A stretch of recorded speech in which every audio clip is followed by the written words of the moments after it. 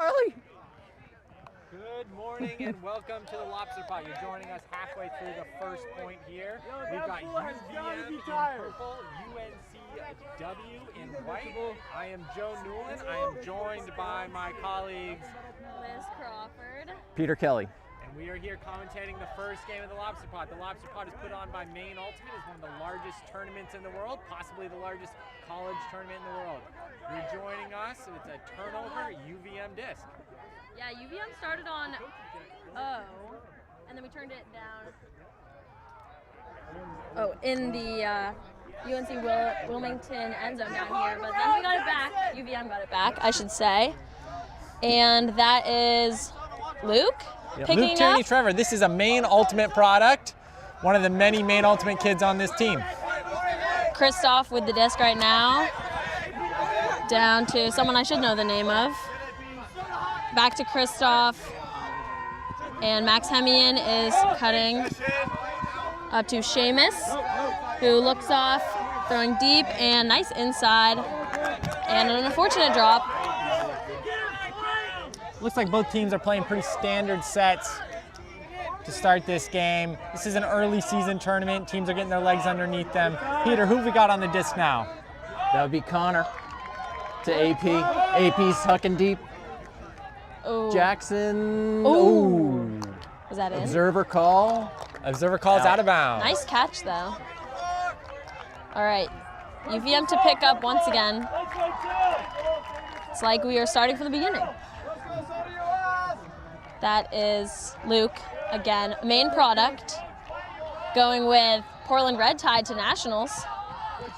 All right, over to Kale, back to Luke, to Seamus for a nice under, and Forrest is open. Back to Seamus in the middle. Oh, come on, Kale, nice. Looking off Max to throw. An interesting throw. That works out. Ooh, come on, Luke. Let's go, Teddy! Great Very effort. close on the layout. Inches away. Got a lot closer than I think a lot of us expected. Yeah. It didn't sit up as long as I would anticipate. We got a bit of a breeze. It's a sloppy first point. These teams are taking this as an early season tournament, get reps in for their rookies. But these two programs, you expect a lot of clean holds, and we haven't seen that so far. Yeah, how often do these teams play each other? Last year they played twice. Classic City Classic. UVM crushed UNCW. UNCW got revenge at Easterns with a Universe Point win. Oh, wow. So they're meeting each other earlier than they would usually do. This is Max Hemion with the disc, another Maine Ultimate kid. Looks like we have a call. Fair Spirited of Forrest sending it back. Max back with the disc to put it back in play. It's nice we have observers. I didn't know we would have observers. To Christoph. Ooh, towed it in. Let's see what their end zone set looks like. Back to Christoph in the middle. Seamus cut. A little jumbled up in the end zone, but that's okay. Let's see if they can convert. Nice back to Forrest, to Seamus, over to Kale. Or is it Eric? No, it's Kale. To Seamus. They're working it up. Seamus getting free. So close. And that's a goal. All right, that puts UVM up 1-0. All right, the Lobster Pot and Maine Ultimate are supported by a number of great sponsors. One of them is Revision Energy, based out of Portland, Maine. Revision Energy is Maine Ultimate's clean energy partner. They want to make life better by building a just and equitable electric future. Revision Energy is a 100% employee-owned solar company and certified B Corp, serving clients in Maine, New Hampshire, and Massachusetts. Save money and reduce your carbon footprint with solar, heat pumps, battery storage, and electric vehicle charging. Visit revisionenergy.com for more details. All right, so Peter, who have we got here? This is UNCW's first O point. Who are they putting out on the line? Well, they got a lot of senior heavy talent on here. third in with the hat, Christian Bellis, plays the U24 for Canada. Stuart Kelly tying his shoe, plays on the Portland Red Tide. Let's see, you got Pablo. So two of the captains out on the field. Do they have a lot of returning players from last year? They do. They do, yeah. They have they brought 3 freshmen here. They split the squad this weekend. The other half of the squad's playing at the Brickyard Brawl at NC State in North Carolina. That's interesting. I haven't heard of teams splitting their personnel between tournaments. Yeah. College fall season. College fall season, exactly. No rules. The rules don't apply. No parents. No parents. Christoph set to pull. Nice floating pull down to UNCW. But it's going to go out. UNCW to put it back in play at the brick mark. It looks like UVM is playing a very similar line to their last line. I think they're going to be playing 2 on, 2 off throughout the most of this game. Yeah, you got to get that cardio in, Joe. Yeah. So Pablo with the disc, he's the last UNCW player to play at Nationals in the spring when they had the fall Nationals after COVID. Yeah. Played with his brother. He's with the disc now. Yep. Just through it. That's Christian. He likes to throw deep. He's got Grant. Oh. Nice D by UVM's player Seamus, a Seattle product. And looks like we have Max putting it into play for UVM. And UVM's running out of kind of a side. Looking for a reset now. Back to Max. And Christoph for a nice under. Looking off Forrest, looking reset. Back to Kale. Oh.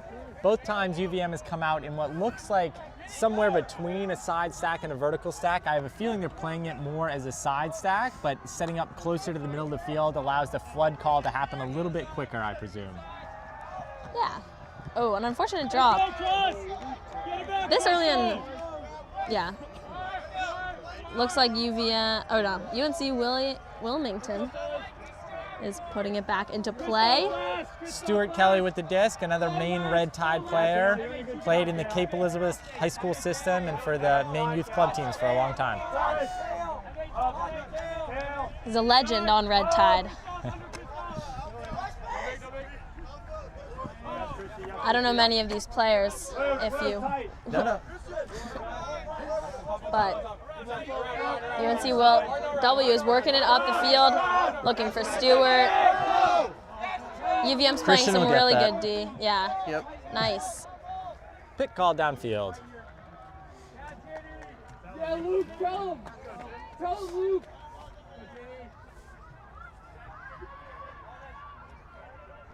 And UNCW will put it back into play, but they're discussing something. And Stewart gets rid of his hat.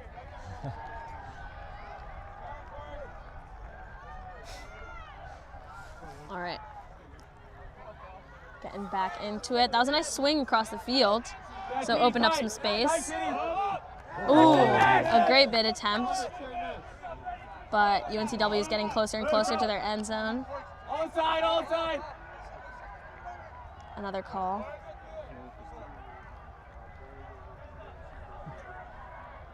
Unclear what the call is.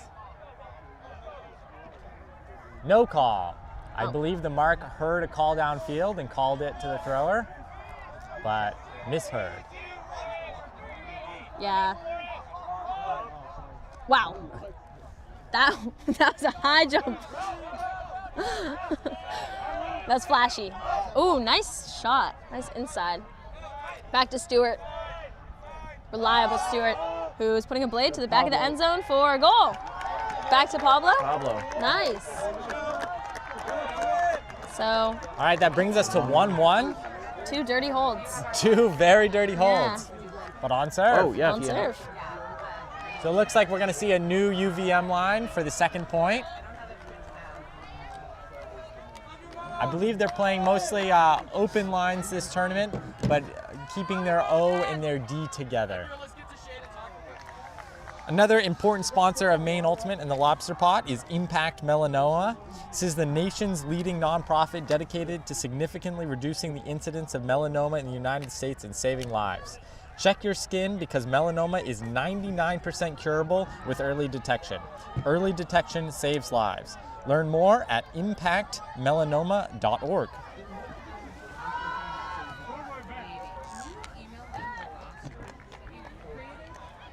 It'll be interesting to see if these two teams can clean up the play as the game goes on. I expect that they haven't got that many repetitions so far this year against full speed defense. You know, they're playing practice against each other, but it's sometimes a little bit different when you get out on a field, especially a showcase field, the number of people watching and live streamed, kind of keeping the throws crisp. Yeah, Can be a challenge. It's been a while since these teams would have played a competitive game. Oh, on the second effort. Nice catch. That was a quick and easy goal. I think you spoke it into fruition, Joe. That was Jimmy Bell on the big reception, another Maine Ultimate product. Maine is representing out here in South Portland at Wainwright.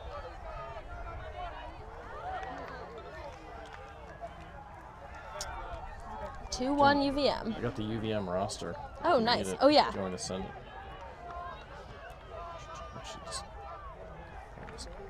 Oh, yeah.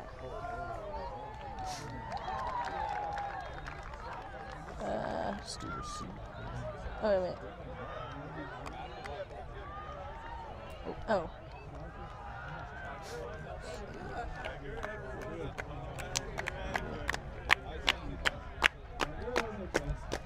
The fall ultimate season in college is always an interesting one because you've got players who are playing on club teams going to nationals, who are now back with their college team and kind of playing in a different system and maybe at a different level, and they've kind of switched between those two programs and switched between the sets that they're playing. So here we've got a number of players on both teams, I believe, playing in the Club Nationals series with their respective club teams, but here for the weekend, starting the college season off. Yeah, that's exciting. UVM back pulling. Maybe UNCW will have a 2-throw point like UVM just had. It's a downwind pull. We're kind of playing an upwind, downwind game so far, with the left side of the field being the downwind. Stewart putting it into play from the brick. Does Stewart typically handle for UNCW? He just started last year. He was mainly a cutter until last year as a junior. So yeah, this is only his second year doing the majority of the handling, along with Christian Bellis and Pablo. He's such a downfield threat, but it's nice seeing him back in the handler space. Yeah. You can't hold him back from going down there. UNCW is working it up the field. A little bit of contact on the mark. Back to Stewart, but the throw's a little too far. That's a tricky throw to hit. True Hansen picking up over to Bjorn. I thought that was going to Leo, but it is a interesting choice by Bjorn. Baby Bjorn. Grant ran cross country at UNC Greensboro, so he's gonna get the deep stuff when there's a sprint. Yeah, UVM's gonna have to watch out for that defensive pressure. But yeah, with that wind, I don't know if that throw was gonna make it to the intended target.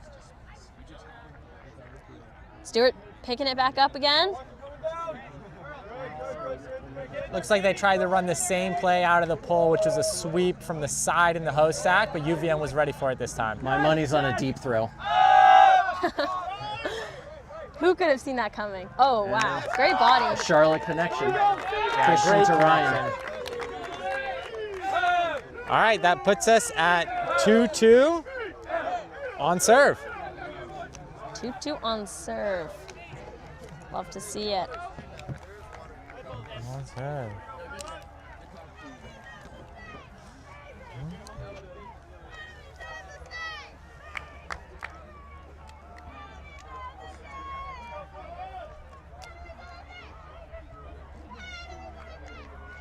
There's been very few points so far this game, maybe none, that haven't seen at least one deep look. I think, you know, early season turnovers matter less, so teams are airing it out. They're playing the way that is more fun. Yep. Yeah, Joe, that's the men's ultimate bread and butter. Small ball is dead. Yeah. I think that was Oregon. Small ball is dead, and we can all blame Portland Rhino. I've seen this UVM team play a lot. My brother was on it a couple years ago, and deep hooking is just kind of the name of the game. It's the name of the game. And their personnel might change, but the systems stay true.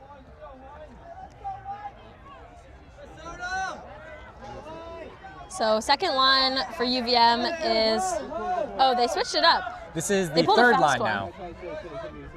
The first line played the first 2 points, second line the second 2, and this is the third UVM line we've seen. Eric has the disc right now. He's one of the captains for this UVM team, along with Christoph. There are a couple freshmen on this UVM team right now, too. This is one of them catching the disc. Over to Dom with an amazing grab. Back to one of the unnamed freshmen who we will sure to be finding out the name of soon. And looked off Eric in the end zone. Ooh, wow. We gotta learn that guy's name. He's Walter. Blonde rookie is my note. So Walter is the blonde rookie. We'll get confirmation of that soon.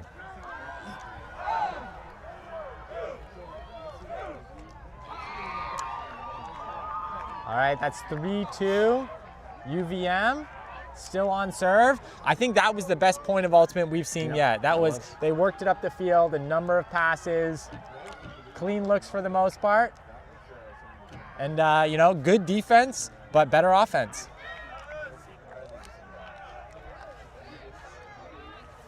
Another one of the main ultimate sponsors that we're so happy has been helping out for the Lobster Pot is Wyman's. Studies show that 8 of 10 people do not eat enough fruit. Are you one of them? Wyman's encourages the world to lead healthier and happier lives by eating more fruit. We care about our community and connect with the wild, not only because it grows our berries, but also because we share its roots. We put the very best into what we do. Live fruitfully. www.wymans.com. Delicious. Blueberries are one of the products Maine is known for. If you get the chance, grab some Wyman's blueberries.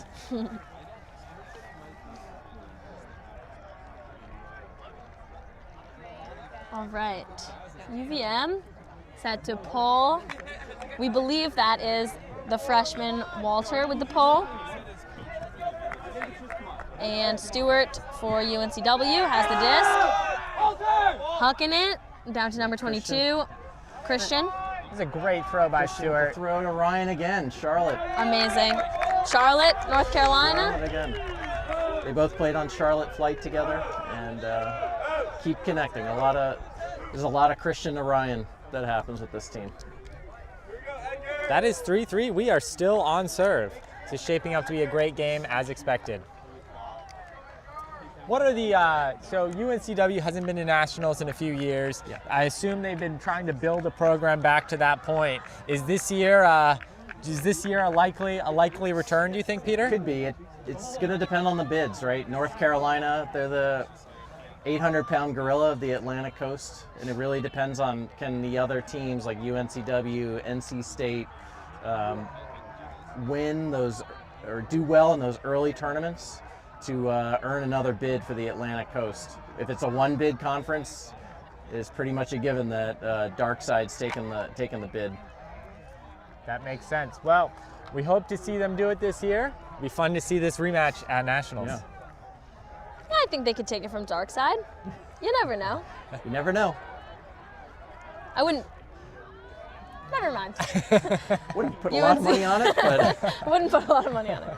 UNC Wilmington, Pulling down to UVM, and it is Kale with the disc, up to Max, over to Christoph, and Forrest is cutting deep up the sideline. Nice butterfly cut. Max Hemian back with the disc. Hemion. Oh, and Max. AP with the intercept.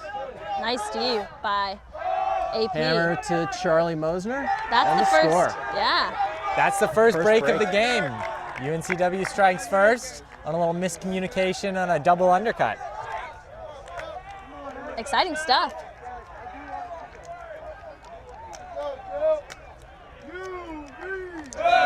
What do you think of these UVM jerseys? I'm having a hard time understanding what they are. There's a lot of slang that happens on the UVM team, so we might be seeing some of that. That makes a lot more sense.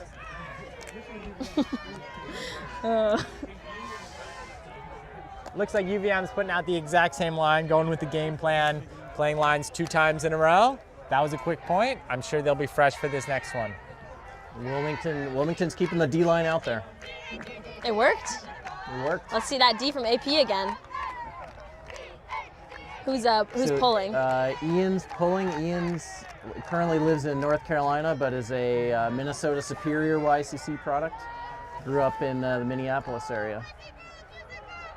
Minneapolis. We actually have 2 players from Minneapolis on this team. Unusual for Carolina State School. All right. Luke picking up for UVM, up to Max. Up to Seamus. Uh-oh, Moose lost his guy. But it might be too far. Oh, Nice grab. great footwork. And a UVM goal. UVM goal. That makes it 4-4, but UNCW does have the 1 break. There's a special guest coming to the booth. Hello.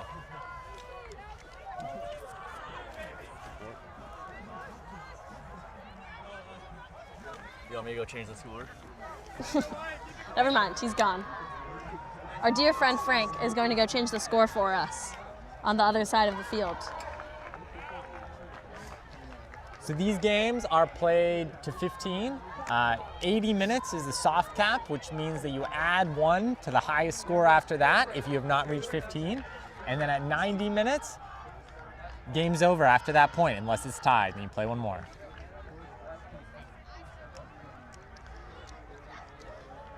You may have been hearing kind of through the microphone, the field right behind us is another great game. UVM women's team has been making a lot of noise. It's fun to see both these UVM teams playing back-to-back. When they come out here for college regionals and the games to go to nationals, they're always out here supporting each other as well. I think UVM has 5 teams here at Lobster Pot, right? 5 teams. I think they have 3 men's, 2 women's teams. We think we have a pretty good game happening over here, but Mike Letting is commentating for his daughter Ella Letting on the other field. If you want to go tune into that live stream too on Maine Ultimate's YouTube channel. We have Stewart catching it for, ooh. That's a tough look. That might have, is it gonna work? Oh, I think that might have caught a different edge than the thrower intended. And we have True Hansen bringing it up for UVM, and Bjorn's making an undercut for him. Got a lot of players running deep. Nice break, back to True. And over to a UVM player, up to Leo Sarandos, who's looking for an option, back to True. On the close sideline, back to Leo. Nice swing, that's kind of what they were looking for. Back to True. The defender on True is doing a really good job.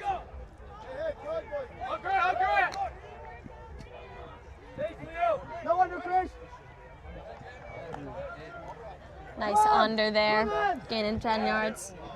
Another unfortunate drop, and the disc goes back to UNC Wilmington. I think they'll take a breather.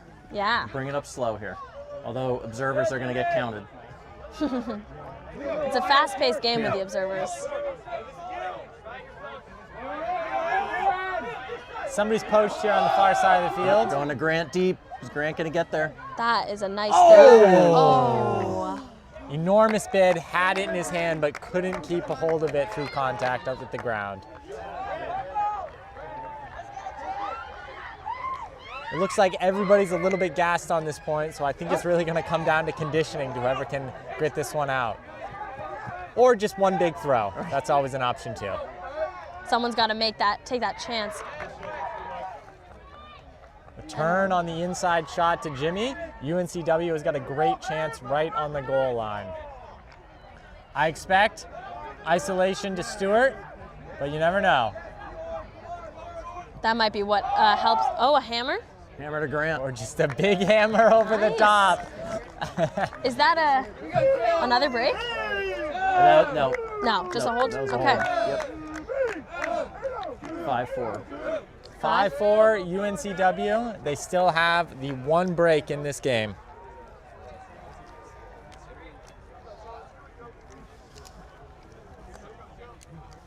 Another shout out we really want to give during this live stream is to the city of South Portland.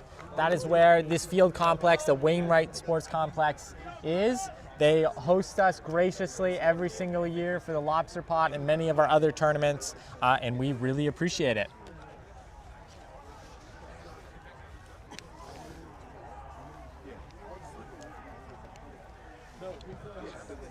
Look away.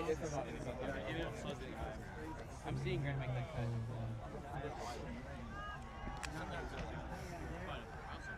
You know what the strat is? Get your toe under here, and way out, make the catch, and you drag it. So you're in. It's beautiful weather. Really couldn't ask for better weather for a college fall tournament. Especially in Maine. Especially in Maine. Could be much colder, could be much windier.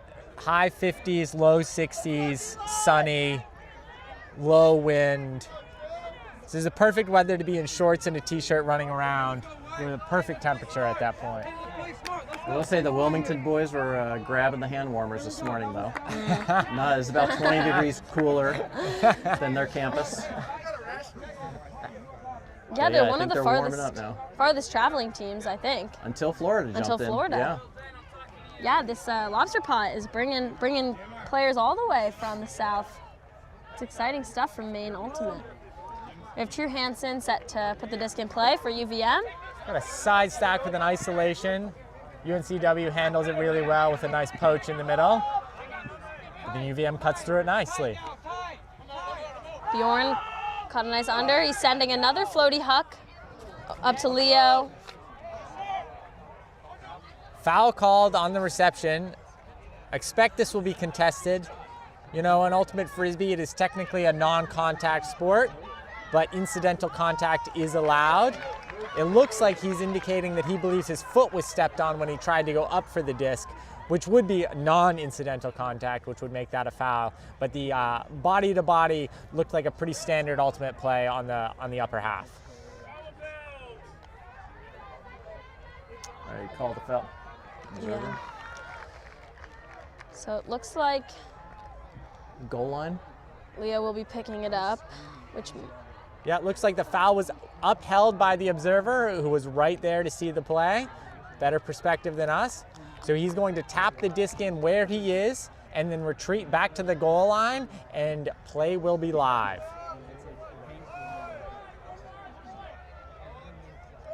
That's Leo Sarandos with the disc for UVM. Resetting back to True, who looks for Dom in the end zone. Another Seattle product who catches a score for UVM. We are at 5-5. Still a one-break game with UNC owning that break. In a game to 15 like this one, halftime will be when one team reaches 8 points. Peter, what are you seeing out of UNCW? You've watched a lot of their games. Anything that you'd like to see more of or less of, or is this pretty standard UNCW Ultimate? Pretty standard. Christian usually is on D, so they're definitely a different offensive set with Christian and Stewart on the line together. Usually they're playing O and D. So maybe just, I think, testing out new players in the system this year. See what spring holds. It's all to like UVM, all to build up for the spring season. That's one of the great things about the Lobster Pod is you get a lot of really, really high-level teams attending, so you can get high pressure, but the results don't matter for the regular season standings, so you can try stuff out without any negative repercussions if it doesn't go your way. Do you guys call for medical?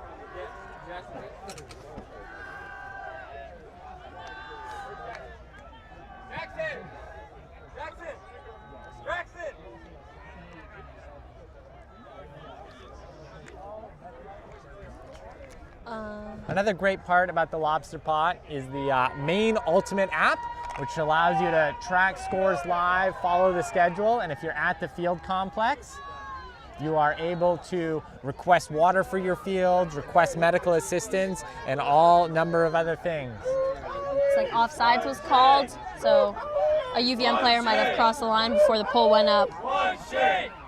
And UNCW gets to bring the disc up to the brick mark. This is an interesting set. They've got a host stack with the handler set up vertically. We assume for an initiation player out of there. Didn't get open, but a nice sweeping cut across. This is Christian with the disc. Christian looking. He's Got Grant. quick. Oh. A little bit of miscommunication in the reset space there. Looks like Stewart was going right in front of the disc, and the thrower thought he was going for the around. We've practiced those. They're tricky. We have a nice inside shot to Walter. And Dom's isolating from the front of the stack, catching a nice around there. Great effort by UVM, but we have a turn. Hey, Gabby! Yes, Gabby! 2 pounds! 1 shake! 2 pounds! 1 shake! 1 shake! And Christian on UNCW picking up the disc. This might be a deep throw right off of it. Kicking the cone out of the way, you know. Yep. Oh no, didn't do it. Maybe now. Gotta have someone going. It was a good switch downfield from UVM. Looks like a call was made. Coming right back into play. Great effort by Christian to catch that one. It's to Charlotte again. Oh, this is going to be a body. Oh. That was great positioning by UNCW there. You know, he realizes he's probably not going to win that matchup in the air against that defender. Got the body position, but the UVM player was able to go over the top at the very last minute, get a finger on the disc, which messed up the catch. Break chance. Break chance for UVM. Yeah. We have the disc going back to Eric, over to Walter, down to Nico Gabby.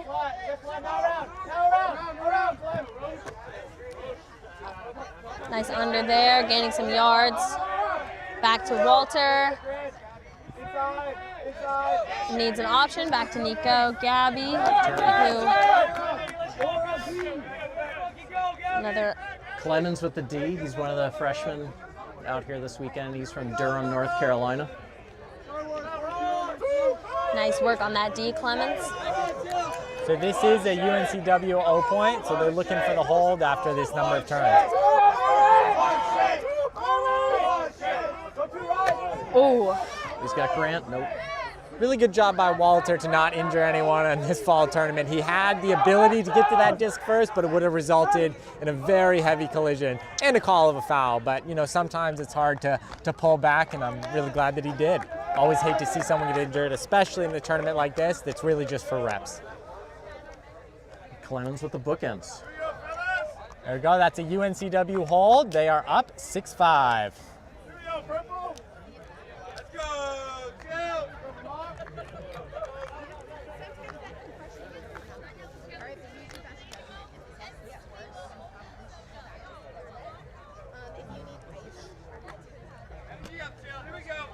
one of the UVM players who we did expect to be on the field a lot today and getting a lot of reps with the disc is Jackson Letting, but it looks like he has a hurt hamstring after warm-ups. So like a number of other UVM players who are out with injuries, I think we've gotten 2 with ACLs right now. They're playing with a little bit of a short squad. Yeah, we hope that Jackson can recover because they're going to nationals. You're kind of like staring. Standing still. What is Anyway.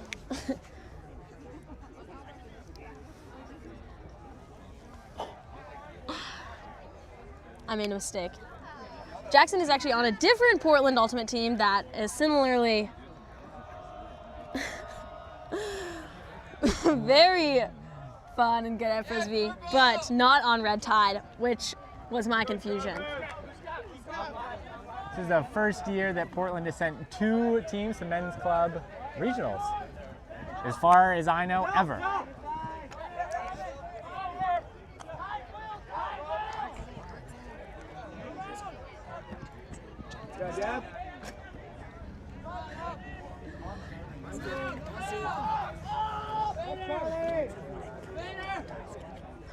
Oh, Charlie with the D. Oh. Is he going to call a foul? My guess is yes. Come on, Bill, help us out now. That looked like a lot of contact, but thank you to our observers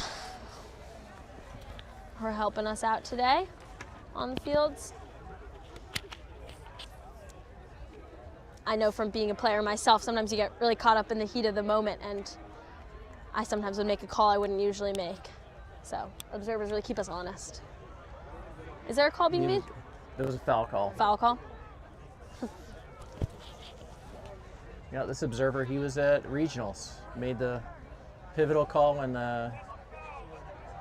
Henry caught the winning score to send Red Tide to nationals. Sounds like that was an uncontested foul, which means that UVM will get the disc, run to the goal line. Disc is in. Nico Gabby making a nice sliding catch there. Up to Dom in the end zone again.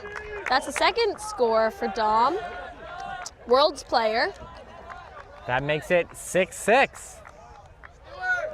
Tight game. Very tight game. For those who are not familiar with the officiating of Ultimate Frisbee, a lot of games are played entirely self-officiated, where the players make their own calls, and there's a system for resolution if the players disagree. Typically, the play will revert to the thrower if there's a disagreement on whether there was a foul or not. But in games like this, where there are observers, the players can still make their own calls, and if there's a disagreement, they can choose to play as if there were not observers, or one player can ask for a ruling from an observer, and they will make an active ruling on the field, which is what happened in this last play. Additionally, observers will always make inbounds, out of bounds, and in the end zone, out of the end zone rulings to take that out of the players' hands, who are usually busy thinking about other things.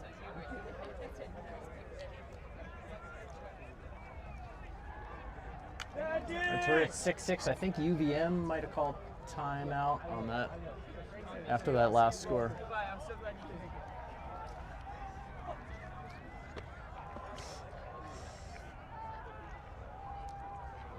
I'd say in the last 30 minutes or so, with the sun getting higher in the sky, the temperature has really increased to the point where it is now, even for the UNCW boys, got to be comfortable. I'm getting warm. Looks like Forrest is coaching off, maybe a little handler. Oh, nice under there. Lions. Oh, good D by Easy throw there. Forrest. Yeah, we talked great about chance. Jackson Letting's hamstring. It looks like he is back on the field. He was seen by one of the trainers who I think patched him up, and he's out there testing it out. We'll see if he plays the rest of the game. That's Wyatt with the Great disc. chance for UVM. And this would be a break chance to go back on Kale. serve right before half. Nice grab there from Luke. Up to Forrest with a nice around. Oh. Great bid by Luke. Got it in his hand, but couldn't hold on to it through the contact with the ground. All right. You know, as Stewart's walking to the disc, he calls from the pull. So we'll see what their play is. Pablo to Christian. Finding the space there. Christian with the disc. Looking for something. Finds an open receiver.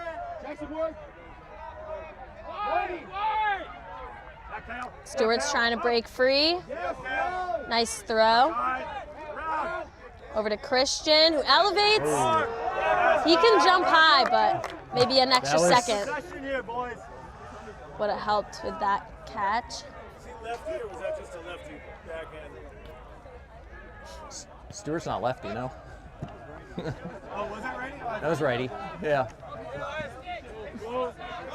It's Jackson looking deep. Jackson I think Christian will get this into one. the pile. Oh! Forrest coming down with it. Oh!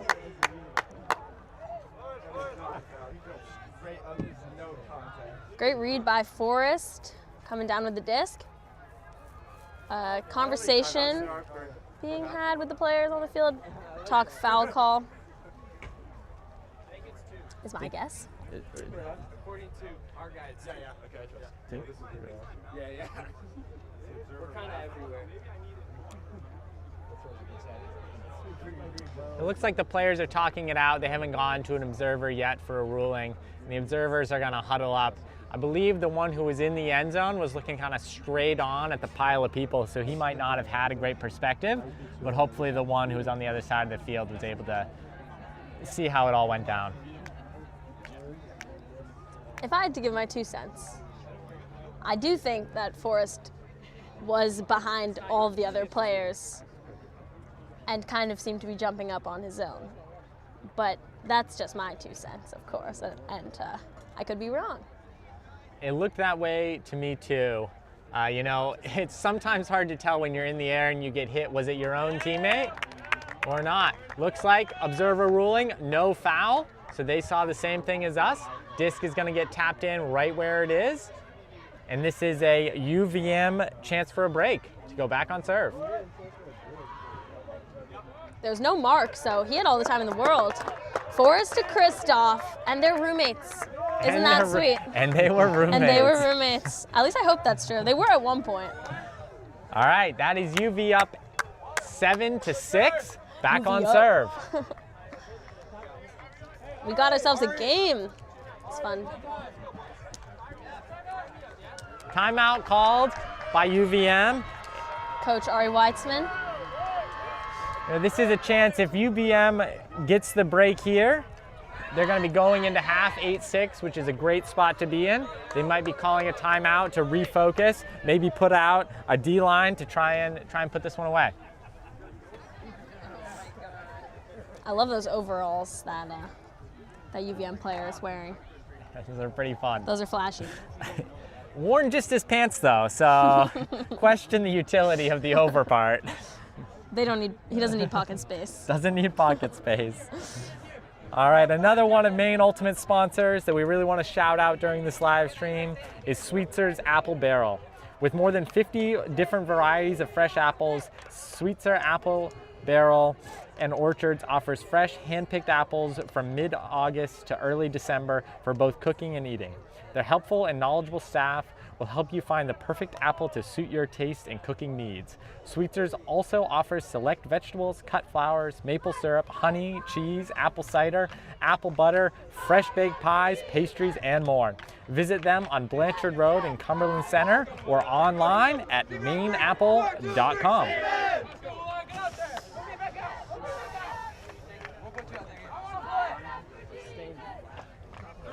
This is always an interesting call when you have an O-line like UNCW who had just played a long point, got broken, and we're going to be back out there, and then UVM calls a timeout to give them a rest, but also give their D-line a rest. So, you know, it's kind of a psychological game partly, but UNCW will have their legs underneath them for this point, and I expect a high-effort, short throw point to try and not lose half to UVM here. But you never know. It's college men's. They might throw a huck. You never know. We did talk about how small ball was dead earlier in the stream. That's true. But yeah, tactical call by Coach Ari Weitzman. He's a great coach. He was my coach for a summer. I learned a lot from him, and he leads the UVM men's team quite well. Here comes the pull. Nice pull from UVM. I missed 2 through that one, but it was great. Have Stewart isolated. I think that's always a good idea. A little bit of miscommunication in the cutter space. It looks like a lot of people went at the same time. They're able to get the little bailout throw. We have Christian with the disc right now, looking for an open under, and that is a wide open receiver who lost his hat. Every point he's lost his hat. Probably start keeping score on that. Stewart in the middle. Whoa. Nice D. D by Christoph, and the Foul disc. called. The disc goes flying off the field. What does STMLB I actually don't know. mean? Yeah, STEM lab is my guess, but I couldn't be too sure. So Grant is sporting the Buc-ee's visor. They always stop at Buc-ee's on their way down to Athens, Georgia. One of the largest truck stops in the world, apparently. Oh wow, the tradition. Tradition. Wow, every team's got to have them. Yep. That's a nice visor. Grant wanted us all to know that he ran a 9:22 2-mile when he was in college. That was his tidbit of the day. A 9:22 mile? 2 2 mile. mile. 2 2 mile. mile. 2 mile. I'm sorry. I thought at first he was You're like, messing oh, with us. he's That is quite fast. Most A 9:22 2 mile. that is insane. Foul was Foul. upheld by the observer. Is this going to be a reset to Stewart or Christian is my guess.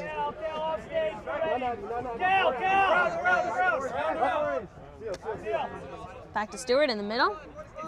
Looking for an option. Not a lot of movement happening downfield for UNCW. Good thing Pablo the Christian. resets are open. Pablo's striking. Looking hammer. Oh, Or a blade. Nice put. That's To Clemens. a great spot. Joe is flabbergasted. You know, it worked. So I watch can't say you- anything against it. You watch UNCW enough, and he has every throw in the book. Yeah. He will use every throw in every game. That's a great teammate to have. All right, I believe that brings us to 7-7. This is next point Galaxy takes point. half. Yeah, in the European circuit, they would call this Galaxy Point. I pulled that out of nowhere. I'm impressed. Why did I know that? I don't know. I don't watch much European Frisbee. They always have that European commentator at the U.S. Open, though, so maybe you That's grabbed it from probably what there. it is. I probably watched the U.S. Open when just to see Ian on the sidelines. Yeah. Yeah. So I'm thinking they'll probably keep Christian out there for this D point and probably Ryan. Yeah, I think so. They're playing great. And I want to see more D from AP. Yeah. He had some good D. It's fun learning these players' names. AP's out there, junior, played on Charlotte Flight, similar to Ryan and Christian and YCCs. I suspect that getting to play with your teammates year-round is quite helpful. Yeah. You know, you get the summer break, but a lot of these players stick around in their college town, play for the club teams there. Right. I know a lot of UVM players also played on the mixed team Big Rig out of Burlington, and some others played for the men's team Sprout out of Amherst. So And Resurgent. yes, and Resurgem. In addition to a couple on Red Tide, and Red Tide going to nationals. Going to nationals.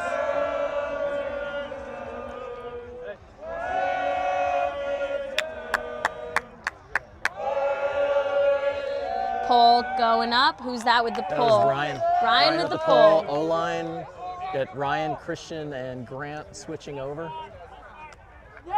No Stewart. We call offsides, or what do we got?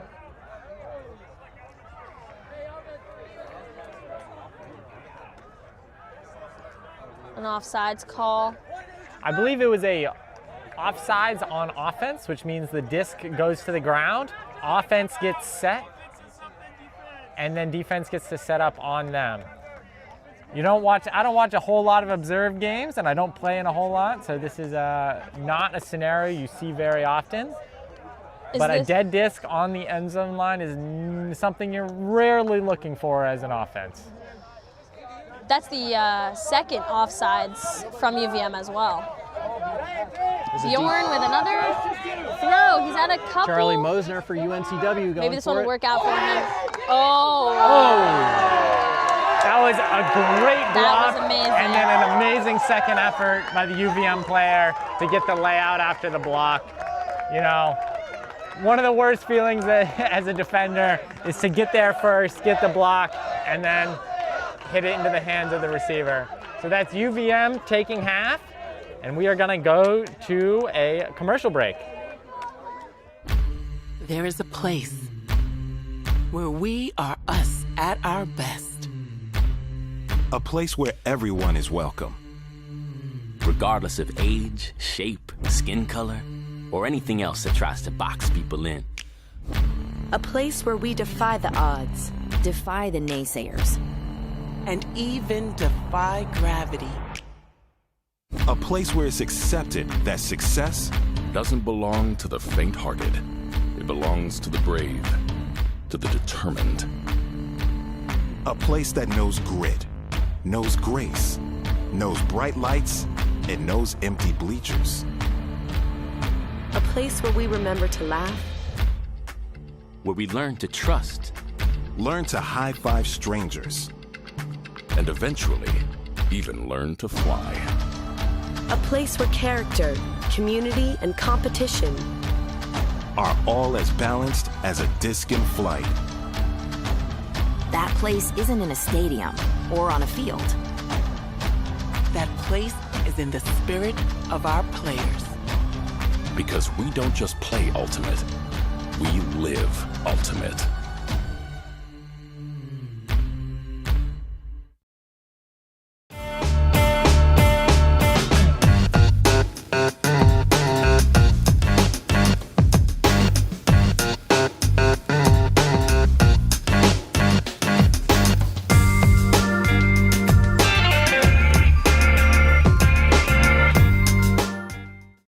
Recover 180 was created as a better way to hydrate. No added sugar, no artificial ingredients, USDA organic certified. Designed for athletes and everyday go-getters. Recover 180 empowers you to hydrate better and recover strong. No shortcuts, no junk, just better hydration. Recover 180. Everything you need, nothing you don't.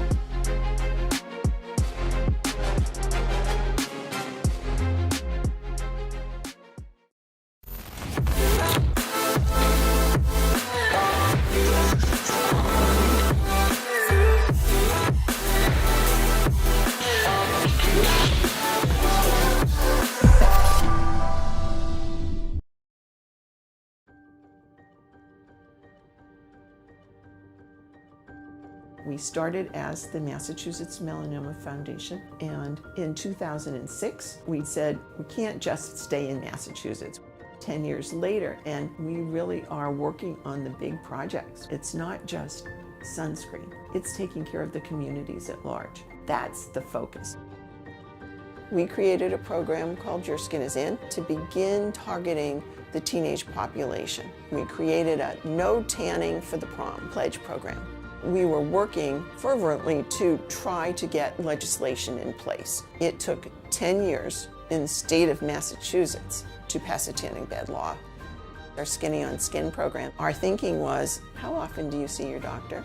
Maybe once or twice a year. And do they even look at your skin? So we use beauty professionals to educate their clients. Over the years, that program has grown significantly to include barbers, massage therapists. It really begins to build the webs out there that we can make this happen in a larger way.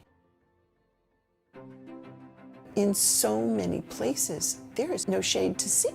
What we can do is to provide the information and education around shade, and we can provide temporary shade. Our goal is to be able to collaborate with cities, towns, communities to build shade structures. Over time, we've built outdoor worker programs, both in person and electronically. That's something that they embrace, and then they bring it home to their families. You see it systemically over the years. Early on, it's like, oh, okay, whatever. And now it's like, hey, do we got the sun dispenser at the site? It's been a really positive change. No Sun for Babies is one of our newest programs, really focused on new parents and newborns up to 6 months. Our sunscreen dispensers, we need to see something, to put our hands on something, and we need to say, this is something that will help us create change. Our vision really exploded more than we could have ever thought it would. We've placed over 11,000 sunscreen dispensers across the country in 42 states. Every day when I walk into the office, I see things like, oh, we're going to do a melanoma symposium as part of our 25th anniversary, and one of the topics is a new melanoma vaccine. We didn't have that 20 years ago. I think the biggest thing we've accomplished over these past 10 years is the awareness. It continues to be our biggest messaging, and we're expanding nationally. That's been really positive. I have the pleasure of working with medical students that are passionate about dermatology. They give me hope. We've demonstrated that our education prevention has a tangible effect in reducing melanoma rates. If we can figure out how to fund prevention at better levels than we are now, I think we have a great chance going forward. With the amount of lab space and research and whatnot, that's half the battle, and we have some of the brightest minds in the world here that are working on that. We're on the right trajectory to hopefully eliminate it. I get to bear witness every day to the incredible stories of these folks who have had this terrible diagnosis, this terrible thing happen to them, and yet they are finding hope. I'm just incredibly hopeful about what's to come, as well about additional treatment options. That's very exciting to me as well. I do have a lot of faith in the ability of organizations like Impact Melanoma to continue the effort to reduce the incidence and the suffering from the disease. Yes, I think we can conquer skin cancer in the U.S. As we expand, we have other organizations that are interested in taking it to their geography and trying new things. We work with Stanford and OSHU and lots of other places that are very interested in what's the next step for this. So that's an exciting thing.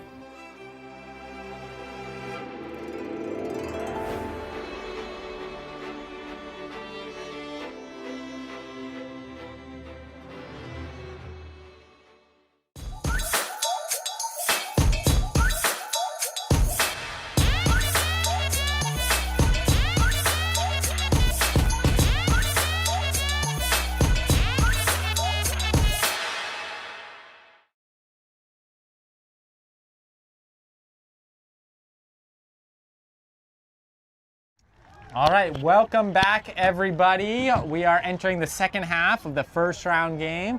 UVM in purple on the right side of the field, UNCW in white on the left side of the field. You know, it was a pretty good first half. I think we ended up on serve. UVM up 8-7. UNCW will be receiving the pull out of half here. It looks like it's going to be a great rest of the game. True Hansen with the pull. And Pablo catching, centering up to Stewart for UNCW, who's throwing over to Logan. 00, Logan. Logan's from Louisiana. Logan, Louisiana. I like it. Alliteration, I can remember that. Stewart looking for an option downfield, finding Ryan out of Charlotte. To Christian downfield. Oh, with a snappy hammer for the goal. All right. Christian to Grant. Christian and Grant for that UNCW goal. Christian's second hammer. Joe smiling. That's, you know, it seems like those are the throws he's got. He's got 2 hammers and a blade. Yeah, 2 hammers and a blade, all for goals. I will withhold any criticism. You can't complain. I can't complain at all. Right? If he's throwing goals, he's throwing goals. So that takes us to 8-8. Still on serve it looks like, you know, comparing that first point out of half to the first point of the game where I think we saw 5 turns, you know, a lot cleaner. And looks like maybe teams are working out their jitters. It's also nerve-wracking to be on a streamed game. I mean, we have thousands of people watching this. That's my guess. Yep, I think that's just about accurate. So.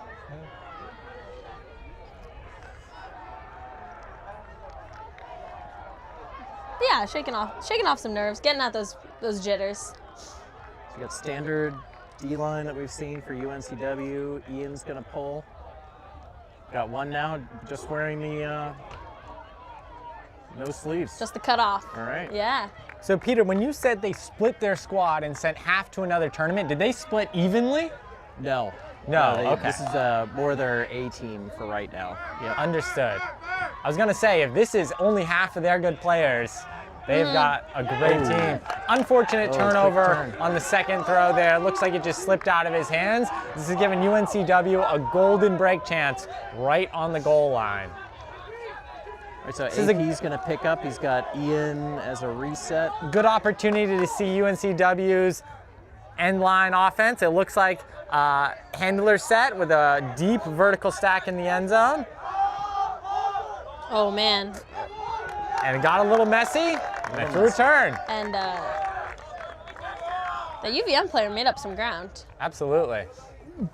Who's now catching the under, back to Dom. Pick. There's a pick call. Pick called, did not affect the play, it appears. So the throw will stand, and the player who received the disc will come in on stall 1.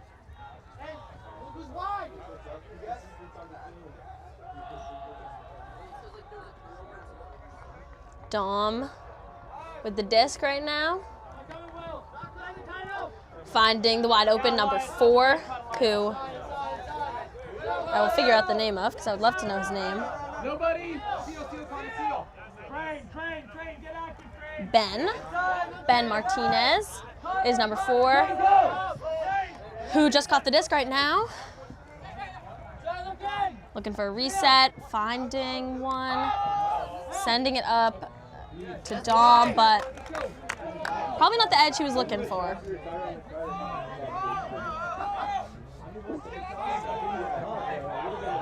UNCW to put the disc back into play.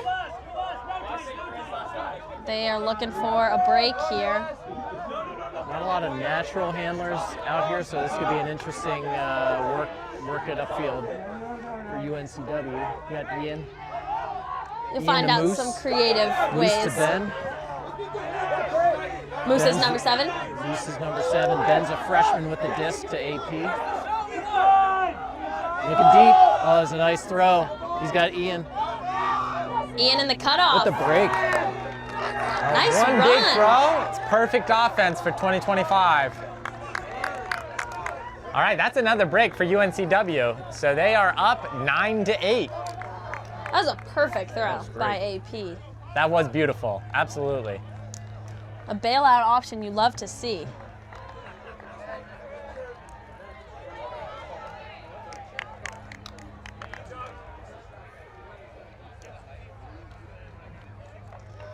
So trying to see what they're going to put out.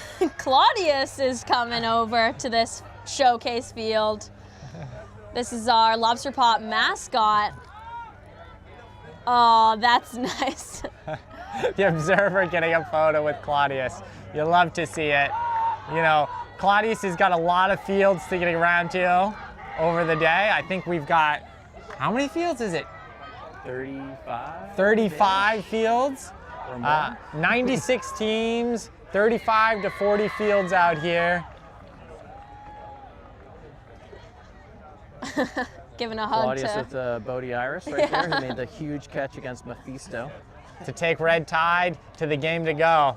That was a fun one to watch live. I watched it 3 times this week.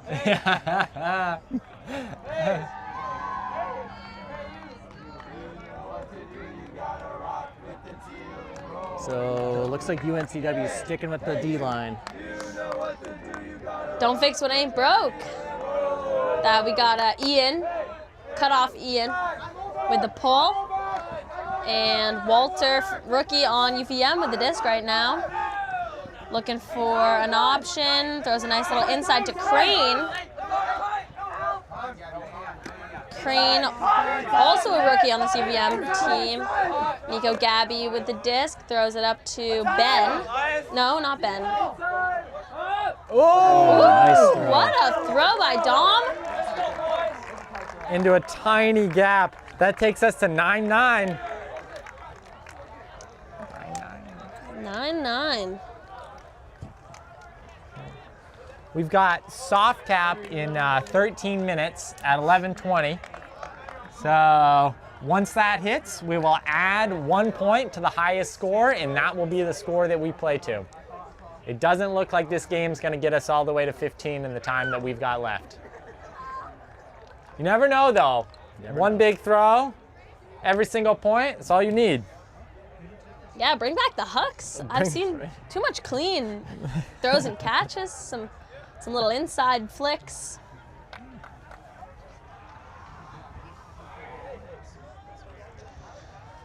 Claudius is still behind us making the rounds. It looks like he's getting photos with a bunch of the UVM women's team players.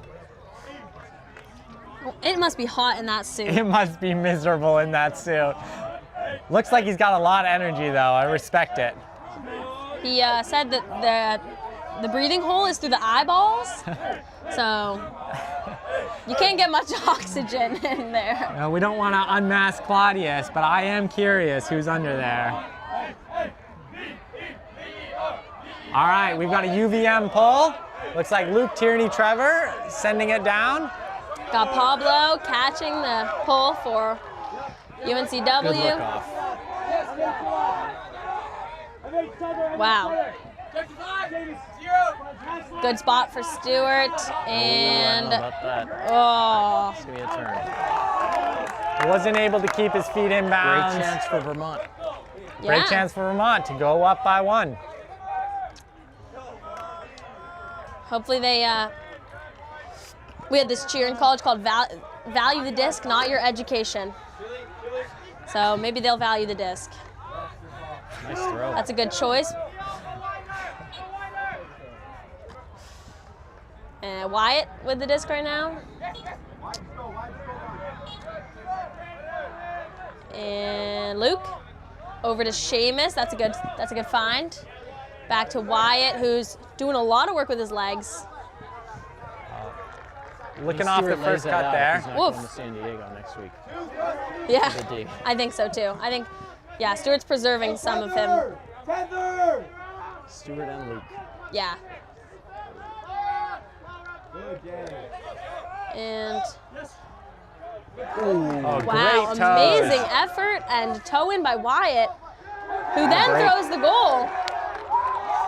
That is a great D-line conversion for UVM. Lots of tough throws. Great defense. But in the end, UVM gets it to go up 10-9. I believe that Wyatt is a freshman, the one who had that assist. I want to say that's correct.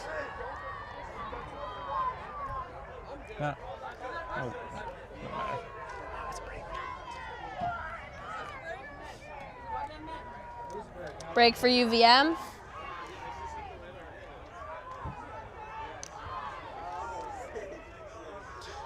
No, okay.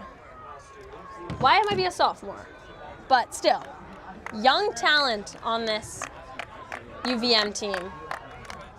I think that break for UVM puts us back on serve overall. So 10-9, and we've got 10 minutes till soft cap.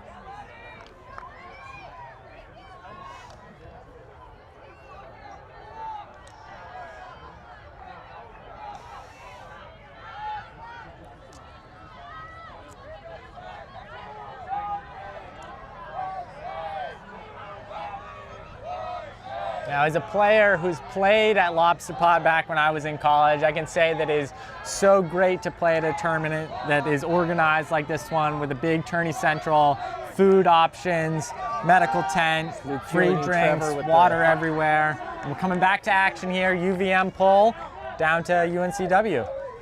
Who else but Stewart with the disc in the middle of the field?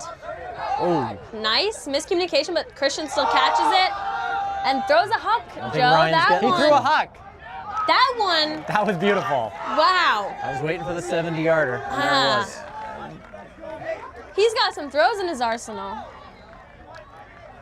That one was flat. Has he thrown an under yet? No, I haven't seen it.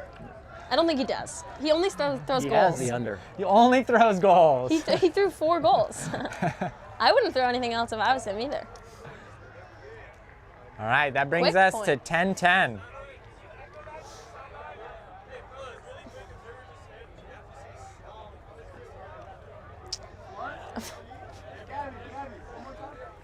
So Wilmington didn't bring a coach this week, but they do have Henry Babcock, Red Tide captain, giving him a hand. That's nice of him. It's very nice. That's a good. It's a good Red pull. Tide captain and player coach, if you ask me. Yes, right.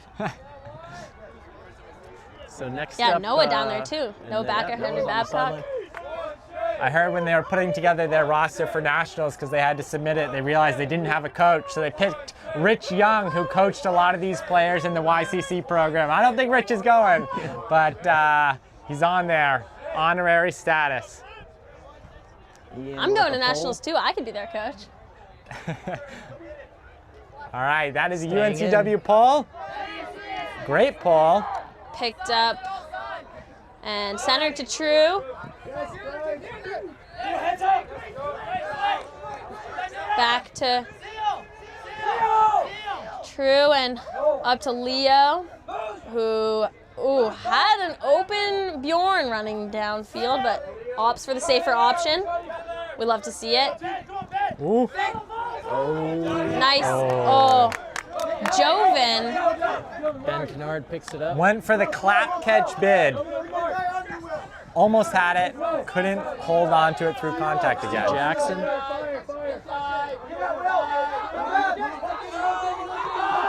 Over to AP. Through the last break score. And he's throwing it up Maybe again. looking He's got for another Charlie one. Mosner. Oh, my Charlie.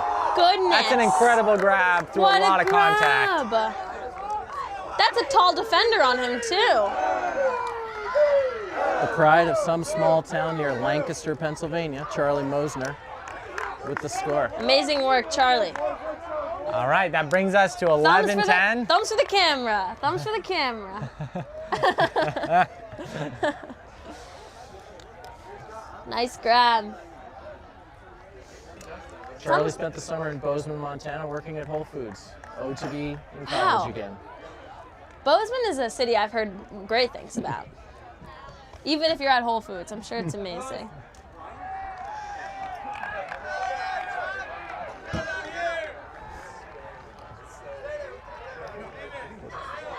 Looks timeouty here. Yeah. So how long till So that was a break cap? for UNCW. Yeah. I think that makes us back on serve. No, I think we're up a one. Oh, I think UNCW UNC is up one? now. Okay. Up one break for UNCW. I'm glad someone's keeping track. I think there's a timeout called by UNCW, if Mhm. I'm not mistaken. You know, 1 minute to cap. This will be a I game can't to get over 12, that I would think. It looked like it wasn't I in think his just hand. Oh, maybe it was the timeout. It was teams in this tournament each have 2 timeouts per half. I believe this is the first timeout used in the second half by either team. So if they wanted to, we could spend a lot of time in timeouts for the next 10 minutes.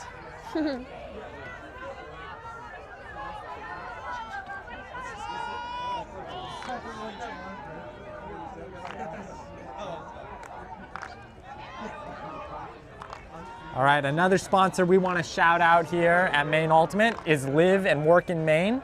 Live and Work in Maine is a private public nonprofit with a mission to attract and retain talent to Maine. We work with employees, nonprofits, economic development organizations, and young professional groups to showcase careers and opportunities in Maine to keep the Maine economy thriving. For more information, visit them at www.liveandworkinmaine.com/opportunity-Maine. Amazing. Thanks for that, Joe. We have UNCW pulling. That's Ian in the cutoff. Another offsides call. So, oh, UNC was offsides that time? I believe so. So that is a offsides on the pulling team, means that the disc will come to the brick mark. If it is the second time that an offsides team has, a pulling team has been offsides, it will go to half and will stay there for every subsequent offsides. I think we saw that in the game to go. I think we saw it in the game to go last spring for UVM and Tufts. Sorry, I was distracted. I had to get a sandwich. UVM up to, nice, over to Bjorn. Bjorn's wearing the City Market hat. Back to True Hansen. And looking, Joven was open in the front of the stack. Oh! Tried to sneak it into a small gap in the end zone. Maybe a throw you don't take anywhere else on the field, but when it's for the score, you get a little excited. Bjorn's throwing some creative things, and I respect him for it. Hey, it's a fall tournament. What else is it for? Yeah, you got to figure out what works. Talk about creative throws. A bailout blade to the sideline. Oh, and that. Oh my. Oh my, not in the end zone yet. Moose. Someone dropped. And Moose with the score. And he got a, trying to hand on that. Sends UNCW up 12-10 with only a little bit of time left to play. That's unfortunate for UVM because they were on their own end zone.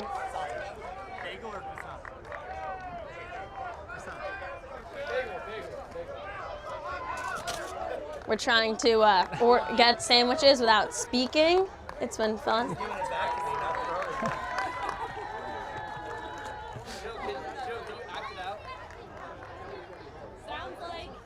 I think this is sausage. I'm not sure.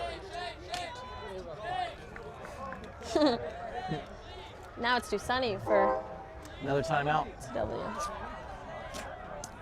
I'm guessing UVM took this timeout. Yes, I did see the coach Ari Weitzman making a tee with his clipboard in hand. I wonder what they're discussing in that huddle. What would you think? Don't drop the disc. Yeah, don't drop the disc. I think that UVM has got the matchups to play this all the way down the field with easy throws if they use their legs. And I think that, they're getting, UNCW has thrown a lot of creative stuff that's worked. UVM has tried a lot of creative stuff that hasn't worked as much. And I think they're trying to play into UNCW's game, and it's not working out. Yeah. So I think UNCW's up 2 breaks. Mm-hmm. Probably game 13. So this point has started. So the game will be once this point finishes, we will add 1 to the highest score, which will be to 13, almost certainly, or 14. If UNCW scores, it'll be 14. It's either game to 13 or 14. We'll let you know soon. One other sponsor we want to shout out is Ghost Energy. The fully transparent, fully loaded, feel-good energy drink we've all been waiting for. Authentic flavors, 0 sugars, no BS. Official energy drink of the Lobster Pot. DrinkGhost.com. DrinkGhost.com. They do provide us with a lot of free beverages. One of the long pauses that you heard in the broadcast was us getting drinks and food from down below, including a case of Ghost Energy. And silently ordering our bagel sandwiches.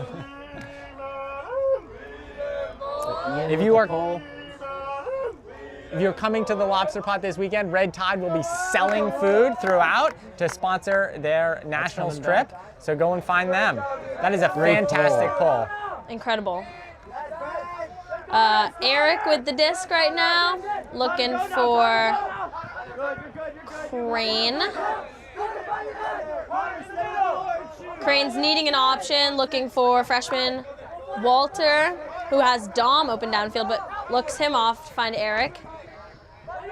Number 69 is wide open in the middle of the field, but that doesn't work out for UVM.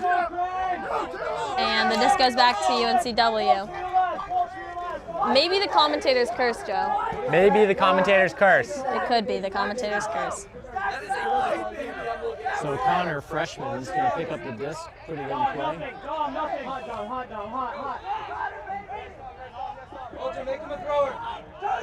Number. Way to get it back. That's a good D from Nico Gabby. It's a fantastic block. The energy on the sideline has definitely risen over the course of this half. Nice spot for Dom in the end zone. That has got to be his fourth goal. Third. I think I might have gotten him confused with Joven earlier because they have the same hat on.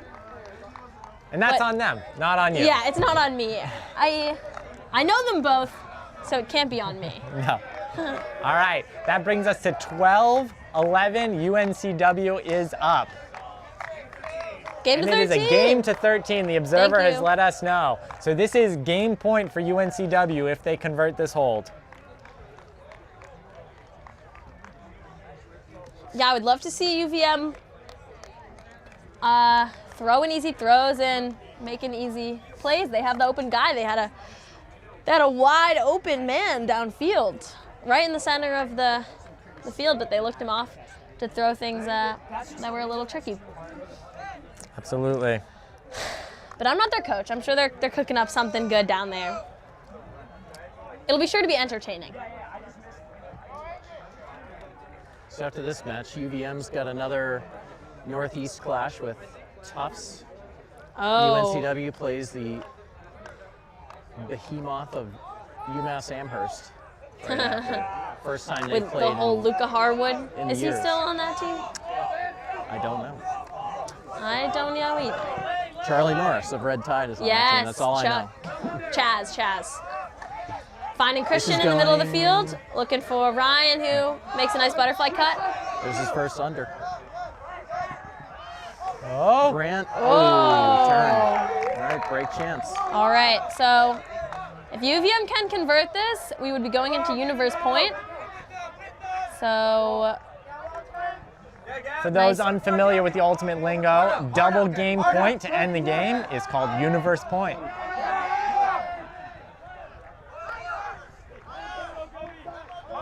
Is it deep? that's a completion. Everyone's Even though- streaking past him. Great find, number 4, Ben, the rookie. Finding Dom. In the end zone In again. the end zone. See, I said that before he even caught You it. did. Because I knew exactly what was going to happen. Is that the commentator's blessing, Liz? I think so. I'll tell Dom myself. I'll say, Dom, I blessed you with that score. So I'm gonna say that might be his 5th goal, but 2 of those might also be Joven's. Who knows? All right, that brings us to 12-12, double game point, game to 13. UNCW will be on offense. They're going to be going downwind, which is always, makes the deep game a little bit more viable. We'll see who they put out there. I wanted to see number 6, Charlie, get back on there because he had that awesome sky earlier. But it looks like he's coming off the field. We have Charlie played O last year, you know. It looks like he's testing D-line. I Start see. the fall. I like his shirt. So this is our universe line O point, Peter. Who have we got out here? From left to right. Left to right. On UNCW. Starting with Pablo, Clem, who's a freshman, Stewart, Ryan, Christian, Logan, and Grant. And then For UVM, their universe D point, Liz, who are we looking at? We got Christoph, we got Luke, Max, Kale, Seamus, that's Forrest, and Wyatt. I think Luke might be Jackson in that lineup. Jackson. I get them confused. Jackson in the camo hat, and Luke's wearing no hat. Jackson's on the mark. Ryan. They're already up past half field. This is what you love to see if you're on offense in Universe Point. 2 uncontested undercuts, an easy reset. Stagnating a little bit. But a sneaky little cut. Ooh, almost threw it away. Great grab from 00, who... Stewart's kind of in no man's land back here. We got to get him a reset. Really good defense on Christian. Nice. Throw to space. Oh, another great grab by Logan. What a grab, and I thought he was going to break an arm on that landing, but he's okay. Back to Stewart. Who's this in the flannel pants? Logan. Logan to Pablo. And Ryan makes a nice sneaky cut. There it is, oh my gosh. Oh, I thought that was visionary. I think the wind took that a little bit. The away shot downwind in the end zone. That's like, you know, we know well, we know Liz. it That's well. the bane of our existence. I think I've heard to not throw that throw more than I've heard any other Yep. feedback in a Frisbee game. Here we go. This is UVM upwind, Seamus with some Universe fancy footwork. Point. If they can make this happen, I'll be impressed. Jackson in the sunnies over to Crane, Kale, my bad. A lot of these names are similar, so. We have Wyatt on the sideline, throwing over to Kale, or Eric. I think it's Eric. Forrest saving Max. And Kristoff's gonna rip it for Seamus. And Seamus is running it down, but Forrest might have to stay off the gym there. Yeah. I mean, Kristoff, wow.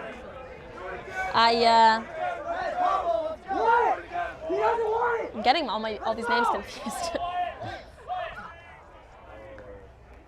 I'm impressed with how you both have done with names so far. It's a lot of them. Foul on the throw? Injury called. Who came off? Jackson. It looks like Jackson letting his hamstring is giving him issues. Yeah, that D attempt. And who came on? Luke. Oh my gosh, that's even more confusing. Okay, Luke. Luke is on for Jackson, and All right, so Stewart's got a. so now hustle. the He's original getting line that I pounded. said was correct.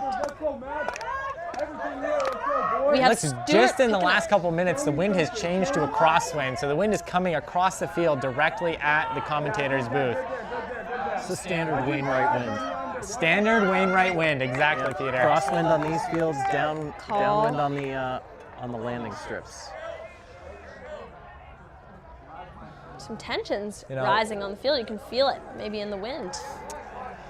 And the UVM women's team has joined UVM Chill on the sideline. They We've just got won. one more sponsor we want to get in before this game's over. While they've got this call on the field. It's Tyler Technologies. They are our presenting sponsor. They are empowering the public sector to create smarter, safer, and stronger communities. TylerTech.com. They've provided our tournament with discs, tents, tourney central setup, and a job fair. They've got a lot of Ultimate players who work for them. And if you're thinking about a job in Maine, it's a great option. Nice grab by Ryan. Thank you, Tyler Tech. We're back in it. That was great timing, Stewart's Joe. going to want to get it to Christian. Oh, and then Christian's my probably goodness. going to throw it deep. Christian with Peter, a crazy you hook. Oh, what a read! And Ryan's got Grant, his roommate. Pablo Not his is roommate. open, but Ryan has, Got Logan. he had tunnel vision into the end zone. Can't blame Gonna him. have a big reset here. This has historically been where UNCW has struggled on offense, is once they get to the end zone line and UVM's able to pack it in. Christian's being cautious now. Well, I wonder if oh wow. Not in. Clem with the catch, Oh, and that's that it. is That's it. game. Oh my goodness. What a way to end that game. Clem, the freshman. UNCW pulls it out on Universe, a deflection off of a block. They had some amazing plays. That was a fantastic game by both teams. I think we'll see them both later on in this tournament on the showcase field, given how they performed today.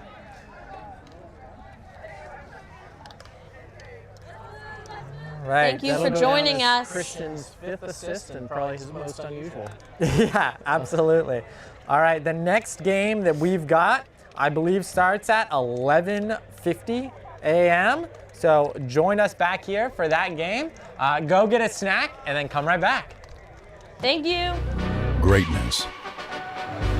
We think of it as the big moments. The glory that defines a lifetime. But true greatness isn't built overnight. It starts small.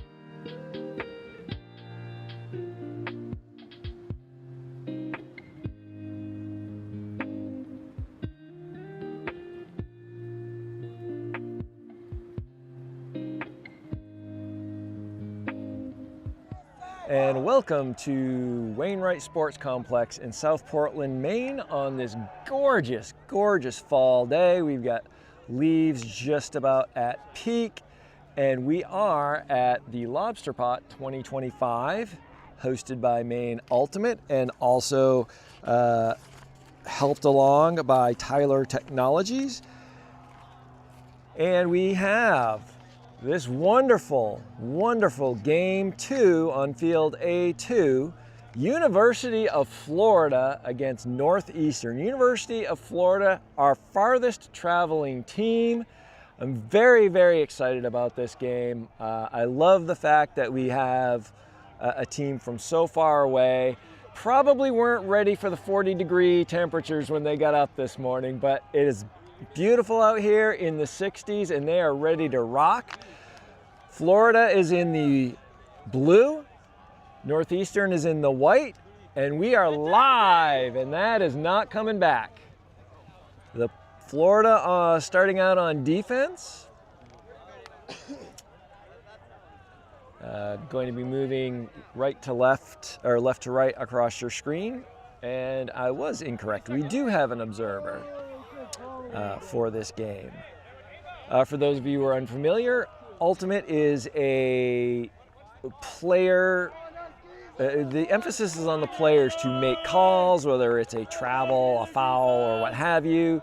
And the players decide what's going on, but the observers are there to help when they can't come to a decision.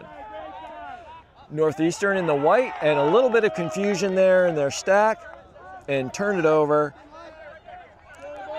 Florida in the dark, taking over, running a vertical stack, initiating from the front with the back following up. Beautiful cuts by this Florida team. Oh, a little bit of a risky up line throw, and Northeastern lays out and makes the nice D.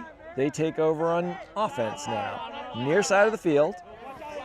Northeastern with the disc. Oh, good way to body the defender, keep himself between the disc and the defender. Middle of the field, now far side of the field. Northeastern swinging it. Still in that vert stack. A little bit of over pursuit by the defense. Count's getting high, good reset. Northeastern moving the disc. Oh, great. Oh, and the defender's got the hands on it. Fantastic job by University of Florida here to start out. Florida also using a vertical stack offense.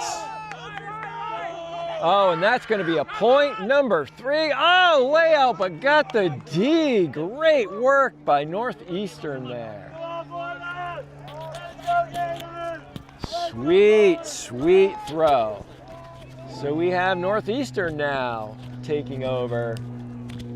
Observer letting him know where to bring the disc up to the end line.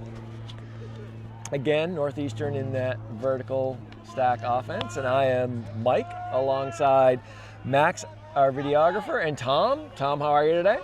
I'm tired. Well, you were doing a lot in that little break. Yeah, look at this downfield throw here. That is a beautiful shot, Well and paced. the observer says he's in. Is that number 14 to number 1? For Northeastern, that's a point. Excellent job by those guys. Yes, I apologize, I was late, Callahan. That's fine. Getting our second field up to standard here. Happy to join you for the second game of the day. Florida versus Northeastern. These dudes from Florida came a long way. I'm excited to see what kind of talent they've brought with them all the way up from the down south. I will say this is opened with really a defensive dominated game. I mean, we saw that score, but both defenses got a couple turns by just playing real aggressive. Yeah, I mean, you know that Northeastern's going to bring it. They're a really high-level team. Yeah, I'm not sure if they have any experience playing Florida yet, but yeah, if someone from multiple regions away, it's a new team to test your mettle against. And it's great because your chances of playing Florida, if you're Northeastern, it's going to be a long haul for you.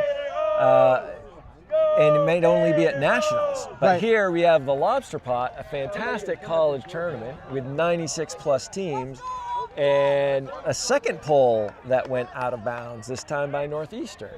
So no one can keep their pulls on the field. It's not even windy out. I know. Come on, guys. So Florida takes over. They'll take it in the middle of the field. They're a split stack, looks like an ISO. Good switch by Northeastern here, but nice flow up the sideline into the end zone. 26 with the grab. And so you saw number 0 from Northeastern throw up his hands in frustration. It's hard for us to hear this far up in the scaffolding here, but I would guess he's looking for some help on that cut, because he seemed to kind of let his man go, almost as though he was assuming he would have help over the top, and that help from 91 didn't come. So you see the coach talking to him right now. Looks like defensive miscommunication between the two Northeastern players, and they're still trying to resolve it. And it looks like that was an ISO play to get it to Patel, number 19. And now I can see why. I mean, he's fast and he can throw. Revision Energy is Maine's clean energy partner. They want to make life better by building a just and equitable electric future. Revision Energy is a 100% employee-owned solar company and certified B Corp serving clients in Maine, New Hampshire, and Massachusetts. Save money, reduce your carbon footprint with solar, heat pumps, battery storage, and electric vehicle charging. RevisionEnergy.com for more details. So that makes it tied at 1? 2. One apiece. 2 points in, and I apologize, Callahan, because I missed the first point. We have 2 holds, correct? No breaks yet? No breaks yet. No breaks. All right. So each team's offensive lines have been holding strong as we get a rolly pull. That's one way to keep it in bounds, is to roll it. Oh, almost. But that's where you want it to go out, right on the sideline. Hit him on the good sideline. job by coverage by Florida to prevent the first throw.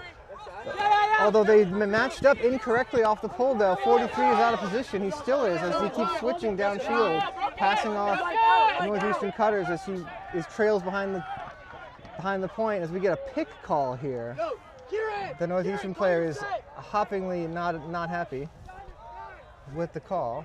They will discuss. I'm guessing this is going to go to the observer. And probably sent back to the thrower. But yeah, so that's an interesting way. So you do a rolling pull like that to try and get it to go out of bounds, pin them on the sideline, because lots of teams have a set play or a set offense that they like to initiate from the middle of the field. So just putting them on the sideline can cause them into an alternate play or an alternate set that they might not have practiced as much. And all you need to do is make them make that one extra throw, and maybe they make a mistake. Exactly. So this goes back to the throwers. They could not agree whether it was or was not a pick. Northeastern's right on the goal line here. Swinging it, dumping it back, swinging it across. Good Still break far throw. side of the field. That's going to be in the corner of the end zone for a point. Good break throw. Floaty, a big spike for Northeastern. It is now 2-1. Yeah, that was a really nice reach around, backhand break throw by that Northeastern player. Really getting low and putting some height on the disc, making sure it floats up there for his cutter to just go up and get it. You really can't make a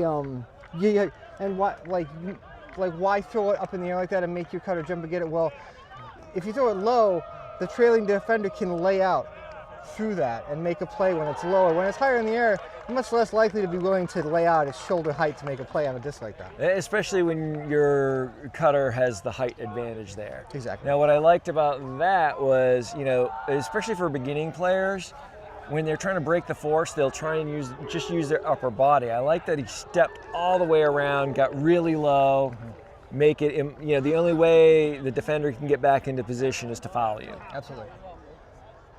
So Northeastern getting ready to pull from our Lobster Pot end zone, wearing the light-colored, spray-painted, tie-dye, white, black, and red school color combination. Sure. Pulling to the University of Florida in the blue in the vacation land end zone. Big, high, floaty pull that sits up there for days. Northeastern covers well.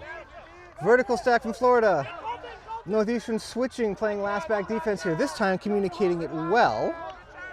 What I like about this Florida stack is It's not directly in line with the disc. It's offset, so it gives plenty of space to cut to and throw to. Now they've melted into a horizontal stack. Well, you could see how the last back defense by Northeastern really has forced Florida to play in like a 25-yard box here, as they are not able to stretch the field and not able to get big gainer throws down the field. Yeah, right now the Florida stack is, there's unsure. There's one guy who is not sure it's a vert or a horizontal and throwing some stuff off. Well, Florida is switching between the two because they're trying to solve this Northeastern defense here. They want to play vert. They want these throws. And this is what you want. Yes. To Patel. Did he trip or was he fouled? The ground ate him up. These are the nicest, flattest fields in the entire complex, and he just lost it right there on the goal line. Just lost his footing. So yeah, he was reading the overhead, the disc going directly over his head and trying to adjust and just stumbled because it was that would have been a point. That's absolutely a point. And that's, one way to try and break that down is to come. He made that deep cut from basically a handler position. It's Northeastern looking for their own deep shot. 91 going deep. That might be too much. No, it's not. Nice grab. Go Gadget Arms by 91. Patience here on the goal line. Looks to reset. Does to number 3. Good switch there by the Florida defense. Good bid. Could not Almost. quite get there. Number 1 with a bid. A floaty to the corner. Oh, risky throw, but a point. 0 runs it down. 3-1. Yeah, 3-1 Northeastern. Taking advantage of Florida's turnover there at the other end. Great job by 91 running that throw down and then being patient, resetting. Northeastern in control, 3-1. Impact Melanoma, providing our sunshades and sunscreen for all players, volunteers, and spectators. Learn more at impactmelanoma.com. They have, you may have noticed, the Impact Melanoma shade for our players over on the sideline, trying to keep our players and volunteers and everyone as healthy as possible. And, because it is warm, a little bit cooler. I'm going to get sunburned today. I forgot to put sunscreen on. I got some in my bag, dude. Come on. So, pasty white Irish guy is going to have sunblock. Another thing that if we could get Max to pan over real quick once he's done with his food. We have a gentleman wearing one of our signs on the other side of the field, which is hilarious. It's the Live Work Maine sign. He's got it on his head. Live Work Maine is one of our new sponsors. Check them out. Let me see what their website is. Live Work Maine, liveandworkinmaine.com. That's one way to cut down the glare on your cell phone, as he's on his phone with the sign on his head. Northeastern pulling to Florida. That's super funny. Florida receives. Whoa! Almost got the run through. Split stack from Florida to start. They go down the field to Patel. He's got him. He's going to let that rip. 18. That's a symptom of something that a split stack can force. It kind of almost forces the last back to be complacent sometimes. The Northeastern defender thought like he's last back, he's like, I'm in good position, I'm good. But the Florida player took off. As soon as that disc was in the air to Patel, the Florida cutter started going. And by the time the Northeastern player realized it, he had a full head of steam and he was gone. Perfect throw by Patel. Well, and that's the thing. He's kind of in the middle of the field on that split stack, basically playing almost a free safety position, and his person's on the sideline. He's like, I got this. And then all he has to do is move his head in one position, look for the disc, and his guy's gone, and you can't catch up. Yep, can't catch up. Not when the throw's paced like that. It was right on the money. That makes it 3-2 in favor of Northeastern. Got a little bit of an air bounce on that too. A little bit. Which I was worried about. Is that going to go over the player? But ended up being perfect throw. Florida in the dark, pulling from our vacation land end zone to Northeastern in the light in the lobster pot end zone. Here's the pull. Oh, I like that pull. Landing inbounds, rolling. Good play by Northeastern to pick it up and play it. Northeastern vertical stack to start. Looking for Huck right away. Good throw. Good D by Florida. Job by the defense there. Wow. Number 12 closed in there. And what do they say, Callahan? You can't teach height? Nope. Speed and height. Cannot teach height. And that's a height mismatch right there in Florida's favor. Not a bad cut, not a bad decision either, but just didn't work. Florida looking downfield to number 3. Number 3 you gotta downfield. get on your horse. Your defender's on you. Number 12 going to put it to the far side. Chase here. puts it deep, and good body by the Florida player, but couldn't come up with a disc. It's a good battle by both of them there. And good spirit by them, high-fiving each other, or low-fiving in this case. I mean, there was some boxing out by both. There was some contact, but good job not calling anything. That was a good not call, not contest kind of thing, you know? Exactly. They were both playing physical. Northeastern with the disc now, turns down the downfield cut. Going for an easier one, nice catch. That was coming in hot, that had some mustard on it. Up line to 15 here. I do like how the defender got kept his mark position. Good job by Northeastern. Yeah, didn't need that bid by Florida. He wasn't going to get it, but intimidation a little bit. They go around to the far side. Northeastern showing patience here. Going to reset with the lefty. A little bit of a travel there. Travel has been called. Oh, I didn't think he gained an advantage. I didn't see the travel action on that one, but you did, Callahan. You picked up on it. I picked up the travel when he got the disc, not when he threw it there. Yeah. What's also is he switched hands, right? So he threw that with his left. He's not a lefty. He threw it with his left. He threw a lefty backhand, so that might have thrown. You see, he took it back. So the Florida guy took it back. I think the fact that he switched hands to make that throw threw him for a loop.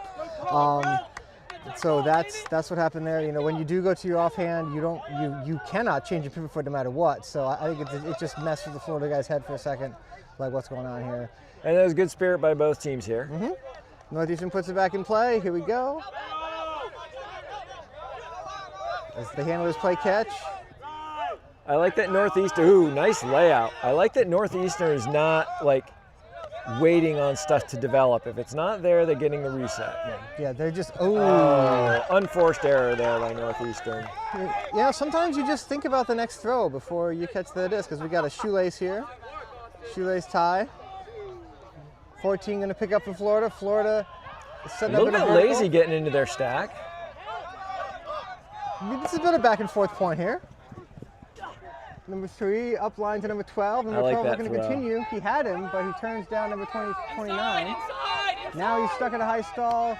Dump to 4, swing around to 14 again. To the back corner. Oh, that is a beautiful throw. Can he get it? Oh, and he runs into the line. Probably should have attached that line over there a little bit better, because that might have hurt. That got him in the neck. Yeah, that's why those lines are supposed to be staked down a little bit better than that. It looks like he's gonna take a sub. As that thing got him up high. Yeah, that hurts. He's also limping, so I think he just landed wrong altogether. Yeah, so you said good throw. You totally jinxed him. I liked the idea. But it didn't have to be a 50-50 like that. It could have been a little more in the field of play. There's a bit of a breeze, but I'm not going to blame the breeze on that one. When your teammate is that wide open, put it on him. Don't put it on the back line like that where he's got to lay out for it. Make it a little more catchable. But Northeastern taking over. Vertical stack. Oh, and the layout deep by number 12. Diving right through that one.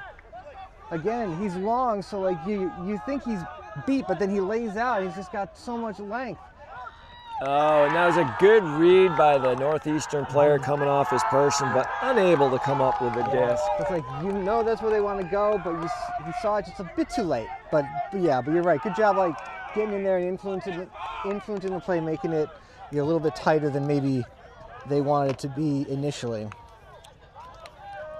So, studies show that 8 of 10 people do not eat enough fruit. Are you one of them, Callahan? You might be. I'm not. Wyman's encourages the world to lead healthier and happier lives by eating more fruit. Max is definitely one of them. He doesn't eat nearly enough fruit. We care for, as Max eats a grape and looks at me. Touche, Max, touche. We care for our community and connect with the wild, not only because it grows our berries, but also because we share its roots. We put the very best into what we do. Live fruitfully. Wymans.com. They're one of our new sponsors this year. They do a really great job with fruits and the berries and things. Like, yummy. I know I eat plenty of fruit, but that's because I have a 4-year-old and that's all he eats. So, and I have to try each one to make sure it's not poison. Right. Yeah. You know, like that's just a requirement. So I eat plenty of that myself. But yeah, a great sponsor that we have here is Florida Poles, a low laser beam type pole. Ooh, a hurdle by the Northeastern player. I like the hurdle by Northeastern. Make Florida think he's new. I'm going to touch this. Oh, no, I'm not. Horizontal here, at least initially. It's kind of a, no, not horizontal, like a... Looks like an ISO split. Yeah, like a split ISO type thing. They're trying Which to go Florida ran earlier, and oh, that's going to be just too far. A foot race. They like number 1's wheels, and number 42 said, I have wheels too. So it's pretty much in the neck and neck down the field. Florida picks up. The nice thing about that one, though, is now you've got a gauge of, okay, that guy can run, maybe put a little bit more air under it next time. You can see the Florida cutters, number 3 in particular, trying to dictate, as he's cutting, where his other cutters should go. Florida putting in some adjustments here to try and get Northeastern out of this last back poachy defense, trying to flood one side of the field and make that last back defender come and play defense. Good call by number 3, letting his offensive player know he was coming. Oh, and a little bit wide, but still. Florida cutters are getting organized. Florida resets. Number 3 looks for a deep look, doesn't have it. Up the line here to 38. Really working the near side of the field, unable to get it off. Too many people in a small area. There we go, back to the middle. Number 3 had to get out of there because he was in the way as they swing it to the far side and 43 with the disc. Oh, he just turfed it. That was a, as you're releasing it, you realize I shouldn't throw this, the window's not there, and you throw it anyway into the ground. Northeastern taking over on the line. Kind of a congested vert stack here, but they're going to look to get off the line as they do to 29. I'm a little surprised they went with a straight up there. Straight up forced by Florida. Yeah. Number 1 cutting across, a pick called by number 6. Number 1 says, I don't think so, and discussion ensues. Well, if you run from the back of the stack and then cross through the stack, that's usually going to cause a pick. That's what 1 did, was he ran around his teammate number 6 here to the left of him and then cut down the line.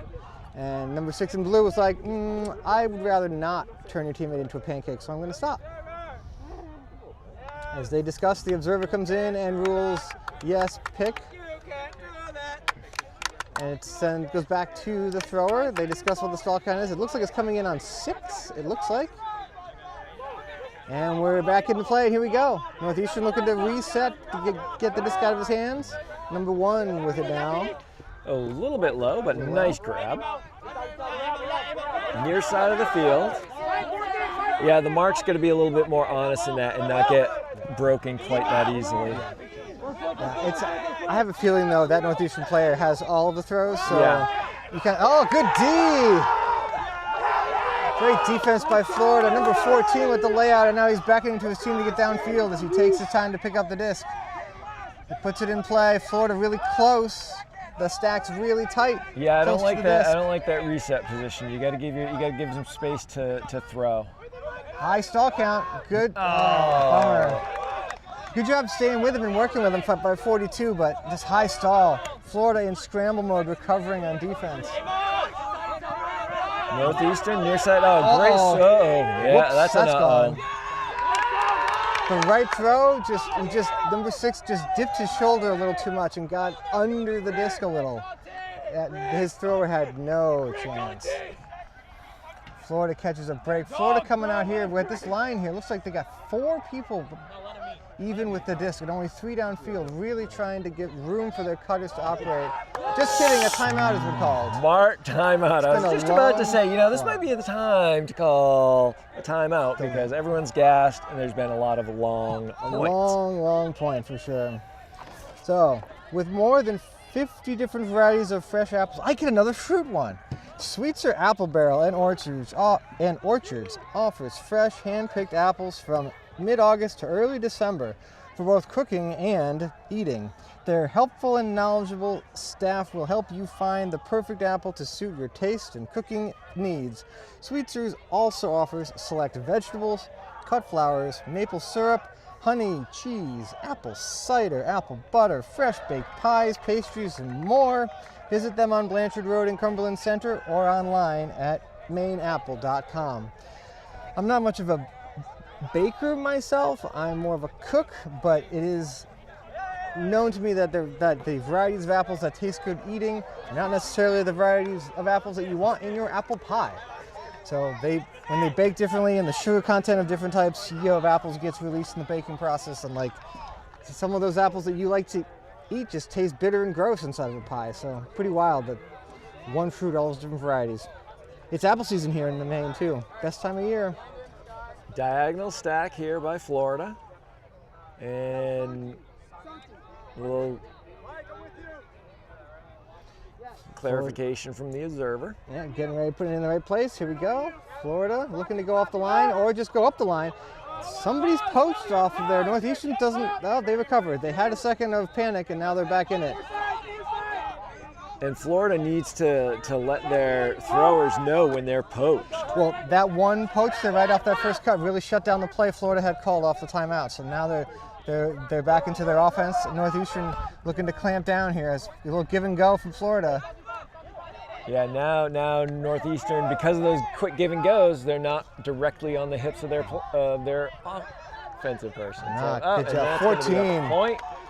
We call that bookends. 14 with the layout earlier. A couple turns, gets it back again. And Florida goes up 4-3. 4-3 Florida. Excellent job by Florida on that one, taking advantage and good patience on the offensive point. Really kind of taking what they give them, but also, but actually I don't really like that term because I don't feel like Northeastern really gave them a lot. Like Florida worked the handler's space really well and took it and just worked it down the field that way. I really think, with these long points, yeah, there have been a couple throwaways, but these players out here are playing really hard defense. I mean, you see a lot of layouts, a lot of bids, a lot of people right on the hip. It's just, it's a defensive game at this point. Absolutely. And games today are 2:15, and teams have 2 timeouts per half. They do not have a floating timeout. Sometimes you have one extra timeout you can use on either half. There is no floater in this tournament. So 2 timeouts to use in each half, and games are hard capped at 90 minutes. So if we don't get to 15, the 90-minute clock comes up, and we add 1 to the highest score and play to that number. So game started at 11:50. I'll do my time math here in a minute, but that's what 120 is hard cap, I believe. So great pull by Florida. Is it? It bounced. Oh, it's not a great pull. It's only an average pull. It took one more air bounce at the end. It was going to come down on the line. He saw the Northeastern player. For a second, was like, oh no. And then it took that bounce, and he was like, oh yeah, okay. We get to take it at the brick mark here at the center, which is 20. Yeah, ISO split stack again. Yeah, the ISO split stack trying to get some action here. I like this from Florida, playing almost zone in that split stack, saying you take this side, I'll take the middle. They played it just for a little bit, but now they're back in matched up person, so they did it just to kind of shut down the first offensive set by Northeastern as they go up line to number 0. Number 3, whoa, that wasn't to number 3. Oh. That was to the other cutter. Good 3. Holster. Florida, going deep. Get it back to the thrower so they can make that throw. He's got it. 13 with the catch. Number 9 with the throw. That's 5-3 Florida. That play, so to go back a minute to the Northeastern play there, Northeastern was stuck on the sideline. The cutter number 3 was doing work, and he cut. He wasn't open, and then it looked like he was clearing, and his thrower thought he was clearing too, and that's the important part. And then number 3 planted from his clearing cut and turned around again. It wasn't a clearing cut to him. He was making one more fake. The thrower threw it to his teammate coming in when the gray hat passed him. 3 influenced the play and ended up dropping it. Yep. If 3's not there, that's a completed pass to Gray, and we're probably talking about a Northeastern point instead. So that's why it is important to cut and to do work and to get open, but eventually you need to admit that you haven't gotten open, and that's okay. That's why your teammates are here too. Clear out and live to fight another day. That's 1 cut too many by Northeastern. Florida takes advantage with an immediate down the field shot to a wide open cutter to put them up by 2. Well, what I liked about that is 3 got the disc. He faked it because of the way the defense was playing. He faked the deep shot, knew he couldn't get it, immediately got it back to a different thrower who had the open space to make that throw. That's really heady play by Florida there.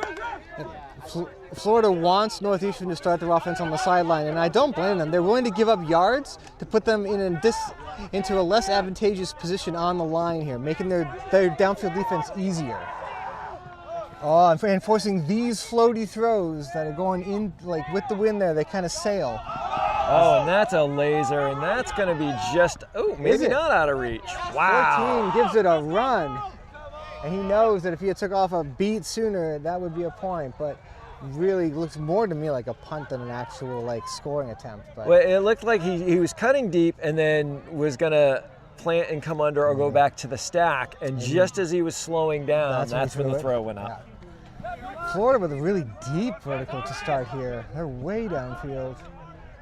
Come across to number 4. Number 4 looking for a deep backhand. It's going to be short though. Right on number 81. Going to wait for help. He does find it with 29. Good patience by Florida. Oh, and that's going to be a strip.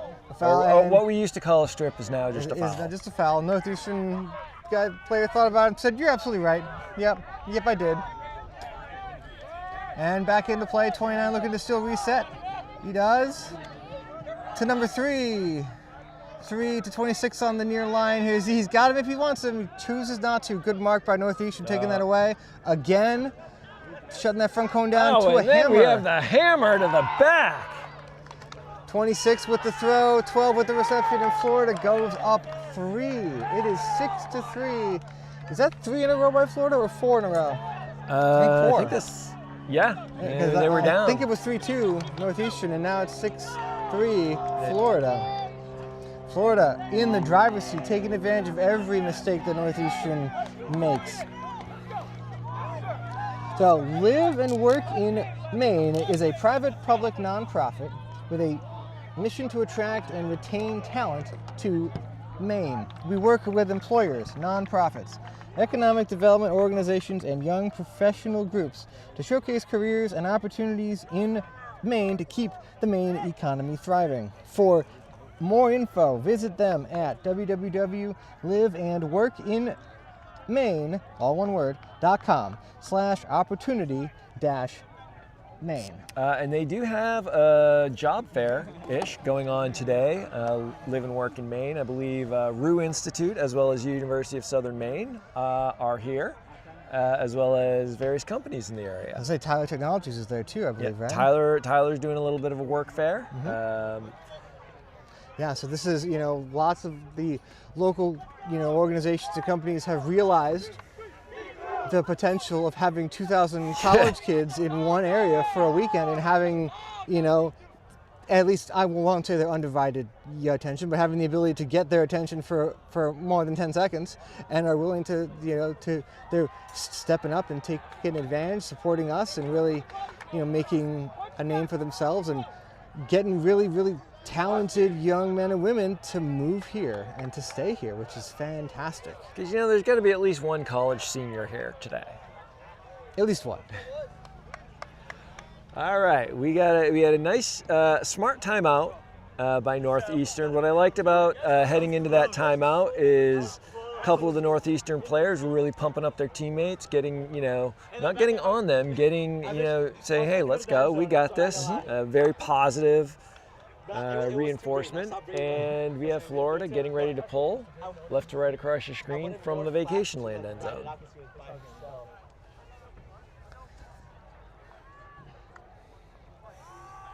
I wonder what the Florida team thinks of the weather here, because it's absolutely gorgeous, but could they actually be cold? They were certainly not ready for, as I mentioned, an early game. I don't think they were ready for the 40 degrees in the morning.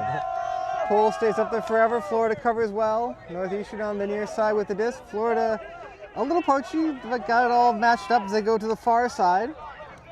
Going big, Deep number 91, shot. looking down the field. It's going to hang forever. Can Florida catch up? They do! Thank goodness the UVM men, and I moved that goal as far away as we did this morning. That was real close. Why didn't you move the goalpost, Tom? A shout out to the UVM men to help me move that field hockey goal. Well, what we thought was well out of the way, but clearly is not. That was really close. Good D by Florida. Taking it at the line, middle of the field. Oh, and that's a mess. Good defense here by Northeastern. Really, really clamping down. They got to get help from the stack. They're getting no. Oh, that would have been a Callahan. No relation. What you're seeing is from the front of the stack, Florida with a lot of like. I would refer to them as slashy kind of cuts. They're not really to the disc. They're more like widthwise, like horizontal across the field, which doesn't really work all that well if you're not significantly faster than your defenders. As they go over the top with a hammer, and then 3 resets back to number 9 in the middle of the field. So like they are much more comfortable doing this, going deep downfield. 91 bodies him out and then takes it away. Yep. Good D by Northeastern, and then a bid by a Northeastern player. 91 almost like conservation of greatness and throwing it away. Northeastern hucks it back the other way. Number 20 with room and the score up over number 7. Good Nice read throw. by Northeastern there. Good throw by Northeastern, good read. Northeastern back with another point, 6-4. I think they needed that for their psyche, right? They were feeling kind of down, like it was all Florida all the time. Get one back, feel good about yourself, get back into your game flow and play your game the way you want to. Good job by Northeastern, making it 6-4. Yeah, you know, if Florida's gonna come out and get that front of the stack shut down, they need to start having a different strategy. It's like, okay, let's start cutting from the middle of the stack. Start cutting from somewhere. If they're going to shut this down, we need to be flexible enough to figure out another alternative. Yeah, some things you can do with that too would be, if you can't get the front of the stack open, which I mean they ended up being, not only were they not open, but they were also clogging that space of the field, so the downfield cutters couldn't come back to help either. One thing I wouldn't be surprised if they try is push the whole stack 10 yards further downfield and let the handlers go to work, and just create the room there to let the handlers be more active. That would be tough, only because we know Northeastern's handlers are really good at doing the same thing on when they have the disc, and they're also very, very good defenders. So that would be a challenge, but that could be an adjustment Florida might try. As this one gets by 13, allowing Northeastern to get set. Oh, almost like Callahan there too. That was real close. Number 40 almost had it. Patel with the disc on the far side for Florida, looking downfield. Nothing, coming back to 13. Gets a break. Swinging it around, nice kill. He lost his footing there, did number 9, but good catch. And he yells at his teammates are too deep, and he waved a grief from 50,000 feet up on our scaffolding. The other thing that Florida could do with that front of the stack getting shut down is have the front of the stack cut deep and then let the next person get in, because that will definitely be open. Florida with the disc, moving near side of the field. Oh, and a deep shot. Oh, that's going to come back to the middle of the field, but is it too much? No, 26 gets it. Yes! Thought he had to toe the line, and he was still like 5 yards inbounds. Nice throw, nice catch. Good offense by Florida there to take the lead 7-4. And I've just been informed by our head tourney director guy Rich that we're going to have a special guest join us soon. We're going to have Katie from Live Work Maine come on up and answer some questions, tell us more about Live Work Maine and what it's all about. So when they come on up here, we'll get them on the microphone and hear some more about one of our new sponsors. as that score makes it 7-4 in favor of Florida. So I had to check the score there for a second. And we do have an exciting, in theory, halftime interview with one of the Florida players. Ooh, that'll be exciting. Yeah. That's so cool. So we'll be doing that as well. Excellent. So another one of our sponsors, Ghost Energy, the fully transparent, fully loaded, feel-good energy drink we've all been waiting for. And so were at least 100 college players before the first round. I was over at Turning Central, and the line for the Ghost Energy pallets was insane. So one of our really good sponsors, authentic flavors, zero sugars, no BS, official energy drink of the Lobster Pot, drinkghost.com. And we're going to have a member of Ghost Energy up in our booth probably tomorrow. They were really busy today, to give us some more insight into what Ghost Energy is all about as well. So lots of special guests upcoming on the live stream, which is going to be super exciting. As the timeout is done, Northeastern trailing 7-4. Florida looking to get a break to go into halftime. So is Ghost Energy going to give us insight or give us free stuff? I'm down with either. Hopefully both. As the observers signal the readiness from both teams, Florida gets ready to pull, walks up and pulls a nice high one down the middle of the field. Northeastern in the Lobster Pot end zone, right about the middle of the field. Oh! He was going to get it and then decided to let it go. Didn't like the angle of it, so let it go smartly. So Florida really, again, playing two guys under, one guy deep.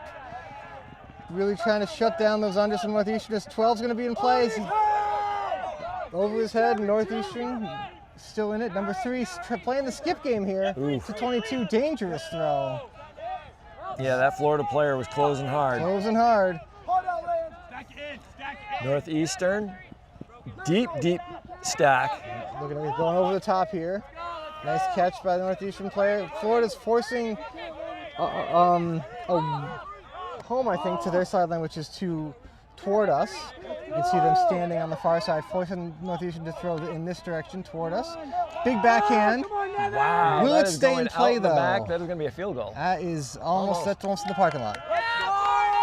One of these little things that I saw from one of the Northeastern players on the last point is on the reception. Oh, do we have a foul? Mm-hmm. Something. We have a foul. It looks like we have a foul called. Something I will say, we've seen a couple disappear out of the back of the end zone, the vacation land end zone over there. And they took the foul call away, so there's no call. We're going to play on. I've never played on these fields going in this direction before, going from parking lot to the baseball field. But I can imagine that depth perception's a little tough with the parking lot back there. It's just like, you'd think it would be okay, but I just have a feeling that the field is shorter than it appears to be when you're down on field level. So there's no wind at all right now. All right, Florida takes over on their goal line, middle of the field. Patel with a nice cut to start. He's got 12 under. He takes it. Northeastern trying to play catch up. Turns down the deep look and is going to look to reset. 13 coming up line. Good bid here by Northeastern. 1, 2, 3. Number 13 with the discount line coming up to 12 on the line. That's a travel. Looking to reset to 13. Northeastern right there. 13 with the step around. He's left-handed. That should be cheating, but it's not. I'm just kidding. As he goes deep. Oh, and that's to Patel. This time he's able to get up and get the disc and take it to half. 8-4. 8-4 in favor of the Florida Gators. You want to head down and do the interview? No. Okay. I will be heading down to do the interview. I got to do halftime interview first. Oh, 2 minutes.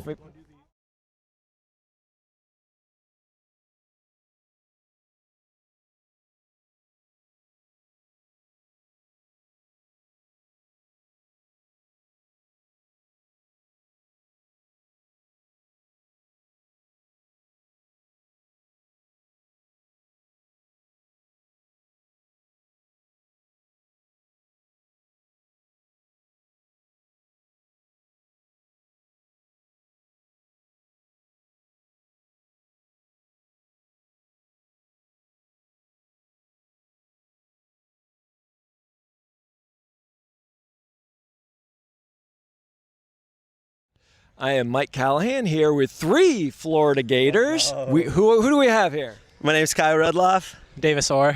Thomas Chase. All right.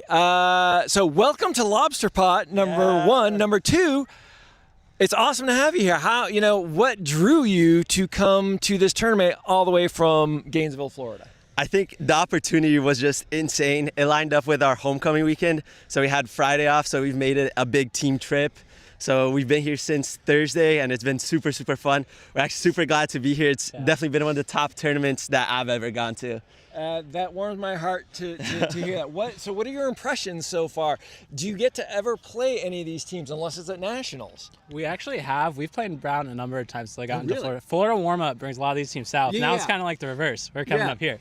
So it's kind of fun. We played Northeastern in Texas 2 years ago. So it's kind of fun seeing the teams. We play them maybe once a year, maybe once every few years. So, I mean, it's awesome having the competition. That's great. Now, you guys spent the night in Bangor. That's too bad. But now you're in Portland. Hopefully you'll get a little bit of time to, experience the Portland area. What are you guys looking for, food-wise? And then, what are you guys looking for your season coming up in the spring? You know what? I heard of a Chinese buffet, and after tomorrow, that sounded like a really good move to me. And as far as the rest of the season, our goal is Nationals. Haven't been in 11 years. This is the year. Mm-hmm. We're feeling it, so it's time to accomplish it.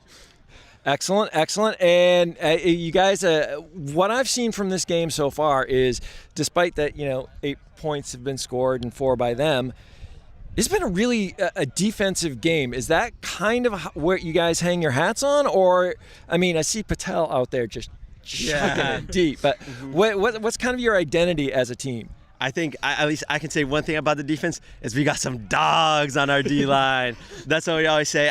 It's effort. It's throw your body around, If you're not giving it your all on the D point, then you're doing something wrong. You got to talk about, what's our identity here?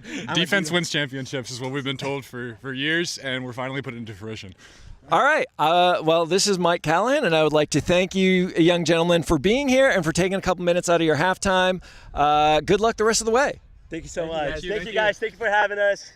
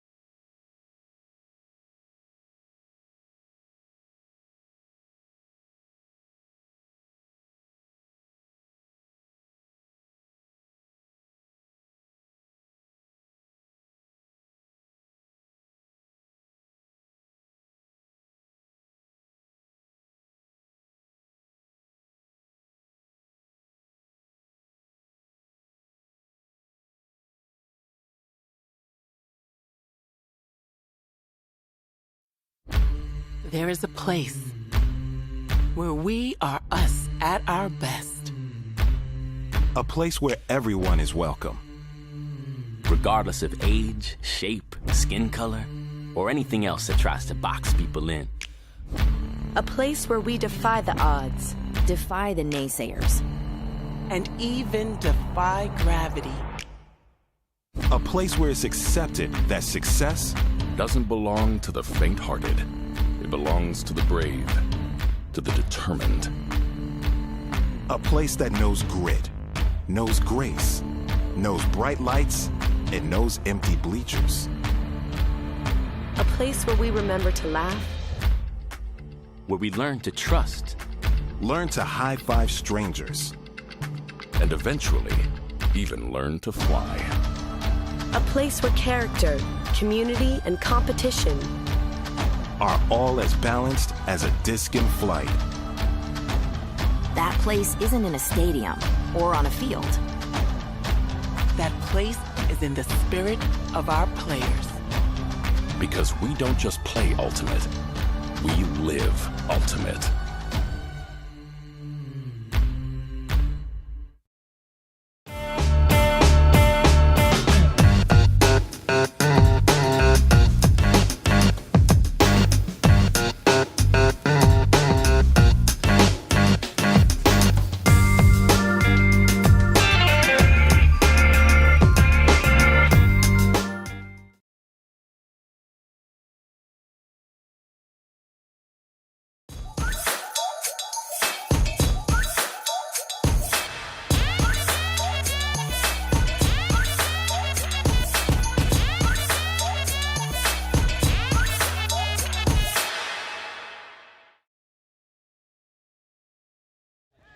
And welcome back to the Wainwright Field Complex in South Portland, Maine.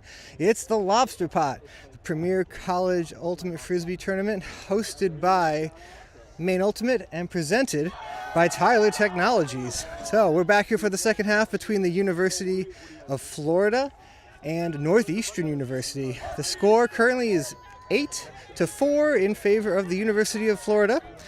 And as promised, we have Katie from Live and Work in Maine here to tell us more about the organization and some of the initiatives that they have going on. So Katie, super happy that you're here to chat with us about Live and Work in Maine. Hey guys, so great to be here. It is a beautiful day in South Portland. This is our third year being back at the Lobster Pot, and we are just really excited to be talking about Live and Work in Maine because what a perfect audience for us, getting in front of young people, their parents. We want people to know about the amazing career opportunities that are in state, and we also have something that's really unique. It is the student loan tax credit. So if anyone has student loans and they live and work in Maine, you can be a remote worker. You can work for a Maine company. Every year at tax time, you can get up to $2,500, either in the form of a credit or actual reimbursement. So this is a huge incentive for people to live and work in Maine, and we are really excited to be promoting it.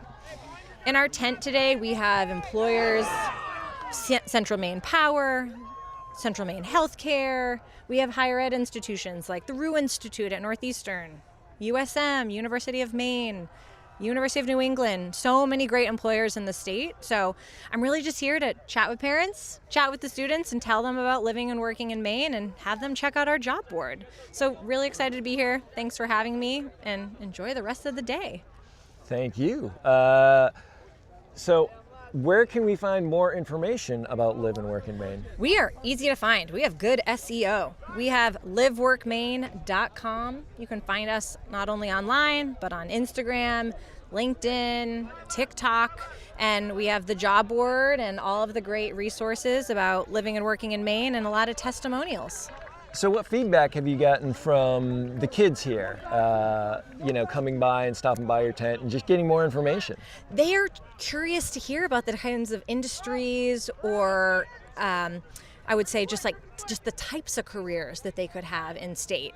maybe they think, oh, LL Bean or outdoors, but there's a big professional services and tech community, and we have a big bioscience cohort as well. There's almost over 750 life science companies in Maine, so I think they're curious to hear what's actually available to them. And then just hearing about the student loan tax credit, they're like, wait, I can get money? There's cash here? So I think that's been a surprise as well. Yeah, that's always a nice thing. And, you know, sometimes, you know, if you're from out of state, Maine, what do they have? Potatoes, maybe some blueberries? Lobster. No, we've got jobs. We have a lot of jobs, and we have some just amazing employer growth opportunities for them to, even if one industry doesn't work out, we can go to another. So I think that's something to always keep in mind, is that even if you want to be in this place and enjoy your quality of life, there's tons of different types of jobs that you can hop around to. And even though, you know, the nice thing is you get jobs from all over. Like you said, you got University of Maine down here, and some places from up north. You know, I'm biased, of course. I love the Portland area. All the food options, you know, it's just fantastic. And it is the commercial center of the state.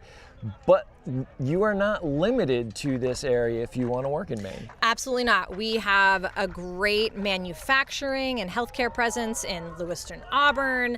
There's been a ton of growth in Waterville and Skowhegan. I'm just looking at what they're building with the outdoor recreation industry.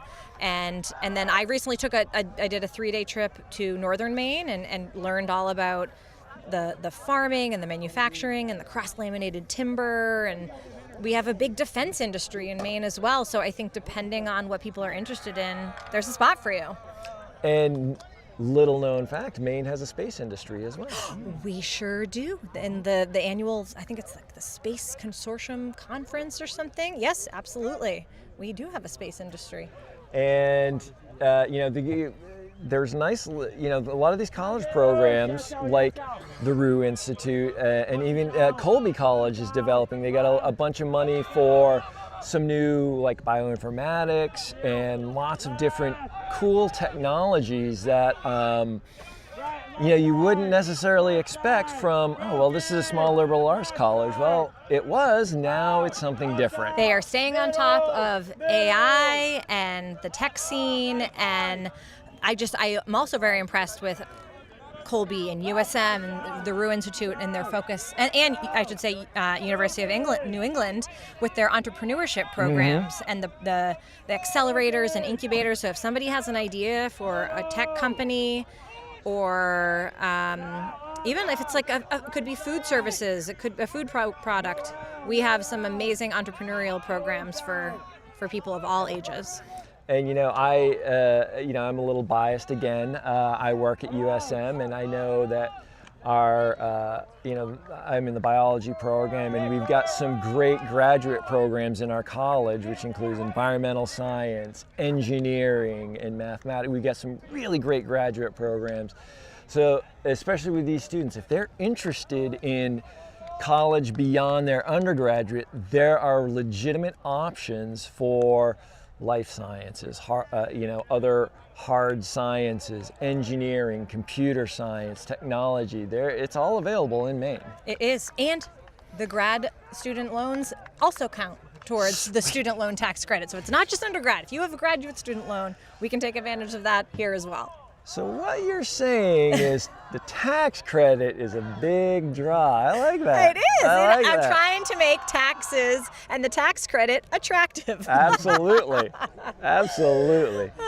Well, Katie, it's been a joy to have you up here. Thank you for giving us, a couple minutes of your time. I know you're super busy this weekend. Look at this. This is a hard life. Look at this. You guys are killing it. Thank you for being here and for bringing this amazing event to Maine. I'm excited for next year already, so thanks again. Hopefully we'll have 2,500 students instead of just 2,000. Every year we're going to get bigger. Yeah. Thanks, guys. Northeastern pulling to Florida. The score is now 9-5 in favor of Florida. Florida coming out in their vert stack. Really having trouble getting open out of the stack. Really good defense by Northeastern here. All right. Big thank you to Katie. That was super awesome hearing from Living and Working in Maine. I'll bring us back up to speed after this point here about what happened during the interview. It was a very busy 2 points during the interview. Florida with the disc. The score is, oh, nice catch by Patel. The score now is 9-5 in favor of Florida. Each team scoring once out of the break. 19, Patel over to 13. They play catch, can continue to do so as they move the disc this way. To number 1, down the field, it's up in the air, and a little bit of a misread by 18.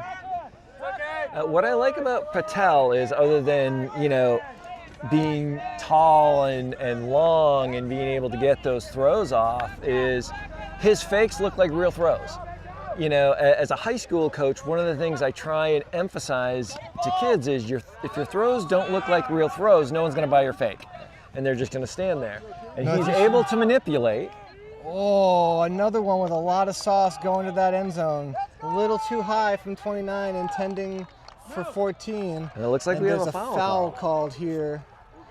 I'm trying to figure out who's talking about the foul. They got an injury as well, so number 42, I apologize, so Florida's coming out. Number 3 is replacing him. And for Northeastern, number 6 is going out, replaced by number 40. I think that's a 40? 48. What do you think, Callahan? 40 or 48? I think that's 4 Omega. 4 Omega, okay. Replaced by 4 Omega. That's number 9. Florida goes and retrieves the disc and brings it back out. Florida vertical stack.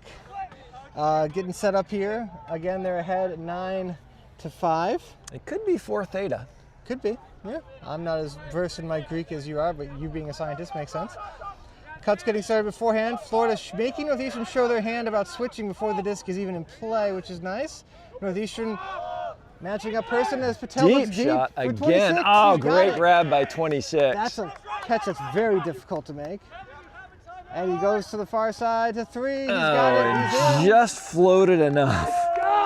Well done by Florida. So I'll give a quick recap while we were hearing about Living, Working in Maine from Katie. We had 2 points out of half. We saw Florida start with it kind of went back and forth with a couple of turns. You saw a layout bid by a Northeastern defender into a Florida player, and you saw the observer get involved and give out a yellow card to the Northeastern player. My guess is for a dangerous play or a dangerous bid, meaning that the Northeastern player placed the health risk of the other, his opponent, put his opponent's health in jeopardy, there we go, by making an unnecessarily aggressive play. Florida went on to score that point, and you kind of felt the Northeastern just like a very defeated kind of flatness after that point, just because they play really hard, very physical defense as we've been seeing, and they were just a little too over the top, and they were told to back off. Florida scores, and then Northeastern comes out with, in my opinion, the most measured, most consistent, most strongest O point that they've put out the entire game. They played Northeastern disc from one end of the field to the other and scored a point right back again to reply to that point by Florida. So it was really measured. It was really just every throw had purpose, every cut had purpose. It was really just complete control offense by Northeastern. So those were the 2 points during the interview. Since then, Florida has just scored here, making it 10-5. Northeastern taking over, going from left to right, needing multiple offensive scores. There's 2 cuts in the same area, but communication makes it work by Northeastern. And Florida doing a good job of, if you're getting lost on a switch, it's good to get lost back towards the disc and not in the deep space. So that was good communication with Florida and getting on the same page. Tough throw. Defense by Florida and a foul call by the Northeastern And player. doesn't look like he's contesting. Let's see. Or did he shake his head thinking, I didn't foul you? We'll see what the observer says.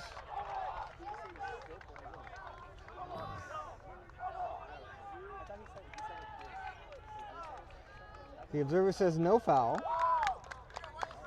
And Florida takes over on the far corner of the Lobster pot end zone. Leading this game 10-5. looking to get off this line if they can. Nice up line cut Instead there. goes up line to 3. 3 looking for a deep cut that wasn't there. 81 with the disc on the far side, looking to reset here to 13. He does. Good fake, good cut by 13, faking up line, coming back. The swing to 3. Back to 13 again. They keep it over there, which I'm sure the Florida coach is not happy about. Good switch on defense by Northeastern there, taking away that up line cut. Good bid by the Northeastern player here. It's 38 with the disc on the near side. Little dump to 12. Let's continue to 38 on the far side now. Just really doing the dump and the swing together, the two of them, not really needing to involve a third as he takes a shot downfield. 12 does. It's going to float a little bit. Into a crowd. Northeastern player comes up with it. Everybody okay? Always worry about people getting stepped on in there. Northeastern, a little horizontal. They got a guy running deep, pulling a defender with him. Northeastern a little unorganized on offense to start. Good bid by 3. Goes right through it there, just closing speed. Like the Northeastern player was running to the disc too, 3's just faster. 13 taking over, let's see where he looks. He probably wants to go over the shoulder here of this defender. Nope, he goes around instead. To 7, oh, to 3. Right at the feet of the Florida player. Yeah, that was a harder throw than necessary. And 13 just forgot to catch the disc. Oopsies. Northeastern takes over. Again, they send this cutter downfield to stretch the field to create some room under. I like the switch again by the Florida defense there. Both teams being really smart about their switches. You can tell that these are both high-level teams. This is October, and they're still like communicating very well on defense and switching effectively, which takes a lot of practice. You can tell they spent, more than just 2 months practicing together. These are veteran, well-coached teams. Oh, nice break to up the break side cut there, and curving back nice towards the middle. To tall number 91. Oh, that was almost like he was taunting him, huh? Watch this, watch this. You think you can get that? Nope. 10-6 in favor of Florida. Good offensive point by them. Good answer. Mm-hmm. Florida threatening to pull away, and Northeastern saying, not so fast, my friends. I got something for you. So Port Property makes homes happen by offering more than 1,400 apartment rentals in southern Maine. Discover their diverse range of apartment styles, from the contemporary design of the Armature in West Bayside to the historic charm of the Lafayette on Congress Street, or the modern updates of the Linden located along Back Cove. For more info, please visit their website at portproperty.com. Had a really good experience renting from them back in the day. Highly recommend they are a company to check out if you are looking to relocate and looking for a place to rent in the Portland area. Keep checking the MaineUltimate.org website. We've got a lot of exciting things happening next year. We've already got Lobster Pot next year for the 17th and the 18th of October. Absolutely. We've got Vacation Land in the summer. We've got Ultimate Time on Island Time, July, in the middle of July, and we have Ultimate on the River. So we got a lot of exciting things happening next year. Yeah, check out the Maine Ultimate website for more info on all those fun tournaments. Some of them hat tournaments, so you just sign up and play. Some of them you need to submit a team, but Florida takes over near side. Patel downfield to 26 to Laguerre, fakes the hammer. Looking for Patel again, didn't take it. Instead takes that one, a piece of the Northeastern defender got a piece of that one. They continue up the line at 26. That was just a jamming up the sidelines. Like, no, we're gonna force it. We're gonna make sure. No, you want us to swing it? No, we're not gonna swing it. And you're close. The players were so close to each other that the Northeastern defenders have to have their back to the disc, and so you can't get your head turned around in time to make a play. Like, as long as you throw it past the defender, there's nothing the defender can do there. It's just a little too close. Things happening a little too fast. Florida up 11-6. Firmly in control of this game. I wonder if Northeastern might have been a little surprised at this. I don't know. Well, they apparently faced a Florida team a couple of years ago in Texas, but these are college teams. You have changeover every year, so with Florida's stated goal of making nationals this year, they're really trying to up their level, but also up the level of competition they're playing against to sort of prepare them, and hence coming up to the Lobster Pot. I mean, let's face it, this is, as you mentioned, this is the premier ultimate tournament, as far as I'm concerned, college tournament. We get 96 teams here, you know. And we know that this is not the quote-unquote college season. You know, the college season is in the spring.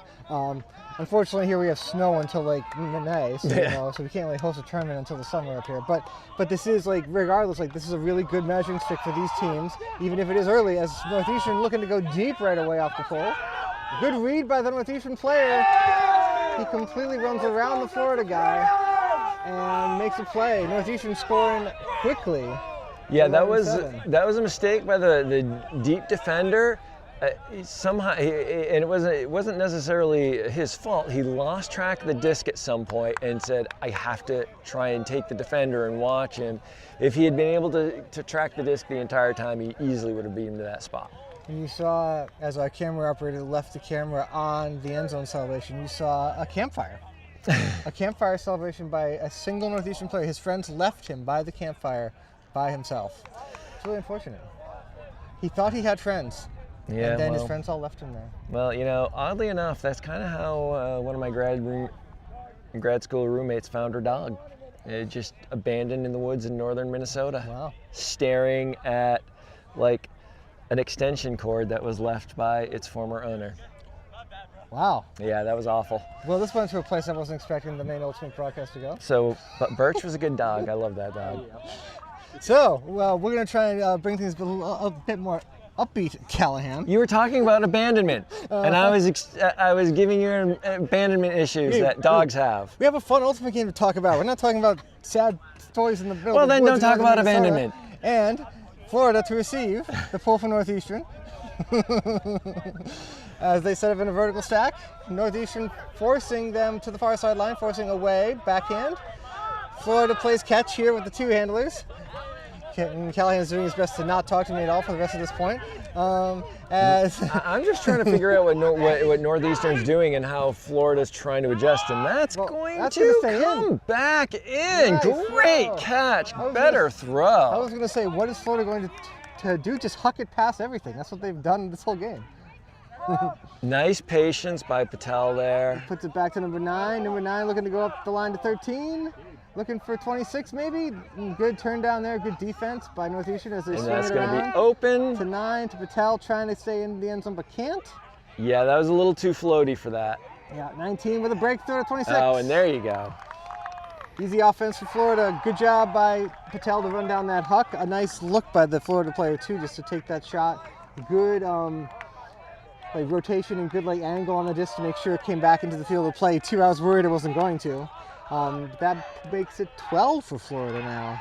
And that was really, honestly, really good patience by Florida. They could have just tried to force something, force the issue, but they said, look, we've got it on the end line.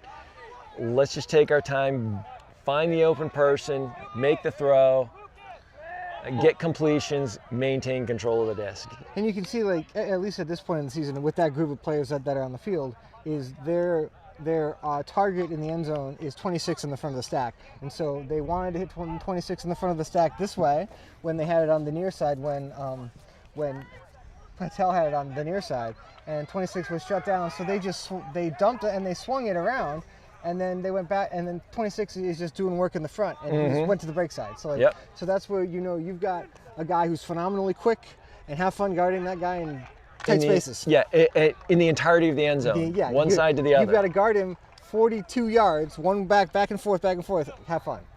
As they pull, a short pull, again, kind of into the wind going this way, and Northeastern picks up. Wind is freshening. A little side stacky, and it looks like they again had an issue with marking up to Florida, leading to a wide open huck. This has happened a few times for Florida, as it's the cutter for Northeastern didn't read it right, and the disc hits the ground. Florida has had that a few times where they've marked up off of a pull and then messed up somehow and left the Northeastern guy wide open. This time they left a thrower wide open, letting them unleash a backhand that they are fortunate was not caught by Northeastern. Good D here by Northeastern too. Everything's kind of a clustered mess for Florida right now.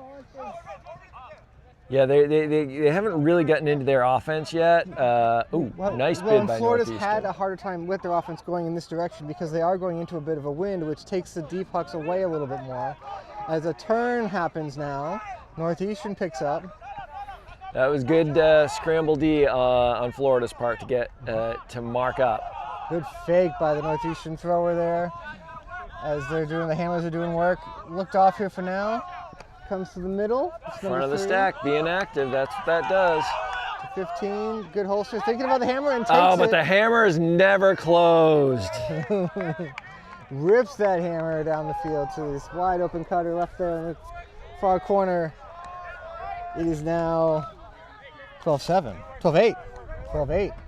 Yeah, they're fixing it now, 12-8. Northeastern not giving up. Not going away. Nope. This might be a game to cap. It might be. We'll see if how much energy Florida has left to continue scoring their 0 points. Or they can just put Patel in and say, okay, find the deep person and throw it to them. They could throw just do that too. Far. Yeah. So that phenomenal hammer throw, thrown with a tournament-approved Discraft Ultra Star. Discraft, home of the Ultra Star, the official disc of USA Ultimate. Your place for all your ultimate and disc golf needs. Visit discraft.com. We make flying discs fun. They're also the official disc of Lobster Pot. Well, I mean, we are USAU sanctioned, so they kind of have to be, but they are. So every year a competitor, like whether it's Innova or Prodigy, makes an Ultra Star competitor disc, and they always claim that it's better, and it's better in a wind tunnel, and blah, blah, blah. And then every time the players come back to the Ultra Star and say, that's what I want, even though it flies its own unique way, but everybody, that's what you want to play with. That's what everybody's comfortable with. So funny how that works sometimes. And let's face it, Tom, we all have lots of needs when it comes to disc golf. Absolutely. It's usually more discs. Yes. As Florida takes over on their own goal line, very little movement downfield from their stack, so the handlers just play catch back and forth, and eventually Patel comes free. How is he that open? I don't know. He hucks it to another guy who's wide open, number 18. Oh, and he did read it right. Oh, that was close. That just kind of gained speed as it came down. And it kept carrying. Kept carrying and getting faster. Patel with another good throw, and 18 runs it down. It is 13-8 in favor of Florida. I'm not quite sure. I didn't see it. How Patel popped out of the far side of the field out here wide open, and then number 18 was equally wide open down the field.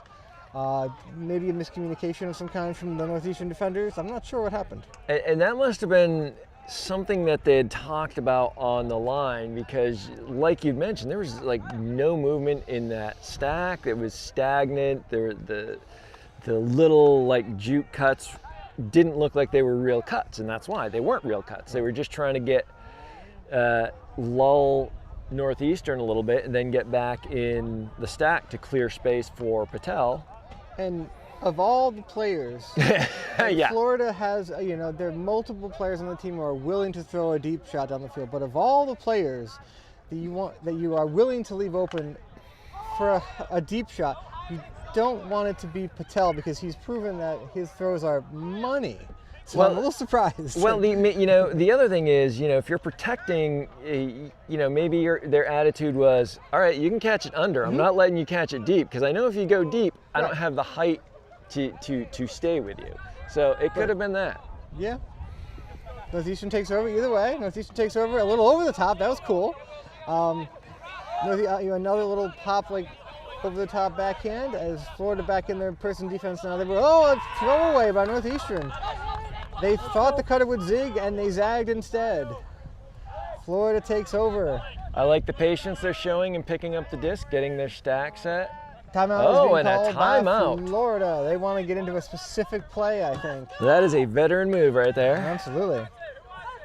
So why don't you, while we have a timeout here, Callahan, why don't you tell us a little bit more about Island Time? I've never gone. Maine Ultimate's fun island tournament in the summer. So it's a hat tournament. It's a mini. And you don't know who your teammates are until you get on the ferry out to the island, or if you go out to the island the night before, you find out the day of.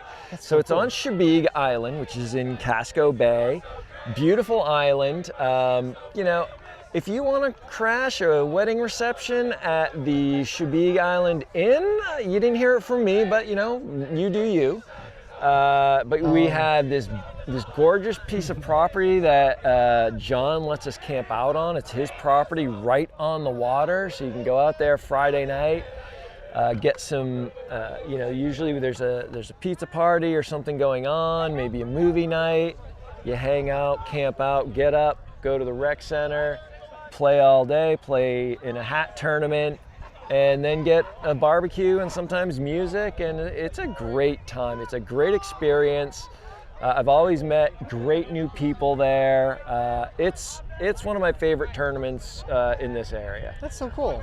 And if you do get caught crashing a wedding party, blame Mike Callahan. Tom Myers had nothing to do with it. Hey, I'm not saying Zoe talked me into it once. I'm just saying. Nice. Oh, was it a catch or was it not?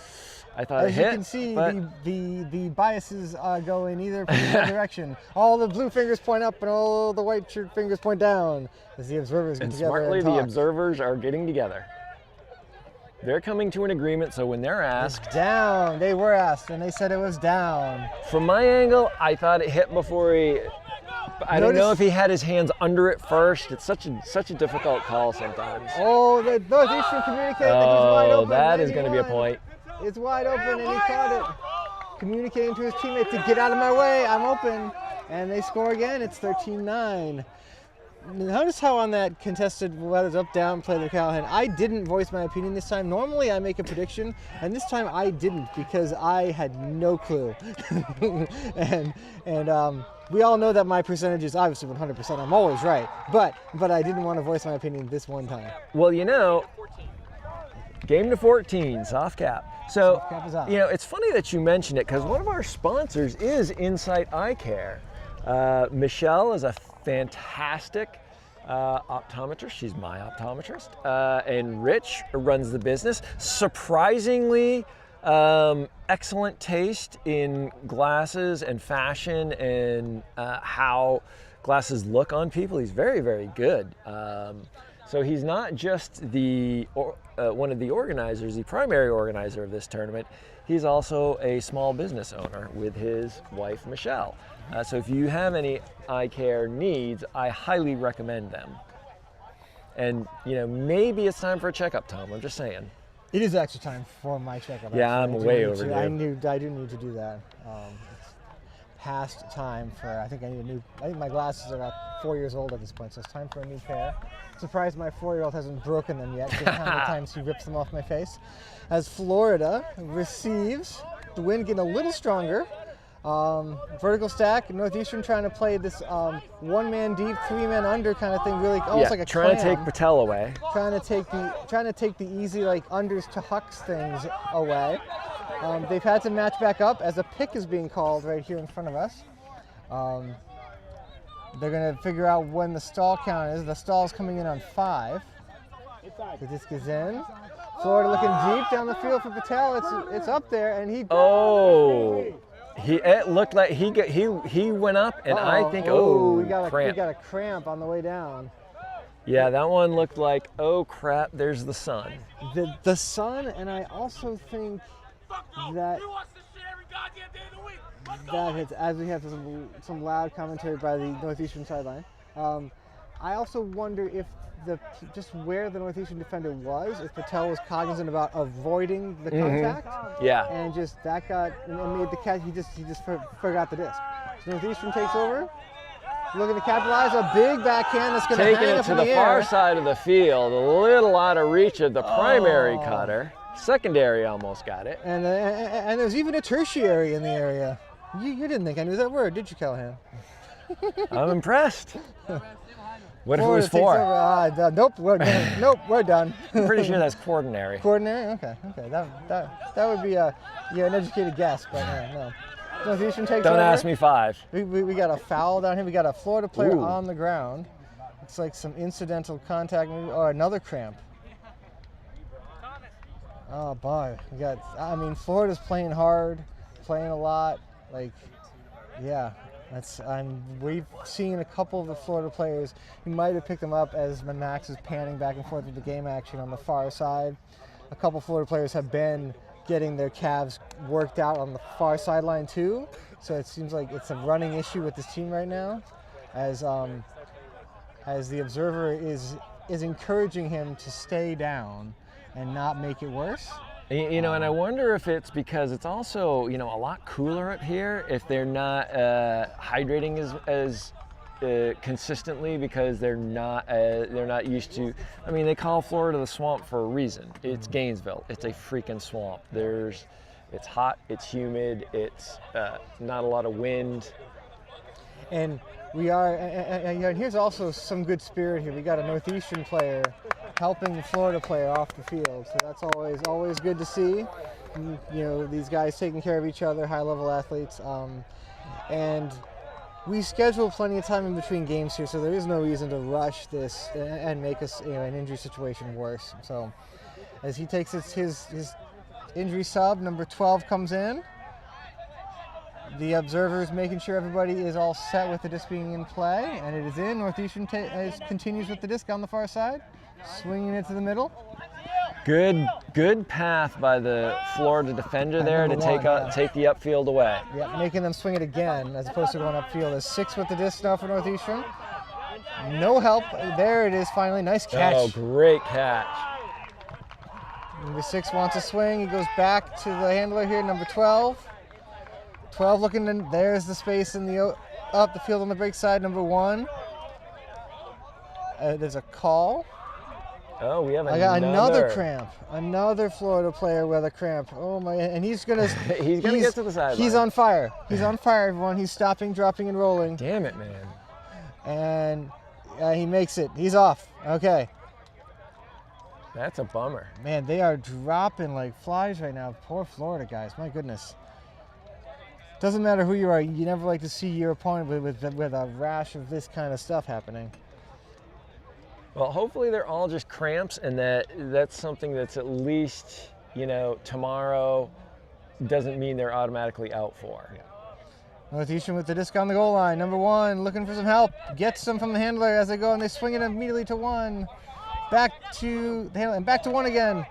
They are just playing catch, going real fast. And I like the switching up on the handler resets, on the handler marks. The Florida mark there too by number 9 coming back, making that harder than it could have been as 1 ends up in the end zone. Northeastern coming back. Another point. Making it 14-10, or 13-10. 13-10. Game to 14. Game to 14. That's what I meant to say. 13-10. Yeah, Northeastern definitely. They allowed that gap to kind of emerge in the first half, and pretty much since then, I think it was 6-3 at one point, and since then it's been pretty much back and forth. Pretty evenly matched at that point. Northeastern just had that frustrating run of mistakes, and Florida took advantage down the field. The pickle juice has been broken out. The pickle juice is a lifesaver. My wife can attest to that, having it happen in a summer league tournament here years and years ago. A teammate ran onto the field with a pickle juice jar and helped her with it, and then helped her off the field, and she typical fashion took a point or two off, and then was back in and played forever after that, of course. So she's not competitive at all. No. Not at board games, not at lawn games, not at nothing. When was the last time I won a board game? 2019 maybe? Nice pull by Northeastern here. Florida with it on the far side. Northeastern poaching off that line handler there. They go to 3, up to Patel. Again, they're trying to switch here, but they're not communicating very well as Northeastern. 12 had a wide open look and takes it up the line. It's going to float. No one is there, though. Number 3 with the reception up to 19. And that's going to be game. Game. Patel catches. He's in. Doesn't pull his calf muscle, and we're done. Nice job by Florida. Nice shot. Really, you know, defensive game all the way. Really well done. Spirited, good spirit all around. Really nice job. Mm-hmm. Excellent game by these guys. Our next game comes at, is it 1:50? 1:40 is our next game. I'm on high apologies, so we'll see you back here then. I'm Tom. We got Mike, camera person Max. We'll see you back here soon. Recover 180 was created as a better way to hydrate. No added sugar, no artificial ingredients, USDA organic certified. Designed for athletes and everyday go-getters. Recover 180 empowers you to hydrate better and recover strong. No shortcuts, no junk, just better hydration. Recover 180, everything you need, nothing you don't.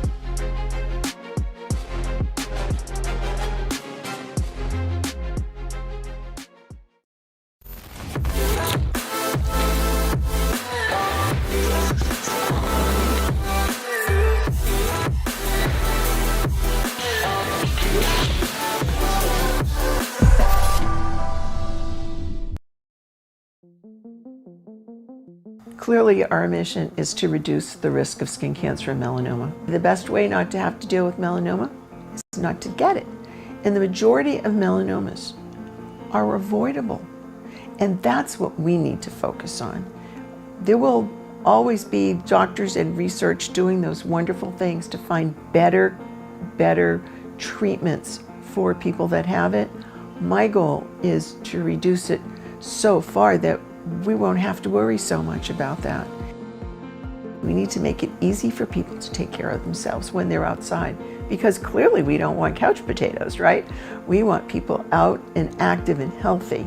And I think that's also going to be a bigger part of our approach, is how do we keep people healthy? One of the things that we've tried to do is build Practice Safe Skin as a place that organizations, Park and Rec, anybody that's interested in protecting the people that come to them in the sun, and looking at creative ways to do that. So they might be interested in sunscreen dispensers. They might be interested in training their outdoor workers to protect themselves. Now they might be interested in our No Sun for Babies program. What's up? Hi guys. Hi at home. Thanks for watching. Appreciate all the support. I want to give a shout out to Annika York. I hope you're watching. Love you. Hi Haley. Love you. All right, bet. Clearly, our mission is to reduce the risk of skin cancer and melanoma. The best way not to have to deal with melanoma is not to get it. And the majority of melanomas are avoidable. And that's what we need to focus on. There will always be doctors and research doing those wonderful things to find better treatments for people that have it. My goal is to reduce it so far that we won't have to worry so much about that. We need to make it easy for people to take care of themselves when they're outside, because clearly we don't want couch potatoes, right? We want people out and active and healthy. And I think that's also going to be a bigger part of our approach, is how do we keep people healthy?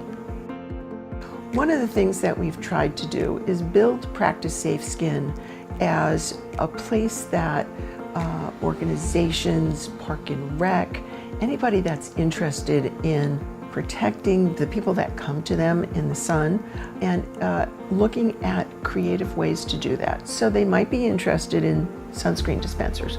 They might be interested in training their outdoor workers to protect themselves. Now they might be interested in our No Sun for Babies program. They might be interested in our Skinny on Skin program, training beauty professionals and estheticians and all sorts of people that look at your skin more than you do. They might be interested in a middle school, high school, college program. They might be interested in looking towards the future to look at the impact of shade. We started to think about what's the intersection between UV, heat, and shade. One of the things that we do a lot in our training is talk to people about how do you protect yourself in the sun. Well, we talk about hats and protective clothing and wearing their sunscreen and using it regularly. But one of the things we also talk about is seeking shade. So what happens when you can't find shade?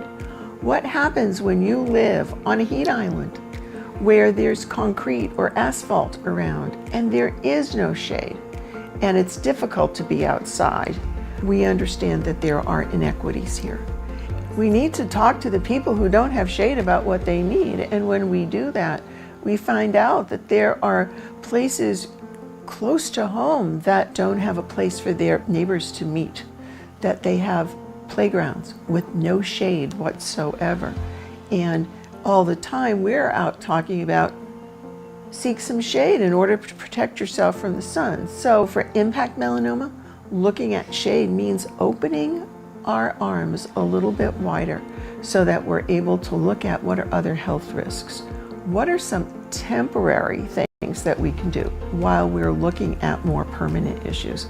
Because honestly, we don't have the kinds of funds that would allow us to bring shade everywhere. What we work with communities around is putting in temporary shade, whether it's 10 by 10 tents or zinnias sunshades or something else. We're really working right now and for the foreseeable future on temporary shade that people can bring personally or have in their neighborhoods. I think these are going to be the things that we need to do to improve the overall health of our community and to reduce the risk of skin cancer and melanoma. The call to action that I'm challenging you with is go out and find a group of people that are interested in supporting their community in a way that will potentially save lives. We can help you do that.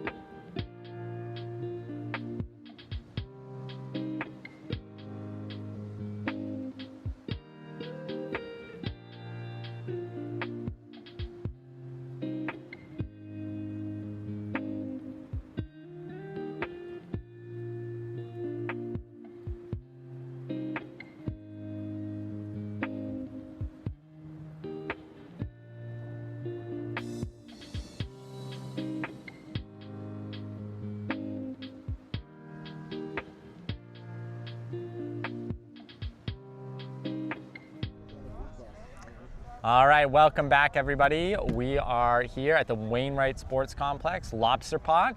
This is the third round game. This is URI, University of Rhode Island in dark on the left side of the field, and SUNY Buffalo in the white and green on the right side of the field. This is a pool play game, and it should be great. We got perfect weather out here. I am Joe Newland, and I'm joined by my colleague, Andy Schachter. Hey, everyone. Excited to bring you this action. As Joe mentioned, beautiful weather here for middle of October in South Portland. So it's all we could ask for. Wind definitely has kicked up a little bit going into this round. We'll see how both teams navigate this after having played. I think this is only the pool's second game of the weekend so far. I think one of them told me they had a first round bye. Results aren't up on the website yet, so I don't know how teams have done. Please bear with us as we're not that familiar with either team's roster. While Rhode Island seems to have names and numbers on their jerseys, Buffalo doesn't. So we're gonna do the best we can to figure things out along the way, but we'll have to use whatever identifiers are available to us. Looks like Rhode Island's in dark, looking to pull from the left side of your screen, and Buffalo receiving. Wind is kind of pushing away from us towards the Buffalo sideline, or Buffalo end zone. So they'll be working a little upwind as our first pull goes up. That's a gorgeous first pull. Yeah, straight to the back of the end zone. Good job as Buffalo comes out in a horizontal stack encountered by Rhode Island's zone defense. So it looks to be a little bit of a traditional three-person cup with three people around the disc and one short deep, who's number 12 in this case, right behind them, looking to take away any shorter over-the-top passes. Yeah, it looks like Rhode Island has Buffalo exactly where they want them right now, trapped on that downwind sideline. Buffalo able to break out of it, which is job good work. by Buffalo. This center handler in the pants looking to move the disc quickly and laterally to tire out the defense and find some open attack angles. But a floaty throw, close defensive bid by number 16 from Rhode Island. But a great catch by number 2, who also makes another diving catch here to keep possession for Buffalo. Yeah, this in this zone defense, that far sideline is always going to look like an open option because the Rhode Island team wants the disc to get there where they can trap it and hopefully force a bad throw or a turn. You can see number 9 here on this close sideline calling for the disc because they are open in space, but that is the throw that Rhode Island's giving up, as that is directly upwind and really hard to get it to them there. Still continuing to be patient with shorter throws, kind of going around the Rhode Island zone, waiting for them to tire themselves out to see if they can attack. As number 22 does kind of get through the middle there and gain some good yardage for Buffalo. Yeah, they've been doing a really impressive job of breaking the mark, but that is the throw they were baiting, and it got taken away. Great D by number 10. And now Rhode Island kind of looking to work the disc themselves. I can't quite see. Maybe they're in a horizontal stack with 4 cutters across the downfield space.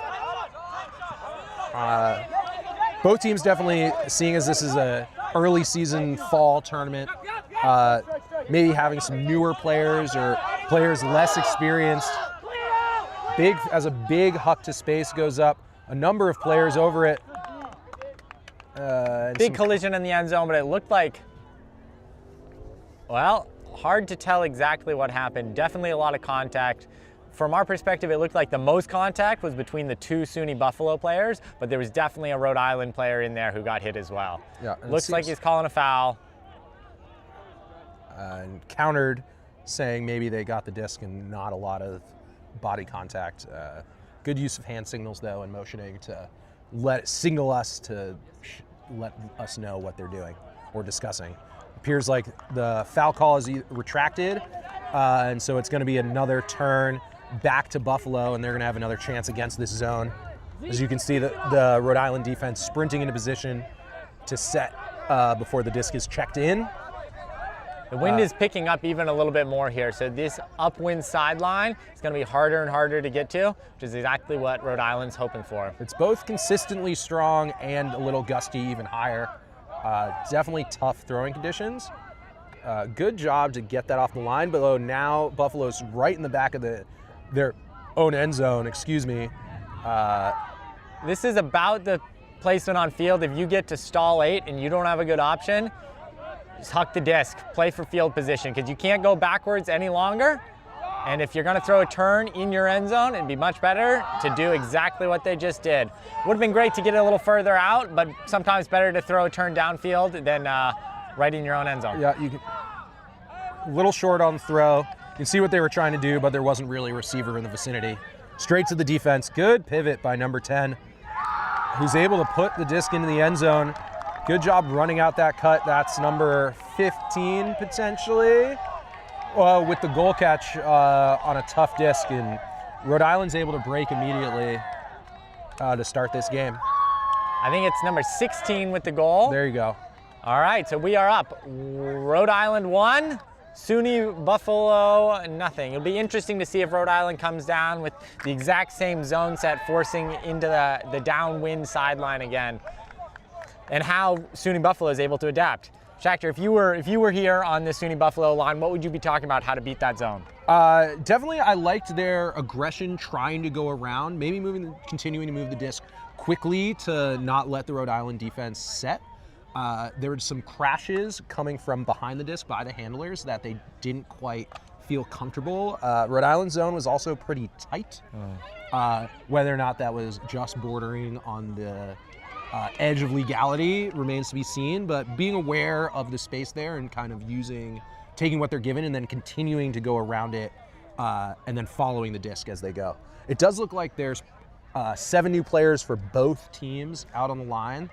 I don't know if that's due to the wind direction or the length of that point. So we're going to see if the strategy differs with the wind, if Rhode Island even stays in that zone now that they're the ones going upwind, or if they decide to switch to more of a person look with Buffalo attacking downwind now. And it's kind of an upwind downwind, but from the way it feels on my back, a lot of a crosswind too. Yep. And it does look like they're coming out in a person defense, and Buffalo countering with a bit of a flood where everyone besides one player runs one way and then immediately tries to huck to a continuation. That's a great huck to number 16 in the sun hoodie, and that's exactly what Buffalo wanted after a really long first point, is settle the nerves a little bit, get that first goal on the board. Pretty easy. Now they can get their defense on the field and see if they can get that break back.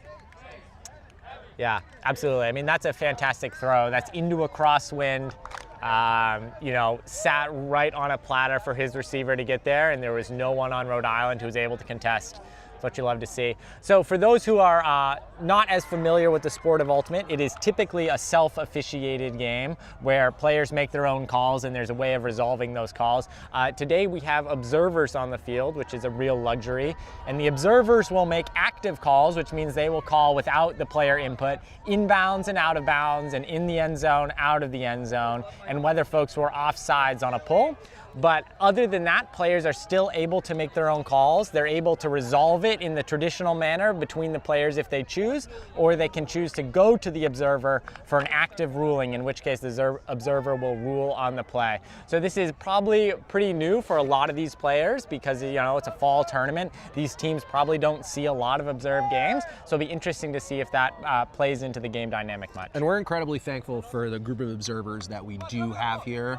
I don't know exactly how many are here, but at least both streamed fields are covered for every game, so it really helps the coverage and the game move quickly to provide the best products as we can.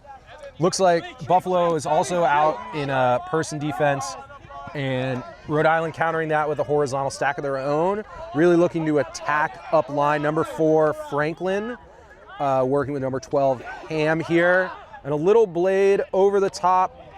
And while that was an open receiver, it's a really tough throw that just didn't work out. So Buffalo gets their turnover back, and so now they're going to have to work upfield, upwind again to try and put a goal in. Yeah, and that throw was definitely helped by the wind, kind of pushing right on the bottom of the disc out of the receiver's grasp. And while Rhode Island played zone to come out, when they started on defense going this wind direction, they were actually playing person in a matchup defense this time. So maybe Buffalo will have a little more success that way. Good motion getting the disc all the way to what is known as the break side and then continuing to move the disc back laterally. That is against the way that Rhode Island is trying to force the disc by how the person guarding is standing. You can see that was a forehand force where they were allowing Buffalo, but a missed throw gives the disc back to Rhode Island, and Rhode Island is then able to get a transition huck when the defense wasn't quite set and put the goal in. So a good chance by Buffalo, and they were moving the disc well, but just kind of a wind pushed the disc a little bit behind the throw, pushed the disc a little bit behind the receiver, and that allowed Rhode Island to get that disc back. All right, so I think that puts us Rhode Island 2, SUNY Buffalo 1. We've got a number of sponsors here at the Lobster Pot, and we want to make sure that we get them on the commentary. One of our primary sponsors is Revision Energy. Revision Energy is Maine Ultimate's clean energy partner. They want to make life better by building a just and equitable electric future. Revision Energy is a 100% employee-owned solar company and certified B Corp, serving clients in Maine, New Hampshire, and Massachusetts. Save money and reduce your carbon footprint with solar, heat pumps, battery storage, and electric vehicle charging. Visit revisionenergy.com for more details. They do a great job here at the Lobster Pot. They bring out some of their F-150 Ford Lightning trucks that power some of the events, because you can take those trucks and plug household appliances or really anything into them. You can bring them to a job site.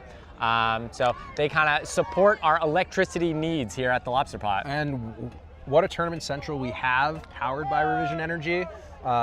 Bringing amenities for over 2,000 Ultimate players and however many parents and families are here. We're back into play here. Offsides called, signaled by the observers, which would enable Buffalo to take the disc at the brick, but decided not to accept, and they just pick it up and go.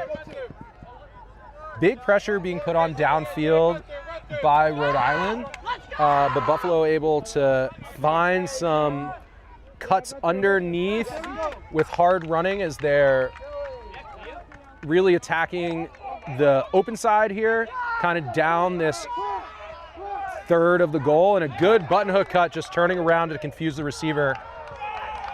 Lets number 2 get open and put in their second goal, tie up the game. We are tied up at 2-2. Yeah, that was a fun little motion from the thrower and the receiver. The thrower indicated exactly to the receiver the huck he wanted with a little movement of his head and hand, and the defender downfield didn't have eyes on the thrower and didn't know what was coming. Yeah, and it was a good job by Buffalo to just kind of march the disc all the way up this 10-yard band closest to us of the field. Not a ton of pressure from Rhode Island. So we'll see if they adjusted, maybe putting another defender closer to the disc to try and take away some of that handler give and go action. Yeah, it was interesting. The very first point, Rhode Island came out in a zone defense that from our perspective was extremely effective at keeping SUNY Buffalo in their own end zone, Agreed. not moving forward at all. And then Rhode Island hasn't shown that zone defense yet again. So, you know, an early season fall tournament like this, sometimes you're playing to win, but sometimes you're just playing to see what works for later on in the year. And that might be what they're doing right now. They recognize that that's something they could do to get some turns, but they want to work on their person defense and do it that way as well. And it's also good early in the game to kind of figure out, show all the different looks that you may have as a defense to then later in the game settle on the one that's going to work best. As they come out, another person defense, and another huck goes up for Rhode Island, but this time a really good job with help defense, this time from number 15 on Buffalo, pulling off the person that they were guarding and helping out to get that block on defense. Good clean play as the offensive receiver may not have recognized. Looks like Rhode Island now has Buffalo trapped back in their end zone again, but a good job getting the disc back to the middle of the field as they continue to work. A lot of space for the handlers to kind of get motion. The Rhode Island defenders, you can see downfield, are setting up to really take away the huck and not necessarily helping on the unders, and that's allowing the Buffalo players to get some more joy coming back under towards the disc. As we say that, a big huck goes up, but a great recovery play by the Rhode Island defender. Yeah, that's a great block by the Rhode Island defender. It looked like SUNY Buffalo had 2 receivers in the area. Yeah. One of them might have misread it, who could have got to the disc first. And it's possible the wind just held up that disc just enough for the Rhode Island player to make up the ground necessary to get that D. Yeah, absolutely. You know, SUNY Buffalo looked really, really patient in the back of that end zone, a lot of clean offense, and then they took a shot that didn't end up working out. But, you know, as they say these days, small ball is dead. And there's definitely, you can see what both teams are trying to do, kind of coming out in a horizontal stack, like I mentioned, and giving a lot of space for their handlers to go up line until a huck gets open. But definitely some throws, big plays being made by both defenses to get the disc back. A miscommunication on a little reset throw by Rhode Island gives the disc back to Buffalo. Big bid on the under. Great pressure by number 10 on defense. And a big cut, but a good counter cut by 15. And now Buffalo's, again, working the disc up this open sideline. Finally get a reset off, but then pivot right back to the open side. We'll see if they continue to look laterally or try to keep jamming in the jam hole, if you will. Yeah. Nice throw to get the disc off the line, but again, good job by Rhode Island to take away the continuation swing and not let Buffalo capitalize on that throw back to the middle. This is pretty good patient end zone offense. You know, sometimes it takes 30 throws, but as long as they're all high percentage throws, it's better than taking one shot that's a risky one. Yeah, and as you can see, though, as a goal, nice open side cut. Rhode Island's defense had done a good job really making, kind of tiring out the offense, and the motion had kind of stopped a little bit where that cut got open, but if it had been further out of the end zone, another throw might not have been able to be available to get off. Yeah, absolutely. So we are at 3-2. SUNY Buffalo is up.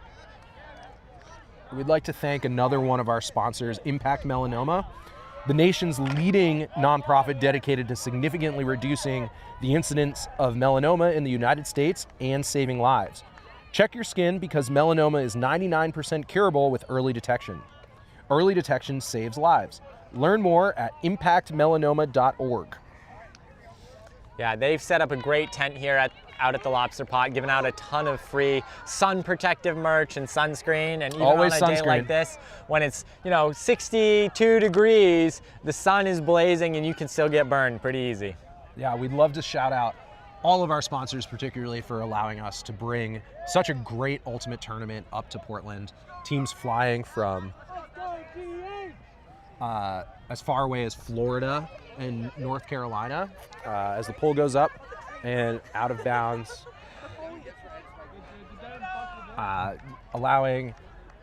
giving a brick back to Rhode Island on offense.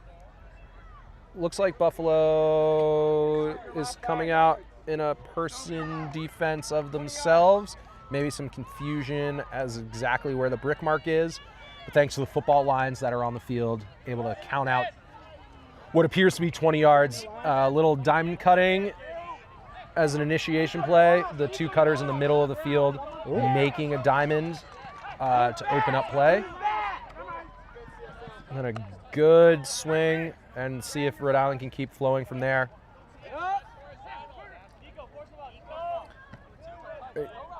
You can see both teams kind of really being more concerned with the hucks, and given what we've seen so far, that might be the case, but it does allow both teams to be more open under, as we see an upline cut, just missed, thrown a little behind the receiver. Probably not a bad strategy given that there might be, like you said, some more inexperienced players on the field. big bid on another huck goes away. Both teams wanting to huck, and also maybe lack of experience on both teams. It's a good strategy to force a lot more throws where you could potentially cause an error as opposed to one big throw that might gain a lot of yards. Yeah, and so far it seems like the teams are playing very, very standard person defenses, very little switching happening downfield, just relying on, if we make every throw tough by being close on our person, eventually we're going to get a turn like that just happened right there. Yeah, and a really good throw initially to open up that field, a big cross-field forehand to find, against the wind, to find one of those receivers, but then Rhode Island not able to capitalize on the space. Looks like, again, Buffalo kind of going back into this handler-driven offense where the players behind the disc are doing a lot of work. Good help D on one of those open up line cuts. I know, speaking with some of the Rhode Island players before the game, potentially they were talking about having a pretty veteran team, but I wonder if Buffalo has maybe slightly less experience, and so they have more of their veteran players behind the disc, and so having to change their offensive strategy to utilize them better. Yeah.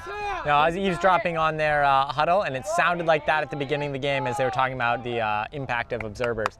It's a timeout call from University of Rhode Island right on the goal line. This is a call that was very standard in the 2010s and has fallen out of favor a little bit, but oftentimes if you're a team that's struggling to convert out of motion, sometimes you just need to reset and draw up a play and hope that that works out, so you're not gassed trying to force something that isn't going to work right when you're so close to scoring. And given the length of this point so far, I think that timeout call makes sense, but it is really hard to call a timeout right on the end zone line, where while maintaining possession is critical, it also allows the defense to rest and set something up that might take away whatever you want. So we'll see how what both teams draw up. You can hear the observers calling out time. Much less time for timeouts in an observed game than maybe players are used to. Really having to run on and off the fields instead of having to sometimes take up to a 5-minute rest. Yeah. That you'll see in unobserved games. So the way timeouts work is that the offense has to get set first, and then the defense is able to set up however they choose after the offense is ready. So right now, SUNY Buffalo is confirming they're in the defensive set they want. Looks like they have a poach off the stack in the end zone to take anything going under or around, and a blade there it is. Attempted over the top, but not able to make it over that poaching defender. You could see they let Rhode Island player into the back of the end zone, but that's, again, kind of what Buffalo wanted to allow, given their defensive setup. And that's if I'm on defense in that scenario and someone lets me set up the poach that I want with the players I want, I'm excited about that, because as you can see, sometimes it just works out. Even though the offense might be rested, if you're able to set the defense you want in the limited space that's available in the end zone, it can work out. A nice casual offhand and backhand into space for the reset, and Buffalo transitioning. I can't quite tell if they're transitioning more into a vertical stack here as they get close to the end zone, or staying in this horizontal stack. But either way, they're still giving a lot of space for those handlers to work. You can see the cutters downfield, maybe 20 yards away, and that causes much harder throws gives more space, but causes much harder throws. And again, Rhode Island earns a turnover to get back on offense. Yeah, this point is now at the length where players are hoping it ends soon. Everybody's probably pretty gassed. It really, sometimes you can end these points with one big good throw, but oftentimes whoever has, better conditioning and willing to work the disc up slowly will fare well. After a few huck turnovers kind of at the beginning of this point, both teams definitely looking to stay patient, but maybe some tired execution errors causing more turnovers on short throws that they would otherwise normally be able to complete with no problem. Absolutely. It looks like we have an injury call from Buffalo. Unclear exactly what happened. Might be a cramp. Might be oh, nope. It looks like he Might be some gastrointestinal issues going on. Like I said, this point has been pretty exhausting. So, you know, for a lot of folks, if they push their body past what is comfortable, that's what's going to happen. And with an injury, teams calling the injury are able to replace the player who came off, and Buffalo is also able to replace a player, which could turn into a big advantage for them, getting some fresh legs or maybe a higher usage player than was previous. Looks like this player. This is the one who subbed on, and he looks ready to go. Immediately throwing a huck that is sailing, and it works out perfectly to number 15.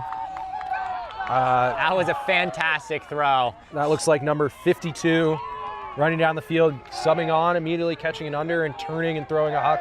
That looked like it might have been sailing too far, but great catch-up speed by number 15. Sat right in for them there. And there's their break back. So we're back on serve now. 3-2 Buffalo. I believe it's 3-3 now. Oh. You're absolutely. Nope, 4-3 Buffalo. 4-3 Buffalo. Sorry. I actually think that's wrong. I do think it's 4-2. Yeah. Is Buffalo up a break now? Yeah. Great. 4-2. Buffalo's up a break. Apologies for the score confusion. We're looking at this scoreboard across the field that kind of throws us off occasionally. Absolutely. Yeah, so great job, Buffalo righting the ship after an early break.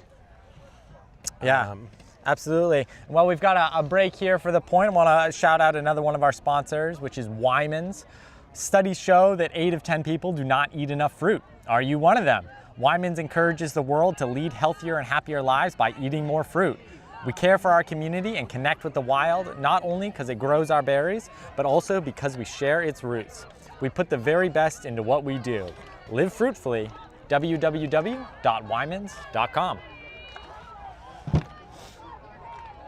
Looks like different lines out again. A lot of the similar D-line that was just on that very long point. Staying on for Buffalo, but looks like it may be some new personnel for Rhode Island. See if they're able to right the ship after getting broken on that long point.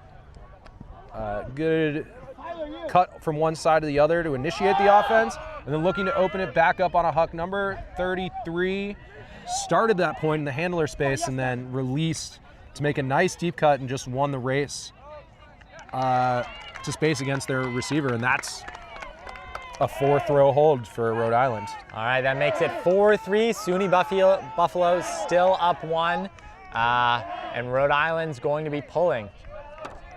It's interesting that we still haven't seen another zone set. Given the wind that we've got here, I would expect a little bit more, but I think teams are feeling comfortable in their person sets and want to keep rolling that way. Yeah, definitely. Just have to see something that they like. I mean, both teams are getting turns. That point, the last point notwithstanding.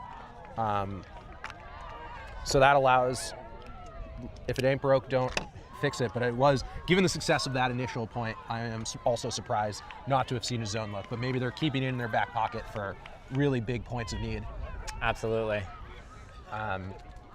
Well, we've got a moment here. I'm going to take a minute to introduce my co-commentator, Andy Schachter. Andy Schachter, for a long time, played in the Boston scene before moving up to Maine. He played for Boston Slow for a number of years. How many? Was it 9? How many years? In Boston, 5 years, and then in Maine, while living in Maine, commuted down for a few more. So 7 to 8 years on that team, and part of the team that won the 2016 Club National Championship out of Boston. That was an exciting year for the whole Boston community. Big year. Boston, the only ultimate community who likes nationals in Rockford, Illinois. Yeah, that was a year that Brute Squad won for women's, Ironside won for men's, and Slow won for mixed. All right, we are back into play.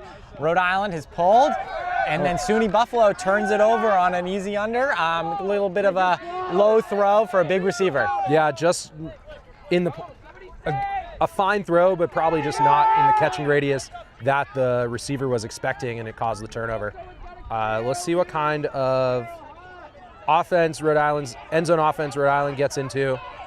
Definitely some stranding and getting into a late stall count, resulting in a moonball hammer.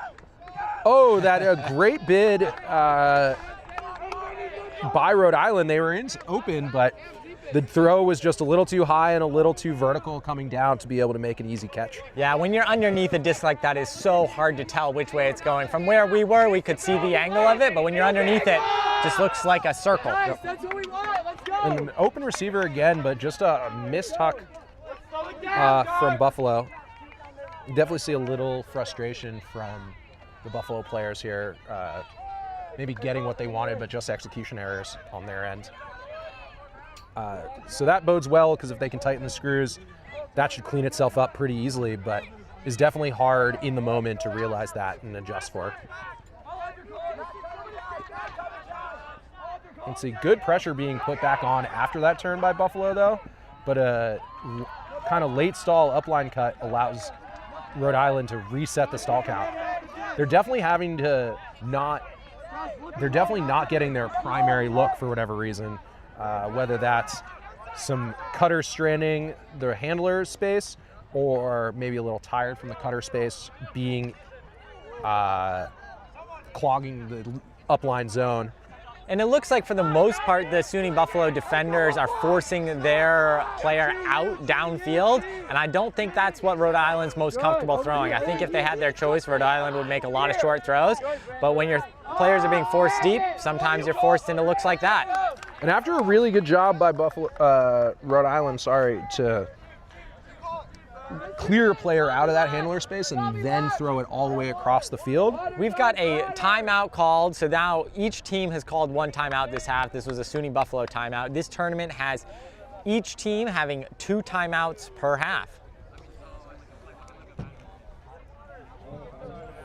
This gives us an opportunity to talk about Sweetzer's Apple Barrel.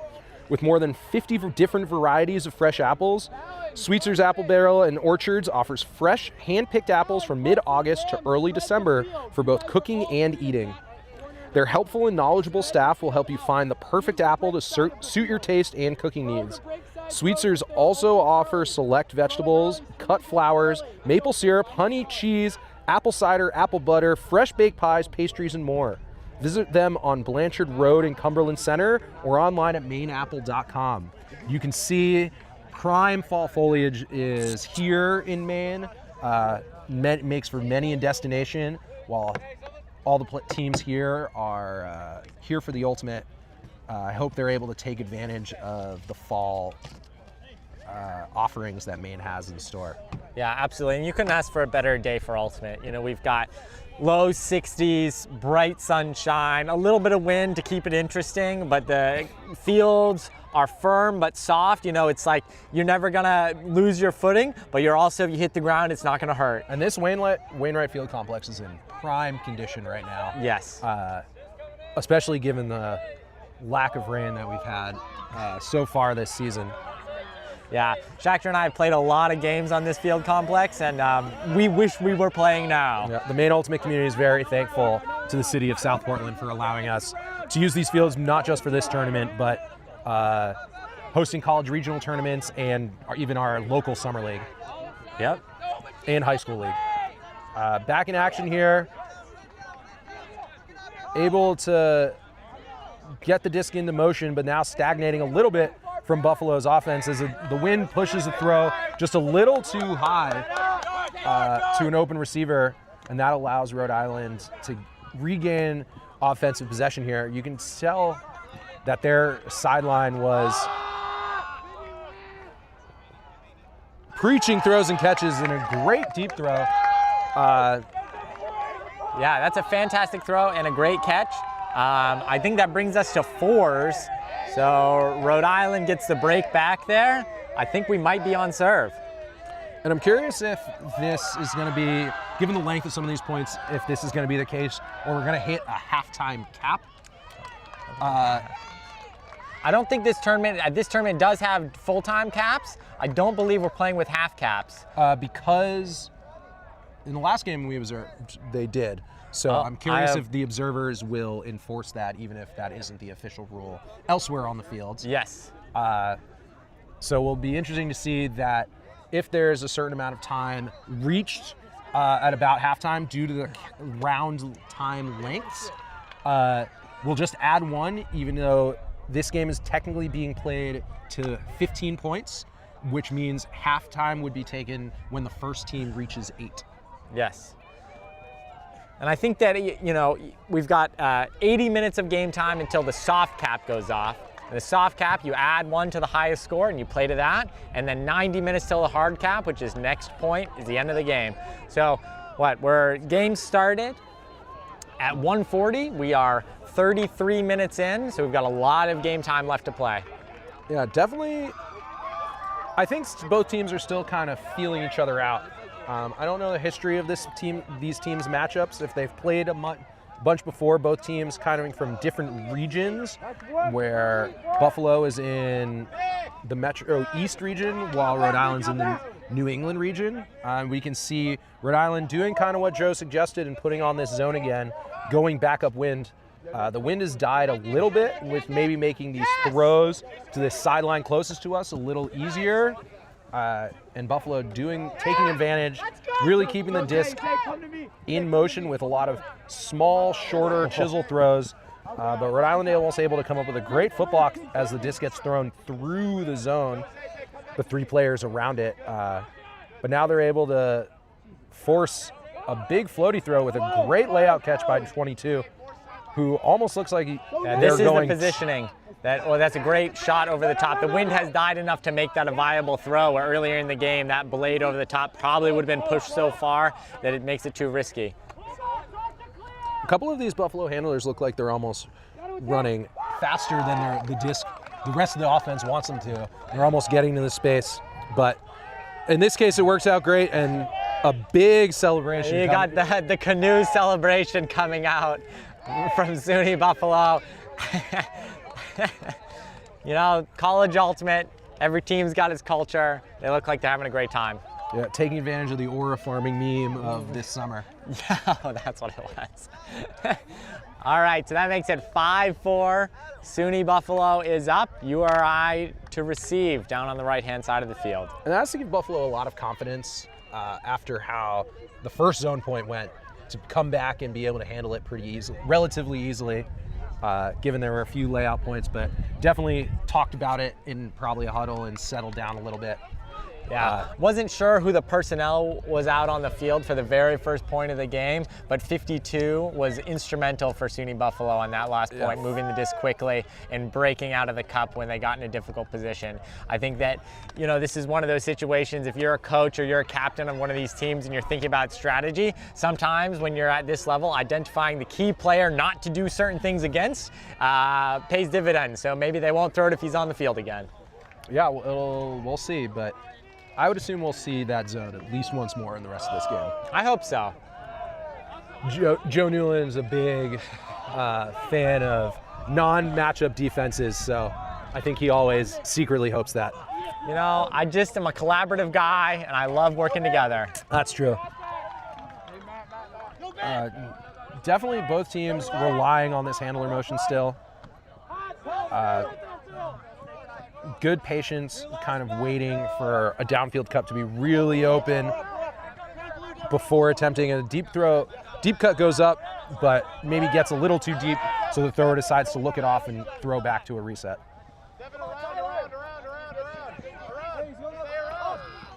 Good job staying with their handlers once they look back, but definitely some interesting angles, making the throws harder for the player with the disc than ideally Rhode Island would like.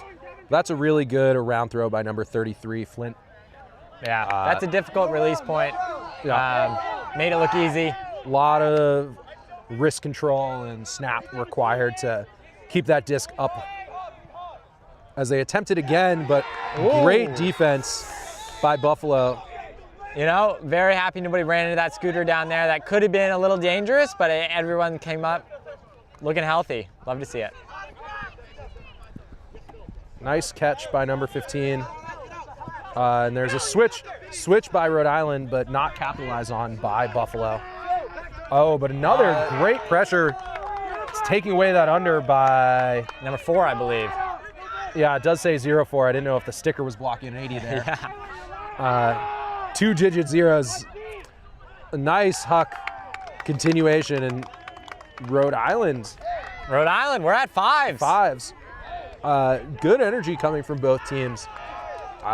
Definitely some frustration during some of the longer points, but being converted into some positive energy after either team scores. Yeah.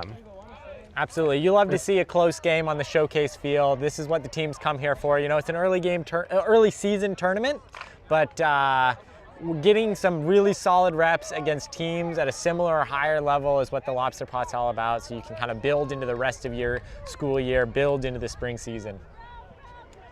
Totally. You can see games going on pretty much as far as the eye can see from our vantage point up here.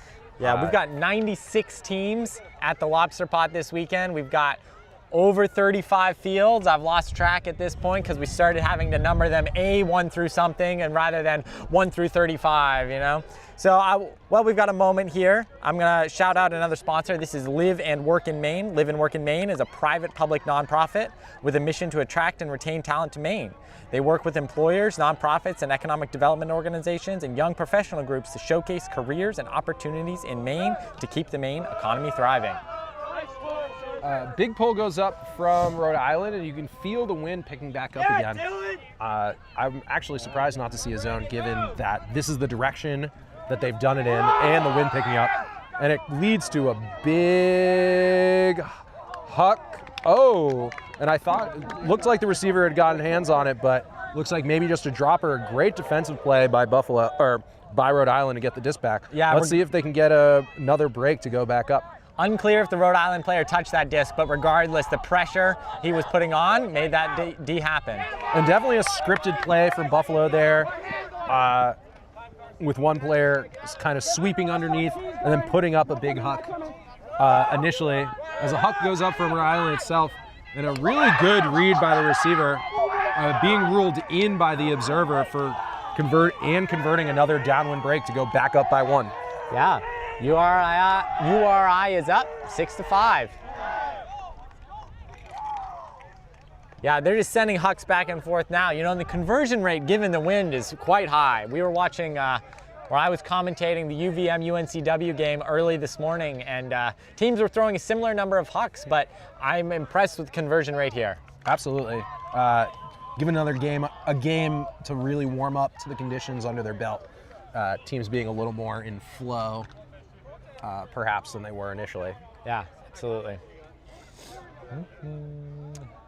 Yeah, it's interesting to see. I don't know how much teams fall. The competitive season in College Ultimate is in the spring, and so I don't know what stage either of these teams are. If they're still trying players out to join the roster, or how much practice time they've gotten so far this year, or definitely still integrating new players to the team, but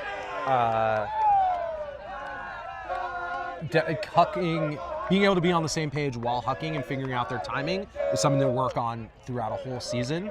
And so seeing so much success early really bodes well for both of these teams going into the rest of their year. Yeah. Got a very bladey pull coming down, making it difficult to catch, but recovered easily by SUNY Buffalo.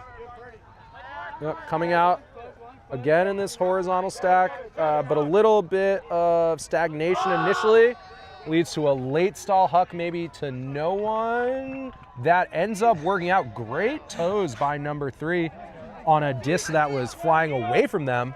But let's see if they're able to convert. Kind of trapped in the corner here, but good job 52 being a release valve. Yeah, every team plays their end zone offense a little differently, but in recent years, most folks are playing a pretty standard handler motion only with opportunistic cuts out of the back. So you'll see usually 3 players, including this one involved, and they get the conversion. Great cut by number 9 to come from all the way on one side of the field and just win the race to the cone. And Buffalo able to even up the score again. Yeah, that makes us 6-6 here. So game to 15, so another 2 points till half.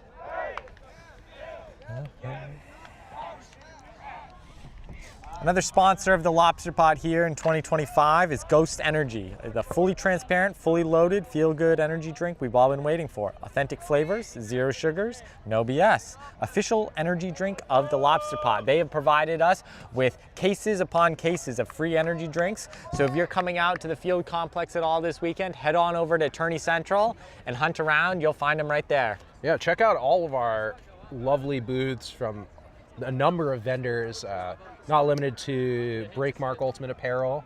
I see a donut truck and a inflatable obstacle course in the distance as I look over there. And please check out all the opportunities that are available. I know a number of local employers have booths set up with information about their companies as well.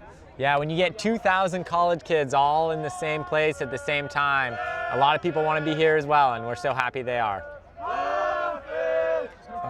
Setting up to pull here.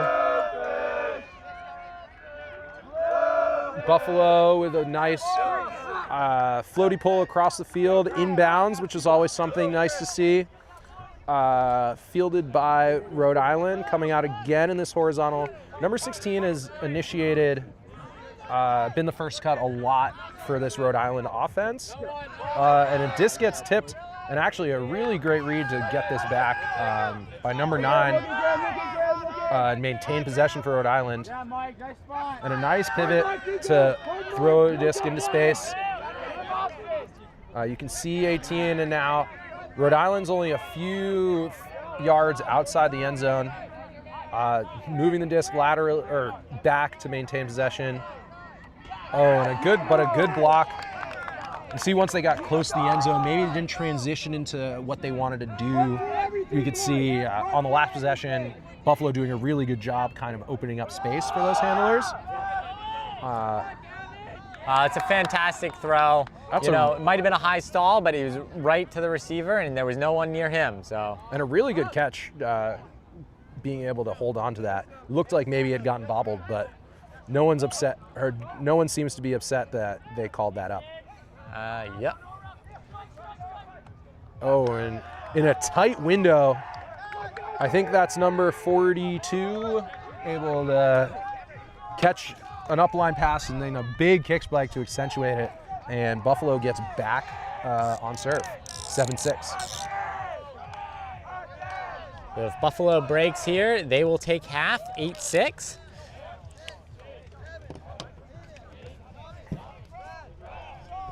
In calling lines, I'm going to be interested to see if some of the higher volume players on both teams, kind of stack some lines here as we get closer to halftime to see if they really want to have the most veteran lines on here, or if they continue to kind of rotate through players. It looks like, at least on the Buffalo side, they are indeed choosing. Looks like most of the players who have been most highly involved are staying out there to try and get another break to take half and really push that any advantage they might have.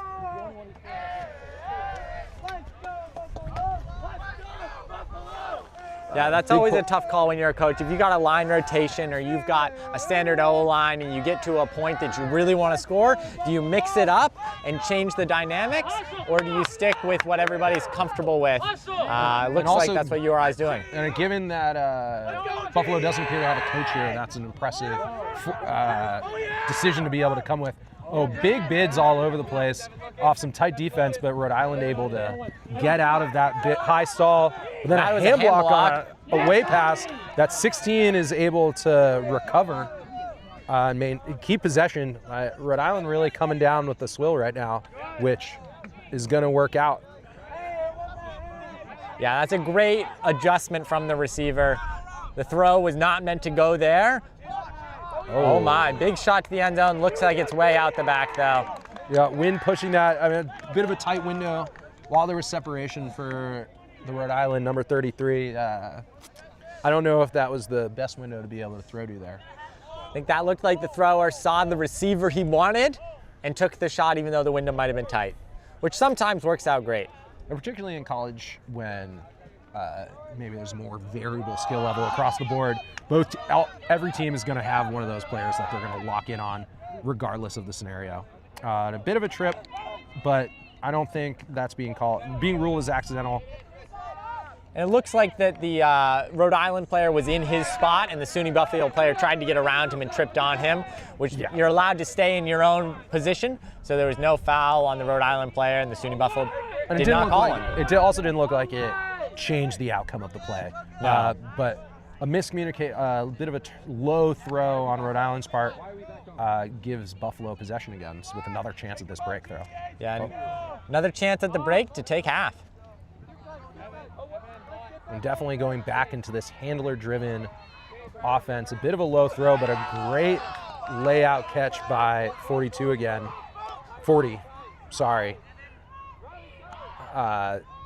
40 and 35 doing a bulk of load, but then a great block by number 33 in the reset space to get the disc back. Yeah, from a standstill motion to an explosive block. You love to see that. That's 20-year-old legs as opposed to mid-30s legs. You don't have that anymore, Shakhtar? One or two, but then that's it. Rhode Island just yards outside the end zone now. Let's see if they can maintain a bit. There's definitely still looking at this number 33. Called in.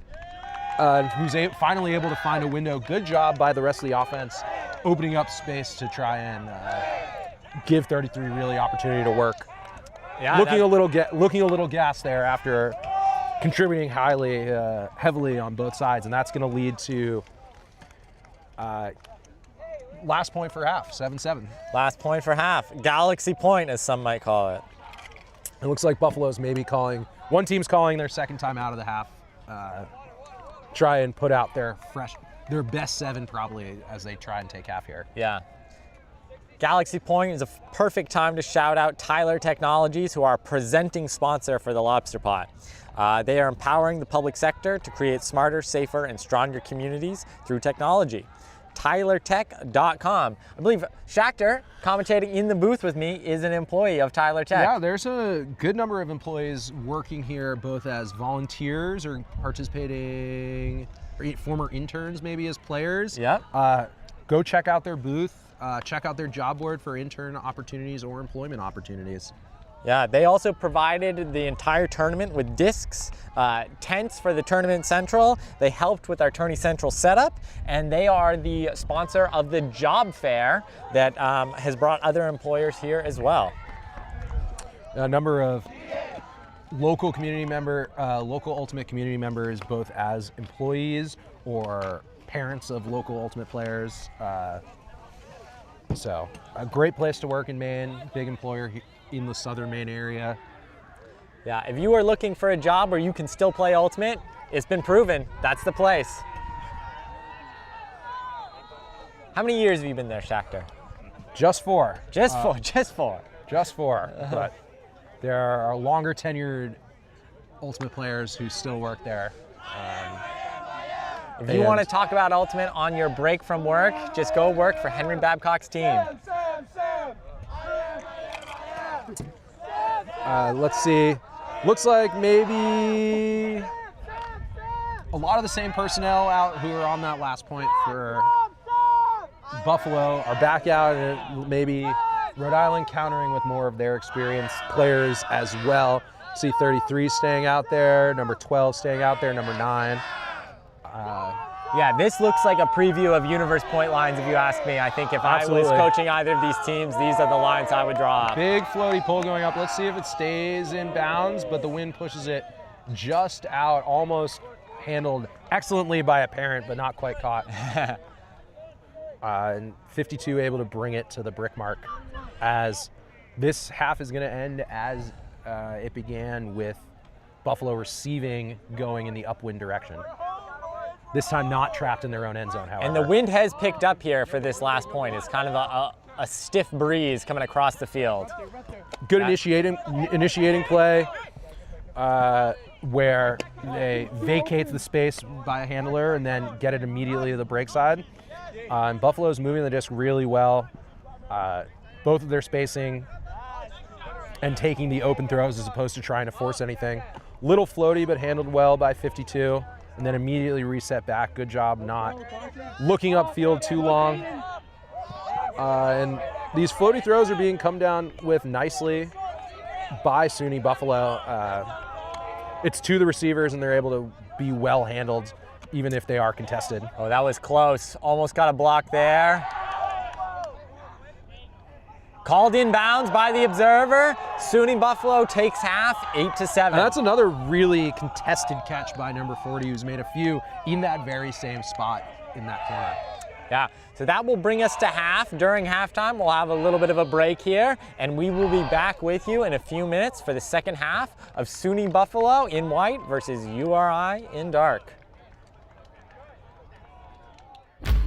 There is a place where we are us at our best. A place where everyone is welcome. Regardless of age, shape, skin color, or anything else that tries to box people in. A place where we defy the odds, defy the naysayers, and even defy gravity. A place where it's accepted that success doesn't belong to the faint-hearted. It belongs to the brave, to the determined. A place that knows grit, knows grace, knows bright lights, and knows empty bleachers. a place where we remember to laugh, where we learn to trust, learn to high-five strangers, and eventually even learn to fly. a place where character, community, and competition are all as balanced as a disc in flight. That place isn't in a stadium or on a field. That place is in the spirit of our players. Because we don't just play ultimate, we live ultimate.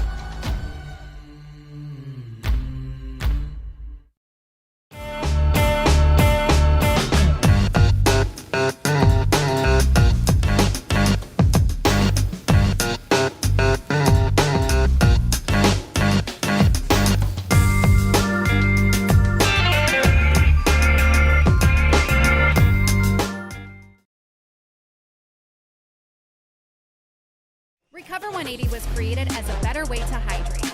No added sugar, no artificial ingredients, USDA organic certified. Designed for athletes and everyday go-getters. Recover 180 empowers you to hydrate better and recover strong. No shortcuts, no junk, just better hydration. Recover 180, everything you need, nothing you don't.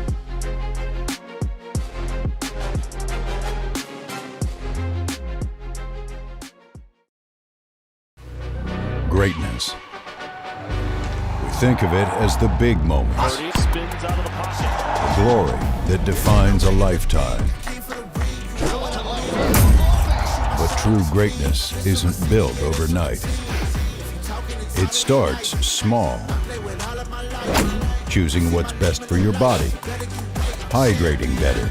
Recovering better. Bouncing back stronger. Greatness is resilience.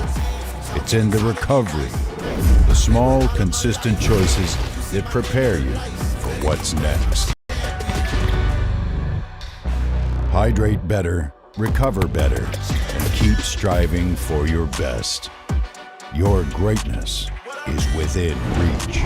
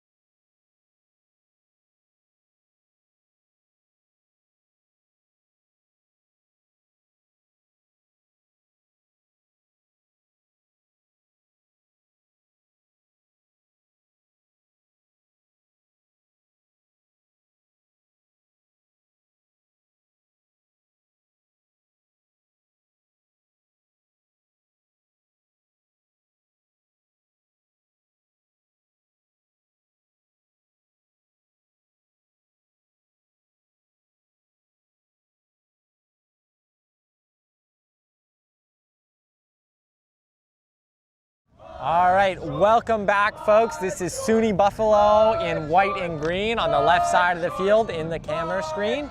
On the right side of the field, we have URI in dark. SUNY Buffalo took half, 8-7. It's been a close game, pretty clean overall, and shaping up for a great second half. Yeah, definitely some longer points, but both teams handling the conditions and definitely have some cleaner ultimate kind of in the second quarter of this game so far. As we're back into it, coming out, we've seen some zone looks from Rhode Island, but mostly person defense in this early season tournament. And we're, after some back and forth, we're on serve going into this second half with Buffalo up 1, but pulling. But a good help defense by Buffalo on another huck. Both teams looking to open up their deep game throughout this game. Gives possession back to Buffalo, and now they're working downwind, looking to get a break to extend their lead.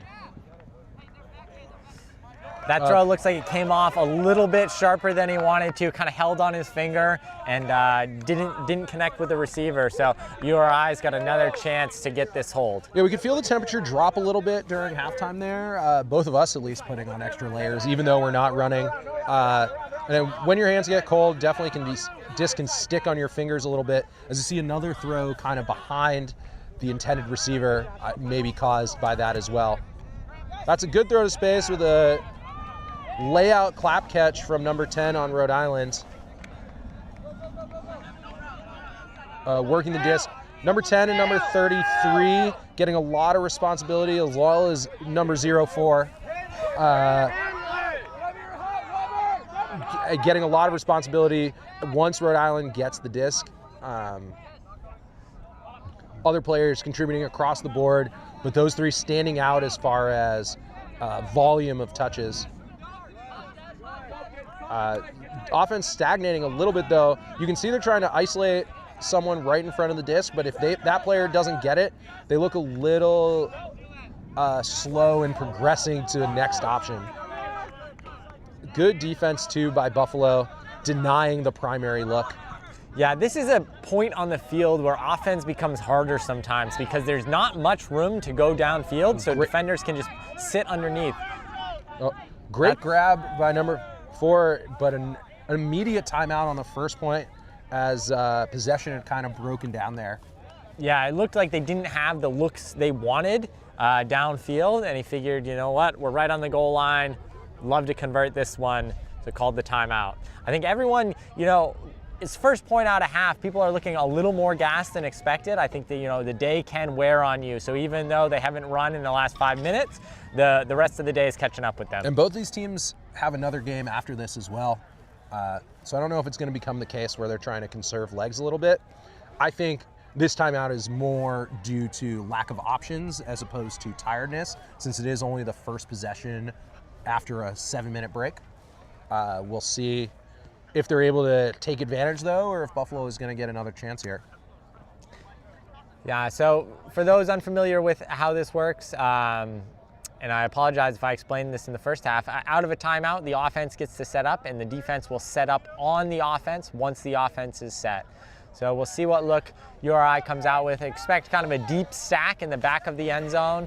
Somebody with the disc, one person pretty close to in front of the disc, one person behind. Probably try to isolate the person in front of the disc and see how that works out. That explanation, you did explain this in the first half, but it was much more rushed than that, so I think you really fleshed it out there well. Looks like Rhode Island setting up again in kind of an isolation set with 1 or 2 players in front of the disc, but everyone else pushed all the way back. Buffalo ran some poaches where they pulled defenders off the front of the stack, but it looks like they're not doing that now, instead relying on the individual defenders to win their matchups. And a big bid by 15 missed the disc, but it looks like it caused the catch. Though 15 now calling an injury. I don't know if that's getting the wind knocked out of them. It looks like he's holding his shoulder, which so you don't like to see. hopefully they're okay and able to get back on the field eventually. But for now, taking a break. Number 35 coming on the field in his stead. And that's a really tough corner to complete a pass while that receiver again might have been open. The sideline caused a very small window. For that throw to go into, and the defender was able to use that to his advantage. Buffalo back on offense now. One of the fantastic things about the Maine Ultimate tournament is that there is an app where you can request a trainer directly to your field, and they will arrive on a golf cart, so you don't have to send someone running. You know, if you've got an injury on the sideline like this, you just hit the button and they'll be here momentarily. Look out if you're in attendance or just want to follow along. Check out Maine Ultimate in your respective app stores, both available on iOS and Android. 35 after being subbed on, drops off. Throws a big away throw and a great bid to try and catch it, but just not able to maintain possession on a disc that's trailing away from the receiver. That's a fantastic bid. I mean, being able to get your hand on that disc from the angle it was coming in on and that speed, I mean, you know, it hurts as the receiver to not convert that, but, you know, wonderful display of athleticism there. Absolutely. And now Rhode Island has to work 70 from a trap corner of the end zone, but 33 does a really good job getting the disc off the line and then immediately taking off. And there was an attempted switch, but not able to take advantage of the open receiver. Assessing their options now, number 15 has the disc.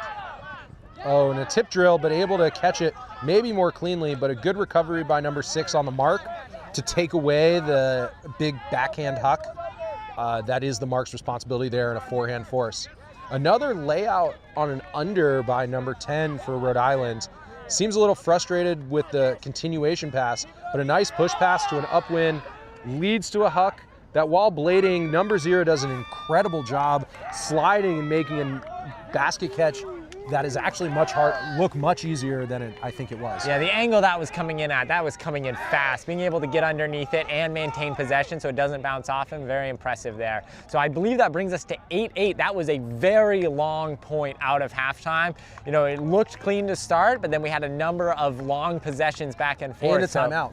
And a timeout to add on top of it. So we are going into the second point out of halftime now.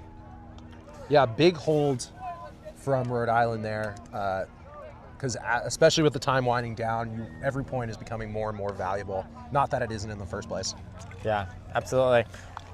All right, that gives us time to shout out another one of our sponsors. This is Port Property. Port Property makes homes happen by offering more than 1,400 apartment rentals in southern Maine.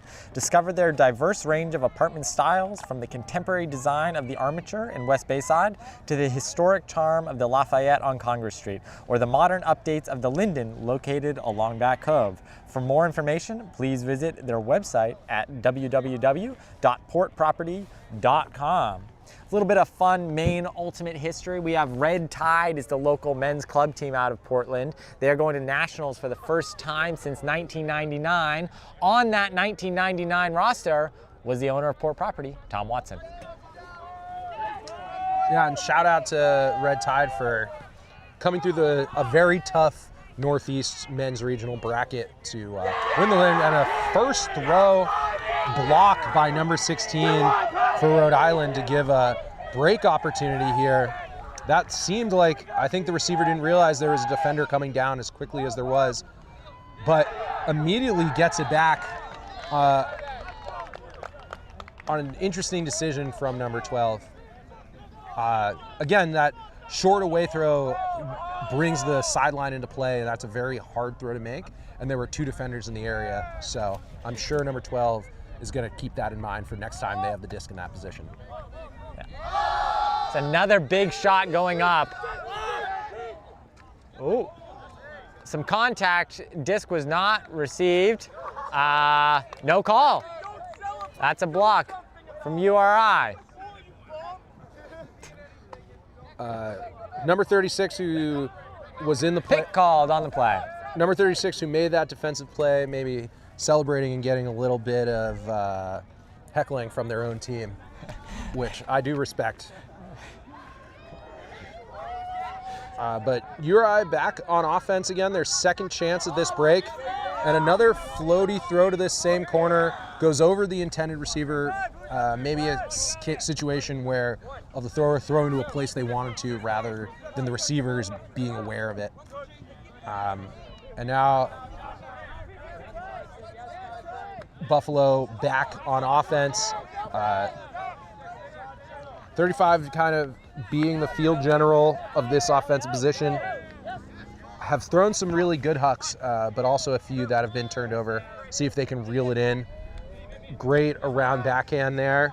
Yeah, into the crosswind, hitting the receiver in stride. That's a really impressive stepping throw. around the mark and the space that the mark was trying to take away to get it to an open receiver.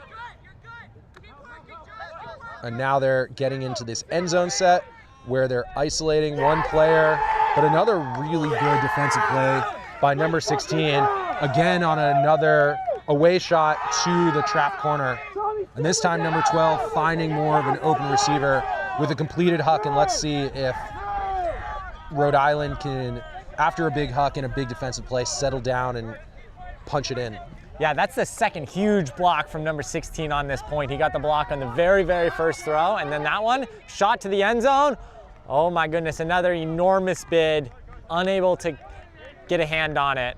And that was a blown coverage there too. It looked like Buffalo had tried to switch, which had left a receiver wide open, but Rhode Island's thrower not able to find open space.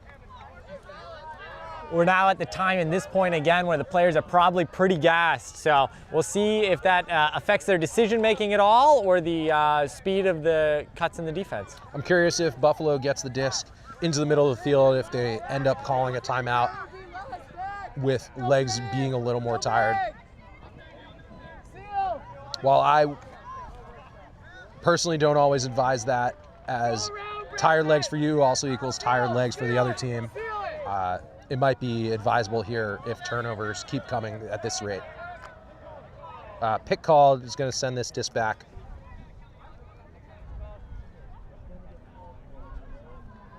I think, unless it's deemed that the defender wasn't close enough to affect the outcome of that play. This might be the first time that observers are actually called into play if these two players disagree and decide to send it to orange to arbitrate. Yeah, for those who aren't as familiar with the rules of Ultimate, unlike basketball where picks are part of the strategy, picks are not allowed in Ultimate, including unintentional picks, including as well picks from your own team. So anytime that the shortest path that you want to take to follow the person you are guarding is obstructed, you can call a pick, and that throw must go back. And it looks like it is ruled a pick by the observer. You can see the disc going back. Buffalo maintaining possession, but the disc going back to the thrower. And now they're going to have to work again with a little less momentum after that stoppage. Definitely looking to run things through 35 with 16 right there as well. They're going to keep attacking up line. Let's see if they can take advantage of that and get it again off the line, and they do. Yeah, that's SUNY Buffalo with a great fake for the around, and then the shot to the inside goes up 9-8. And those are two holds by the team. The team that started on offense scored both times, but after a number of turnovers. Yeah, in Ultimate we call those dirty holds. All right, after that point, it gives us a chance to shout out another one of our sponsors. This is Table 6 Designs, where art meets apparel, the official printer of the Lobster Pot. Table6designs.com.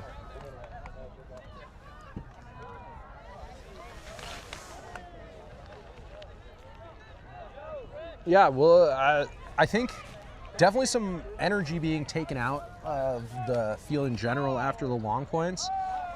Both teams working really hard to score, but definitely a dip as this game kind of goes late. And you can see observers. You can see the observers, maybe teams being not as used to working with observers, having to sprint back to the line to be on sides as to signal early enough. And again, that just causes a little extra anxiety that might come into the players' heads once the disc is, keeping things that they're not used to in the back of their mind. Yeah, absolutely. And we've got only 4 or 5 minutes here till the soft cap, where 1 point gets added to the highest score and you play to that number.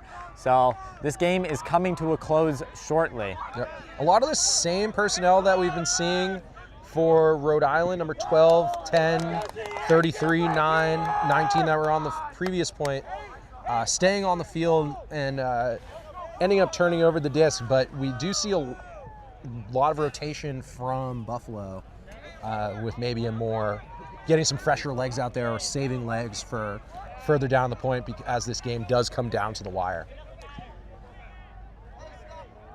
And they end up earning a turn, which is hugely advantageous to them. Yeah. Especially if they're able to punch this in. The reset motion for both teams has been pretty impressive. Both teams have demonstrated an ability to get the disc around and off the sideline. Really good body awareness by number 40 towing the line there. Yeah. And then working with 55 to kind of continue handler motion as the disc gets swung off the line. And you can see maybe some tired legs as this is the second point in a row, at least for this Rhode Island grouping. Getting onto the mark, maybe not getting into position quite early enough, biting on fakes a little more. And see Buffalo's kind of being able to get what they want as that little shimmy fake. Great to see number 15 back on the field after that layout and injury, and throws a little shoulder shimmy to get open under and score a goal. Yeah. And that's a big break for Buffalo. And you can see another, hopefully, practice dance. If this is off the cuff, I'm very impressed. Yeah, that looks like a great little J cut to get open in the end zone. You kind of pretend like you're going for an away up line, and you just plant the instant the defender turns to face you, and you come underneath him. Yeah, and that's a huge break for Buffalo to go back up on top, now pushing their lead to 2. That's going to cause Rhode Island to have to work just that much harder to come out on top in this game. Yeah, the last few Rhode Island offensive points have looked like they've been struggling. I guess this whole second half struggled to get a bunch of motion downfield, and it's resulting in, I think, their handlers taking shots that they otherwise wouldn't to kind of open up the field and get some yardage gains. But we'll see if they're able to calm down a little bit and go back to what they were doing the first half, kind of grinding undercuts and moving methodically. Yeah, I think they just have to take a deep breath and kind of take a deep breath and get back to what they were doing at the beginning of this game. There were definitely a good number of clean holds, but they maybe seem to have tightened up or, just taking shots that they weren't, or shots that they were working in the first half aren't working now, and see if they can adjust off of that. They definitely have athletes winning matchups, so they just have to be able to take advantage there. Is initiating from a host stack again. Number 15 coming under, finding number 9. With definitely number 9 looking, number 33 working really hard downfield to try and set up a deep cut. I think that's kind of the play here. And then number 9 finally finding number 4, who makes a great read for a clean hold from Rhode Island, and that's exactly what they needed. That is after exactly that break. what they needed, yeah. Now just down 1, 10-9. The soft cap has not gone off yet. We've still got, cap has gone on now. So we are adding 1 point. After this point. After this point. So if SUNY Buffalo scores this point, it will be a game to 12. If they do not, game to 11. Yeah, and you could, I think that after kind of noting that they had missed a few more ill-advised deep shots earlier in this half, Rhode Island looked off a few and waited until they had someone really open where the thrower had time and didn't have to force anything, and then it worked out perfectly. So that's the kind of adjustment that I was talking about, is just being able to take a deep breath and recognizing what was a good idea and what wasn't, as opposed to just trusting that their throws were going to work out no matter what. Yeah, very true. So let's see if they can now get a block and come back on offense and send this game to Universe. Yeah, it looks like SUNY Buffalo's got a strong line out there. Not their Universe line. I think they'd probably save that for the next point once it really is game point. But I'm sure that they're hoping to continue to open up this lead, so they've got a cushion to play with once Cap number 2 is set in. and number 52 and number 22 and number 9. So maybe more of a standard O-line for them, because they've all definitely been getting a lot of play. But a good poach in the lane by number 9, and with a bit of a volleyball set to get that block. Excellent distance on the Mac. Yeah, that was a fantastic bid. You know, really heads up play, great display of athleticism, and then a big shot downfield immediately to number 10. Ties the game up, 10-10, game to 11. This is Universe point, folks. And another great deep away shot. After a bunch of mixed ones, that's 2 in a row that are perfect to receivers' hands, where they don't have to do too much work to beat their defender. You live by the long ball and die by the long ball. And we can all blame Portland Rhino for that. And this looks like Buffalo's calling a timeout just to settle before this Universe point. Again, they're going to be working more in the upwind direction, where they have kind of on most of the big points, both, and that's worked out for them some and worked against them. Yeah. So we'll see what kind of defense and what kind of offense that both teams put out. We know they're going to be working hard. Effort levels have been incredibly high both games. Energy levels have been pretty good, besides like a little dip there, and they've picked back up with this game tightening up again.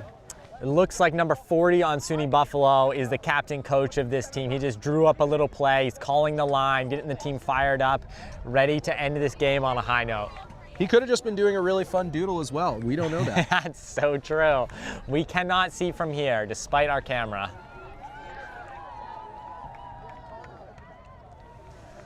All right, while we're still here, we've got a couple more sponsors that we want to make sure we get in the lineup here. The first is Discraft.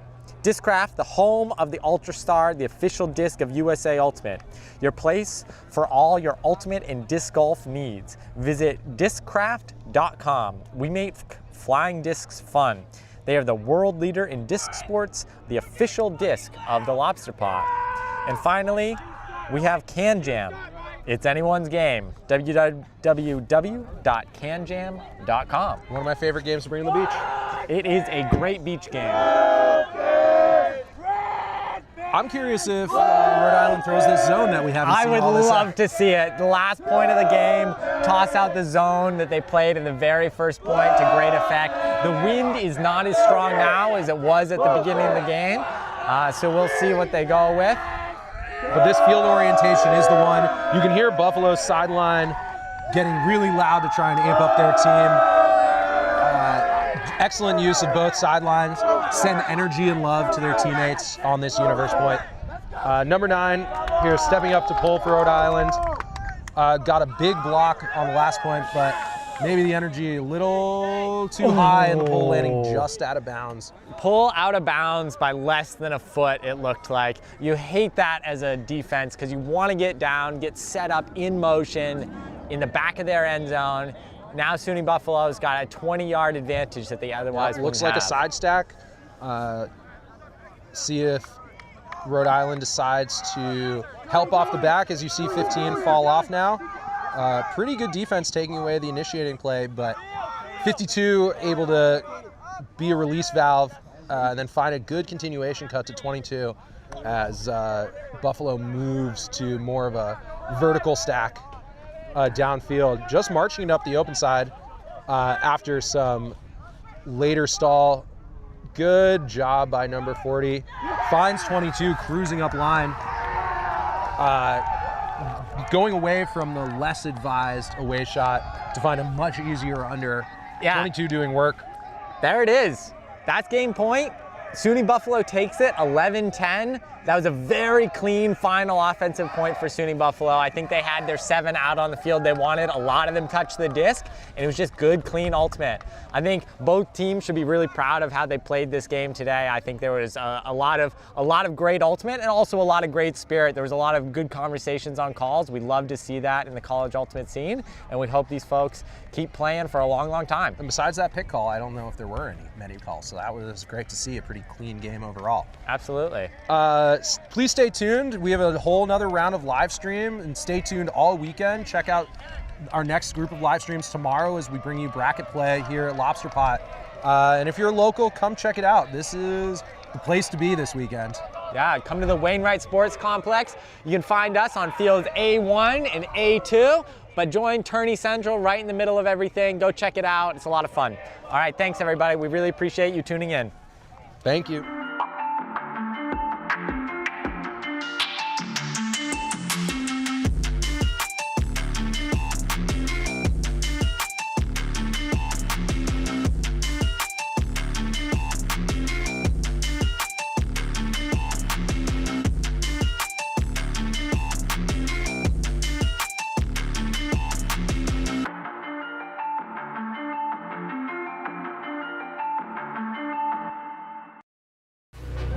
Greatness. We think of it as the big moments, the glory that defines a lifetime. But true greatness isn't built overnight. It starts small. Choosing what's best for your body, hydrating better, recovering better, bouncing back stronger. Greatness is resilience. It's in the recovery, the small, consistent choices that prepare you for what's next. Hydrate better, recover better, and keep striving for your best. Your greatness is within reach.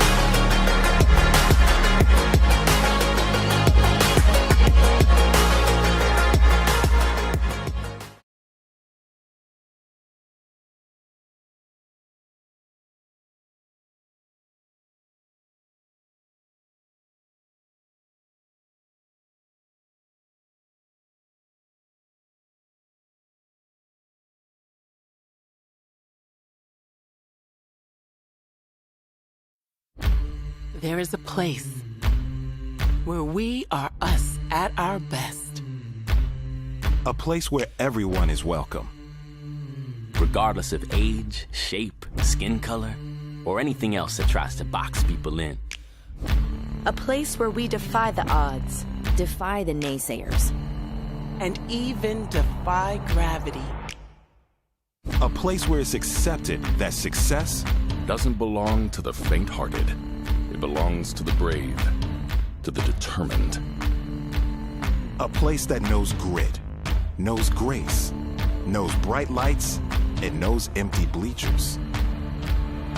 a place where we remember to laugh, where we learn to trust, learn to high-five strangers, and eventually even learn to fly. a place where character, community, and competition are all as balanced as a disc in flight. That place isn't in a stadium or on a field. That place is in the spirit of our players. Because we don't just play Ultimate, we live Ultimate.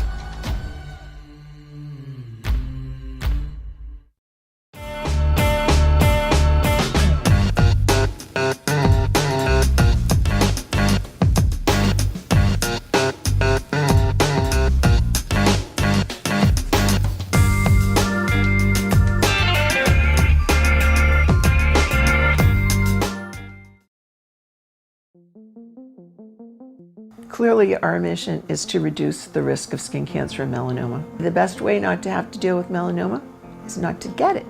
And the majority of melanomas are avoidable. And that's what we need to focus on. There will always be doctors and research doing those wonderful things to find better treatments for people that have it. My goal is to reduce it so far that we won't have to worry so much about that.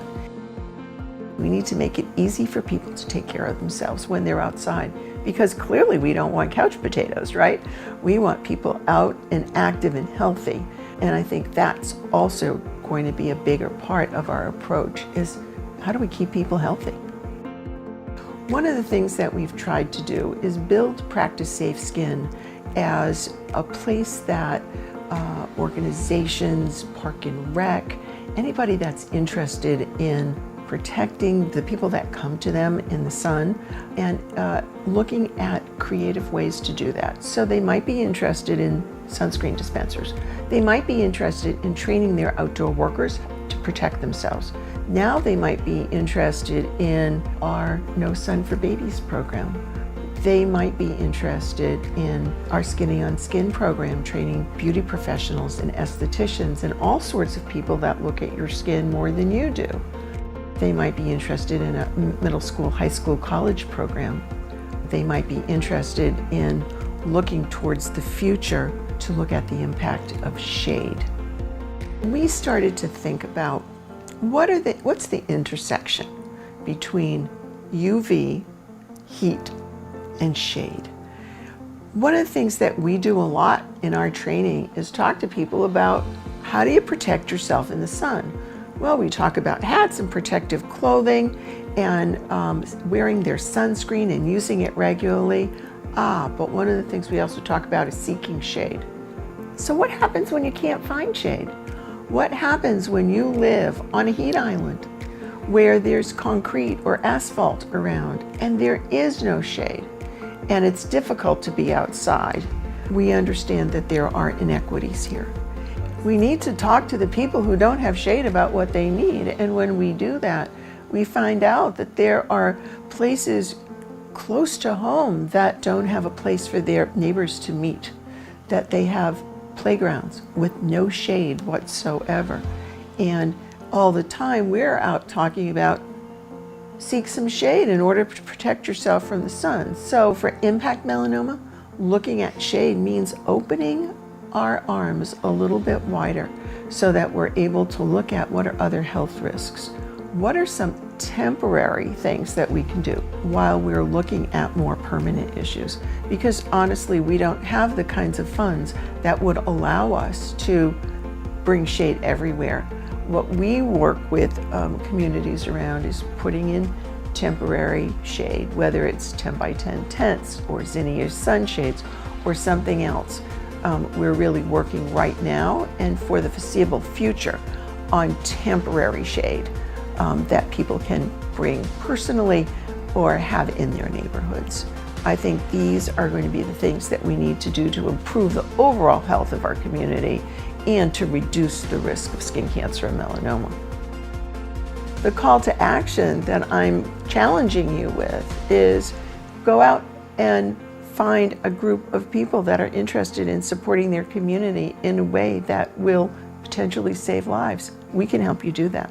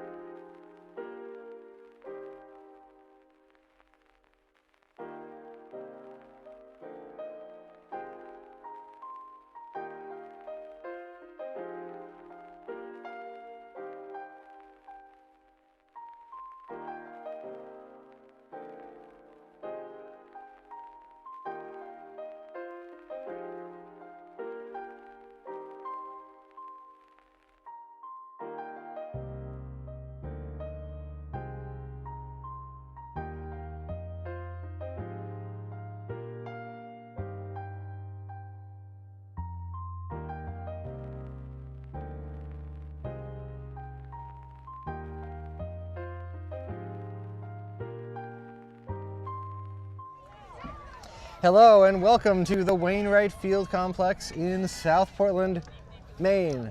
It's Lobster Pot, one of the premier college ultimate frisbee tournaments in the country, brought to you by Maine Ultimate and presented by Tyler Technologies. I'm Tom, here with videographer Max and co-commentator Mike. Mike, how are you doing on this last round of the day? I'm doing really well. I had one of those fruit and peanut butter poppers from a bag of those from Wyman's, and I gotta tell you, that's a good time. Absolutely. So we're here, this is our last live stream of the day.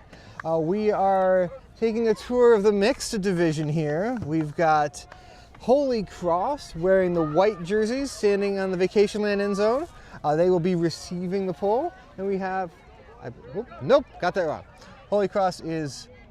No one's pulling, and no one's receiving. Neither team has a disc yet. So, and Holy Cross only has 6 people on the field. So we're gonna figure this out. But Farmington, the University of Maine at Farmington is wearing red, maroon, and Holy Cross is wearing white. It looks like Holy Cross is supposed to be pulling.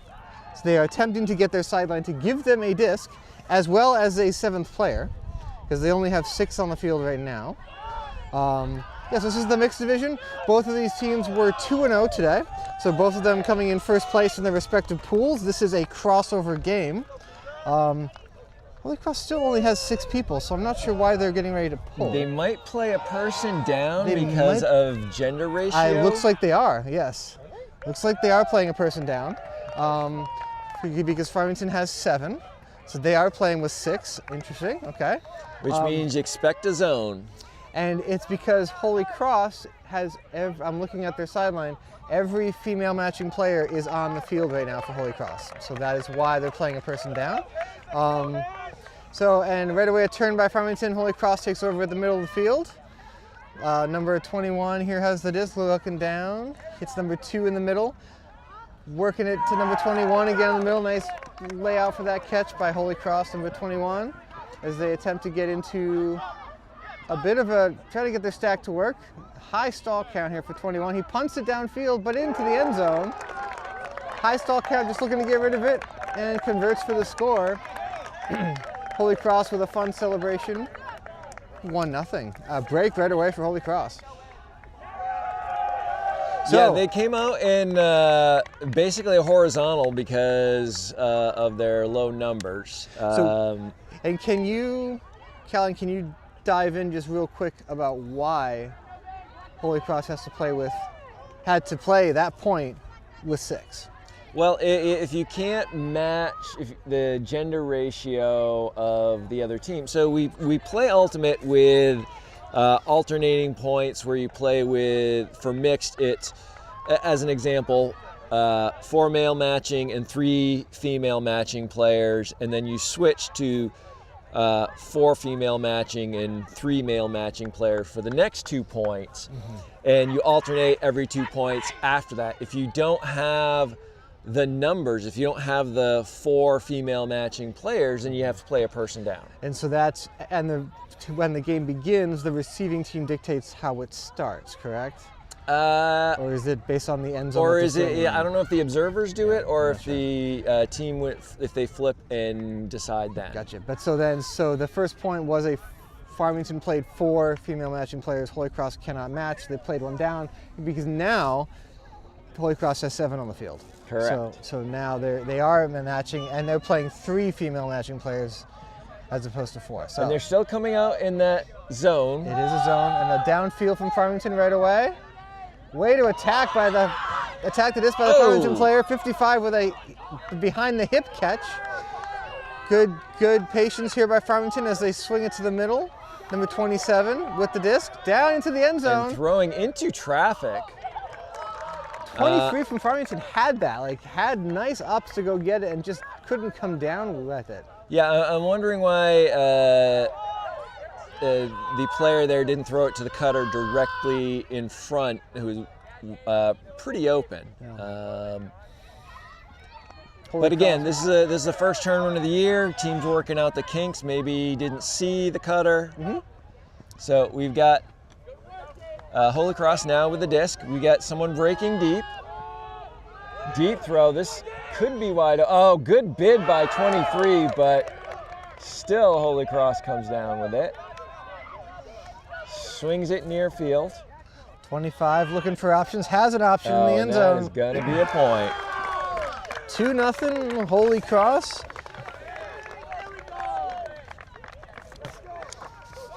Yeah, you know, there's some difference of opinion in how, you know, when you're going up against the zone, do you throw deep or do you not throw deep? Because you've always got someone poaching back deep. And I'm of the opinion you throw deep to see if the deep can actually cover someone.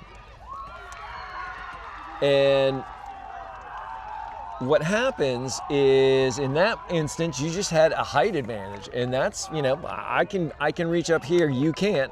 That's a good offensive point. Exactly.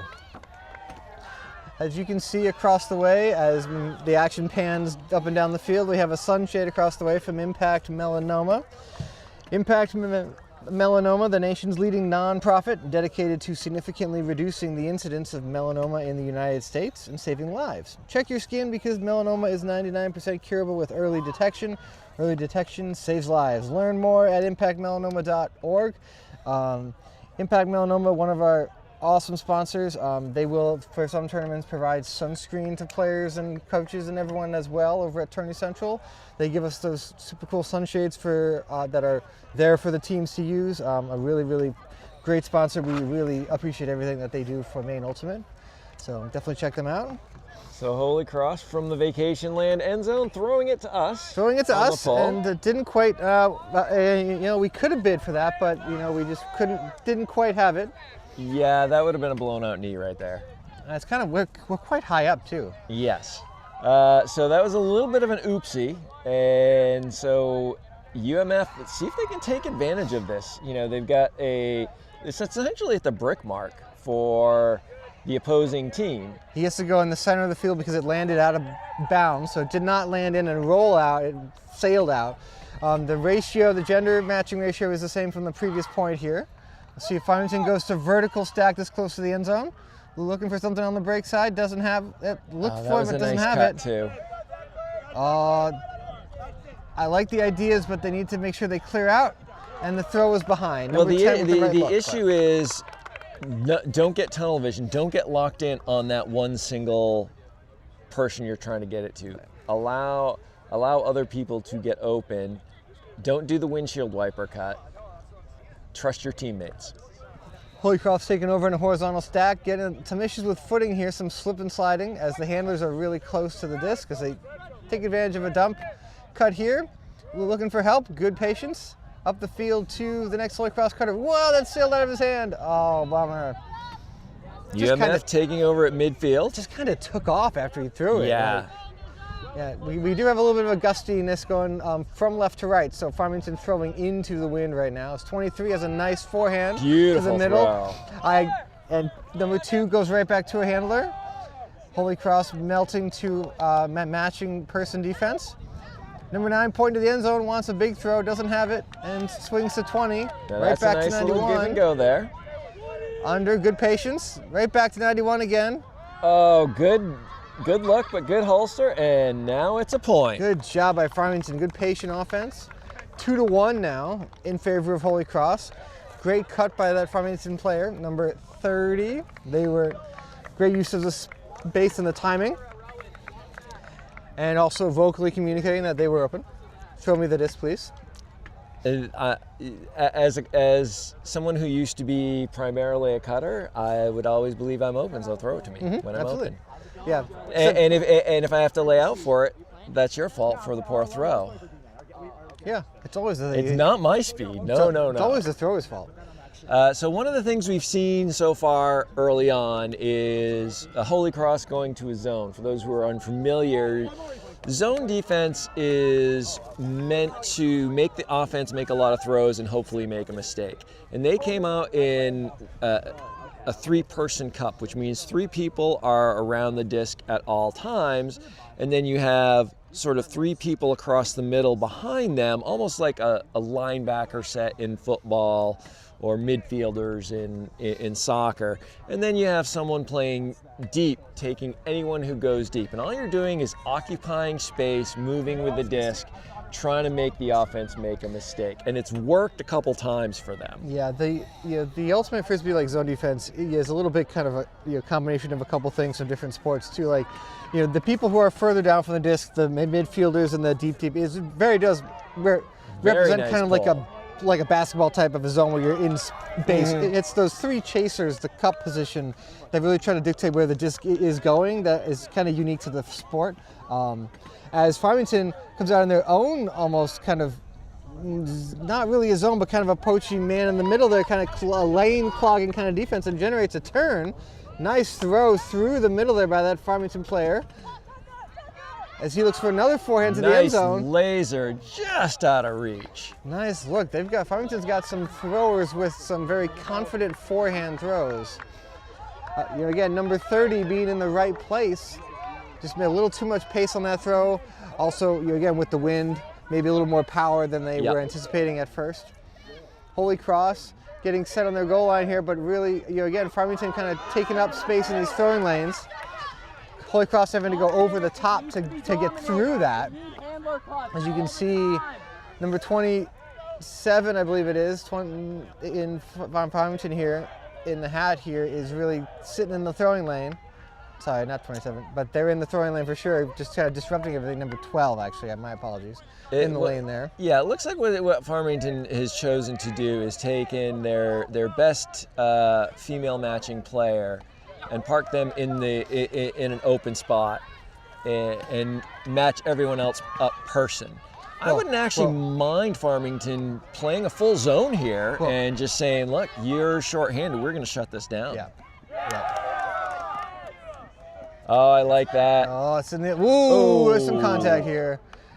As long as everybody is okay. I like the cheers coming from the sideline seem to indicate to me that that is a newish player, and that they're really excited. They're active. They're touching the disc, having an opportunity. That's what the sport is all about. Is just getting new people involved, cheering them when they do something, picking them up if they make a mistake. So this is also a great learning experience for everyone on the field here, who most of these players have never played a game with observers before. So here's a play where the Holy Cross player didn't even necessarily know to call a foul in that instance because they were fouled, and a yellow card has been shown to the Farmington player. So there's a lot going on here, and it is a good education moment for all these players involved, because there is a level of physicality that if you are coming from a different sport, pretty much any sport, but soccer in particular, that you are, and football to a certain extent, but that you are accustomed to being allowed a certain amount of contact, which you are just not allowed to do in this sport. And that's what the observers are stepping in here, even though they are newer players, to just preserve the safety of these players and to make sure that they do not get hurt. Right. So, and that's where the Holy Cross player didn't even know that they could potentially call a foul in that situation. They just got up and they were like, we're fine, let's play defense. And the observer stepped in, they went to the observer, and the observer called a foul. So he keeps the disc, floats it out to the sideline here. Holy Cross continues with the disc. There's some weird pivot things going on here and lots of movement.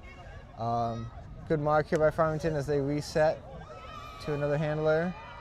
Holy Cross looking for some downfield, again dealing with the lane poacher here from Farmington, the seventh player. Holy Cross playing with 6 because they can't match the gender matching of Farmington. Good defense by 23. And 23 is wide open down the field if they can hit him. Is it too much though? It's not. Nice catch. Nice grab. And the roll, a high five from the Holy Cross player. That ties it up at 2. Yeah, in these situations, I'd like to see Holy Cross change up their offense a little with being a person down and having that free person poaching the lane. Just instead of just cutting one at a time, maybe send a couple cutters to different sides to make that person make a choice of what they're going to have to cut off. Yeah, the thing with that though too is that like if you send in 2 players and they all have their defenders as well, and then you have a post defender in the lane, now you have 5 people moving at once. But I almost wonder if the way is to just go around the lane poach and to really time your cuts off of a swing. So you swing it around somewhere, and then you cut to that side of the field too to get away from that person, because they're in the way. Like, they are just clogging space, and you're not going to be able to go through them very easily. They tried that last point, but if you can go around and time your cuts right to go get your yardage that way, to go around and then up the field and move that person around more. And I think what they could potentially do too is by getting those swings off and getting them off quick, frustrate that person in the middle who's trying to cut that off and maybe have them make a mistake, making a strategic error. Farmington in the red, pulling to Holy Cross in the white. Holy Cross picks up to start, ready to initiate their offense. Again, Holy Cross not able to match the gender ratio of Farmington on this point, so they are playing a person down. So 6 white jerseys versus 7 red. They go over the top and over everybody. I would like to see a little bit more pivoting out of some of their non-handler types. Is they seem to be trying to just throw the disc with their body by spinning their torso instead of stepping in and pivoting around. They go up to the wing. Nice read by the Farmington player. They were right there in the right spot. Almost had it. That's a good I look, send someone deep. I don't even wait. I just send someone deep and chuck it. They're going. Holy Cross is going. That's a nice catch by 77. That is a really tough read. Sending it up the line, basically throwing it at their back. And over their head. And having to run and look straight up in the air and track that. Like, that is a tough read by a Holy Cross player. Well done. Make it 3-2 in favor of Holy Cross. And we have a game. We absolutely have a game. Revision Energy is Maine Ultimate's clean energy partner. They want to make life better by building a just and equitable electric future. Revision Energy is a 100% employee-owned solar company and certified B Corp, serving clients in Maine, New Hampshire, and Massachusetts. Save money and reduce your carbon footprint with solar, heat pumps, battery storage, and electric vehicle charging. Visit revisionenergy.com for more details. They gave us one of their electric trucks to help us run stuff over at Turney Central, which is pretty cool. We discovered that it can't run the whole bounce house for the kids because the energy spikes too much and the battery turns off. But it runs half of it, which is super cool, and the kids really like the bounce house. So of course they do. Super happy for having Revision Energy be a partner, Maine Ultimate. And we have Holy Cross in the white, pulling from the Lobster Pot end zone, right to left across your screen. It's going to be a little bit of a roller. It's rolling, and Farmington player stops it. Well done. And they're setting up in it looks like it's not a traditional cup. Oh, it's a 4-person cup. It's a 4-person. I like it. And then they go into a sideline look here, over the top, over everybody. A little aggressive by the Farmington handler, but they are willing to play D and make Holy Cross go the full length of the field into this wind. Maybe a strategy. And looking like they're coming out in a little bit of a horizontal stack, which traditionally means 3 handlers across the middle and 4 people cutting ideally in ovals on the field. Uh-oh, behind the throw. Not a terrible idea by Holy Cross, just didn't turn out the way they were hoping. Farmington takes over trying to get organized, and Holy Cross trying to get back into their defense. That was really good work by the Holy Cross defense there, getting back into their zone. Can't quite get the cup clamped on yet. And another deep shot directly overhead. Nice grab by 12. Well done. Good read, fearless going in there. The Holy Cross player was caught under the arcing disc there. Farmington goes up another point. It is 4-2 now, right? No, 4-2? 3-3. 3-3. I can't count. It's the end of the day. I apologize. 3-3. You know, I've known 12 is clearly one of their best players because they handle, they pull, They're the poach in the. That means they have a basic understanding of the game. They know space. They know where to be, and 12 just knew where to go and say, hey, throw it up, and I'll read it and get to it. And a little fortunate that the deep didn't wasn't playing deep enough. Right. But hey, it means worked. more than a basic understanding of the game. I mean, they're being tasked with some of the harder tasks on the field, but they also are given, so they have the trust of the coaches. They're given the leeway to attack the defense where they see a weak spot, because usually you will want 12 to be more around the disc, but they saw the opportunity there based on who had the disc in their hand, what kind of throw they can do to go downfield and make a play, which is fantastic.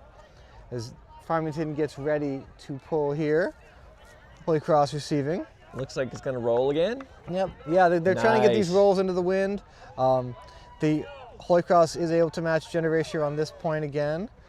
Second point, so 7-on-7 here as Farmington in a person defense. They're trying to get the swing and just bounced it a little too high. There is a pick call that does not affect the play, we don't think, but.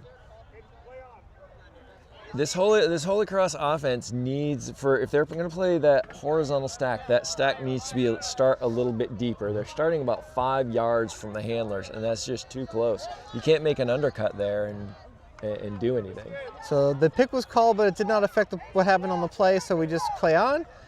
Farmington 91 looking for some help. A little piece by the defender there. Looking for 12, running wide open. That's going to hang up in the air. Oh, the Farmington guy, number 91, goes up and over everyone and rips it down. That's what we old-timers call a hospital pass. A hospital pass, but thankfully, no visitors this time. So 4-3 in favor of Farmington. Way to just high point that by 91. Not the tallest member of the community down there waiting for the disc, but the most aggressive, so well done. It'll be interesting to see going into, the rest of this fall preseason and, into the spring. Holy Cross is going to need to get more female matching players if they're going to play tournaments in the spring in the mixed division. Playing a person down 2 points at a time is just going to be too challenging. And we don't know,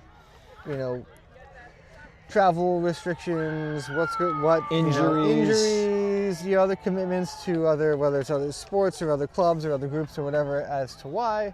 But yes, that's something that it's very challenging to be a competitive mixed team when you cannot meet the gender requirements of the sport. Because you can tell these kids have some athleticism, they got some skills.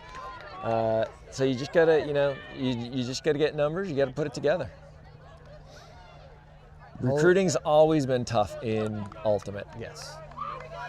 Holy Cross in almost like a side-ish kind of set, trying to isolate 2 in the middle here. 21 with the disc. A lot of cluster from the cutters as they swing it to the near side. Looking to dump. They do.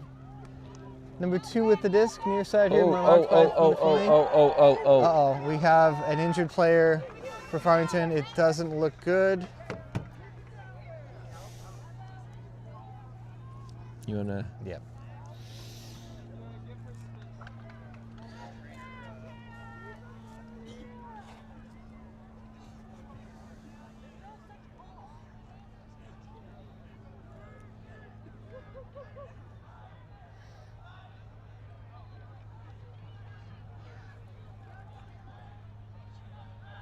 Radio in for the trainer. Yeah. Mm-hmm. Thank you.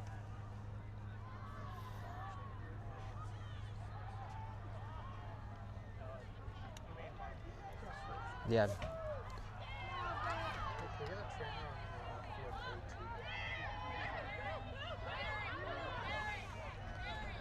So this looks like we could have a significant knee injury for this player. Trainers have been requested and they will be here as soon as they can. Never want to see an injury like this to anyone, because this is a lot. These things can turn out to be significant lots of rehab ahead for the players here, the player involved. It's really unfortunate to see, this early in the season too.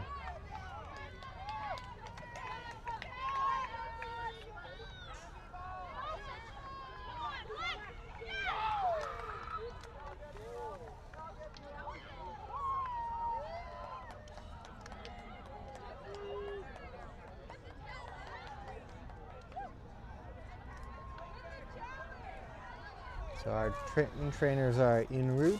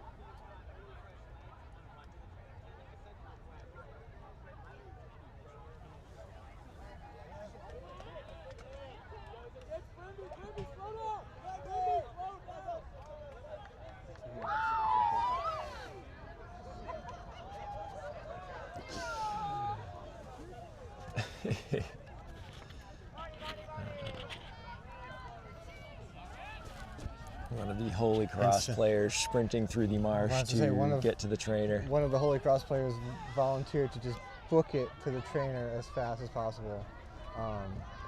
We have our Maine Ultimate app to summon a trainer, which we've done and we've radioed also, but there are 96 teams here and only 3 trainers, so. We sent the request and we radioed in. And there's a Holy Cross player that just ran over there as well. Yeah, but we did not get a response on the radio, but yes. Yeah, the trainers have been busy. You know, the first game, they had people lined up, so it's been a unfortunate series of events in some respects.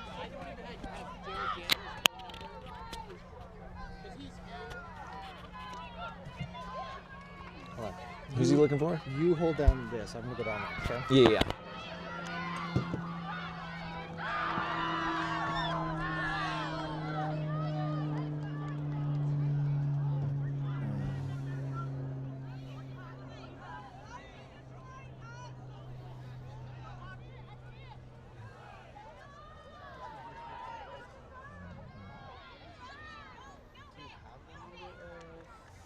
I'm pretty sure that's the trainer right there.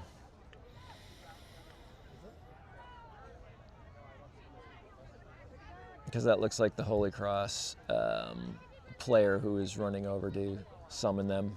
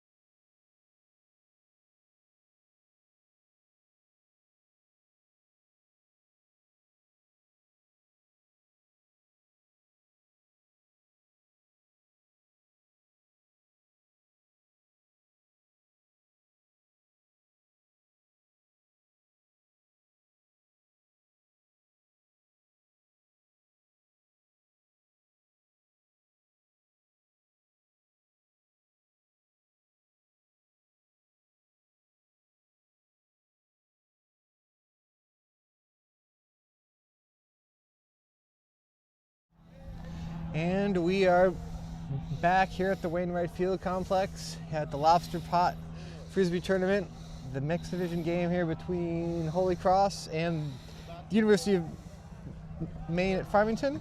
Holy Cross wearing the white, Farmington wearing the red. The score is 4-3 in favor of Farmington. We just had a Farmington player suffer a significant knee injury. They were able to, with the help of some crutches and assistance from our trainers, leave the field. And now we are coming back into play here, resuming play where we stopped before. Holy Cross with the disc. UMaine Farmington with us, substituting their player, obviously, and back into play. Holy Cross up the field. Turnover. UMaine Farmington with the disc as they go deep down the field. Nice catch by number 23, looking for a teammate. It goes a flick across the field to number 20, up the field. Not in but by the goes observer. To the wide side to 27, and a travel has been called and upheld by the observer, so it's coming back to the thrower, I believe. The Holy Cross person is telling him what happened. So what happened was, it looks like the Farmington player caught it in the end zone and did not come back out of the end zone to check it before throwing it further into the end zone. There we go. As he resets himself outside the end zone, taps it back in, and goes back to 27 again. Deja vu, point for Farmington. And that makes it 5-3 in favor of Farmington. I will give a shout out to the entire Holy Cross team during our injury timeout. Excellent spirit and excellent assistance helping to get the trainer here. We're running across to go get them. The swampland. We're running across our irrigation ditch here at the Wainwright Field Complex to help go retrieve a trainer. The trainer was already en route, but just to make sure, they went to check themselves, and very helpful with just excellent spirit and applause and support for the injured player and all of their teammates. So you guys at Holy Cross are doing it right. You got a bunch of spirited players, so well done and kudos to you. I would like to see a little bit different motion from the handlers of Holy Cross. They seem to be going, lining up parallel to their person and then just running up the field and down the field instead of at angles, instead of running at their defender and then fading, giving the option of throwing around and throwing to space. Mm-hmm. If you have to put it right on the person, it's really difficult if the defender's there, because if you're just a little bit off, it's going to be a turnover like it was in that case. Well, this will come with time as they practice more. This is beginning of the season, and a lot of that is just like feeling like you have to close the space quick and get a quick, easy throw from the person with the disc instead of learning to trust what they can do with the disc in their hands. So like as they practice more together, they will definitely get used to how much space to give their teammates.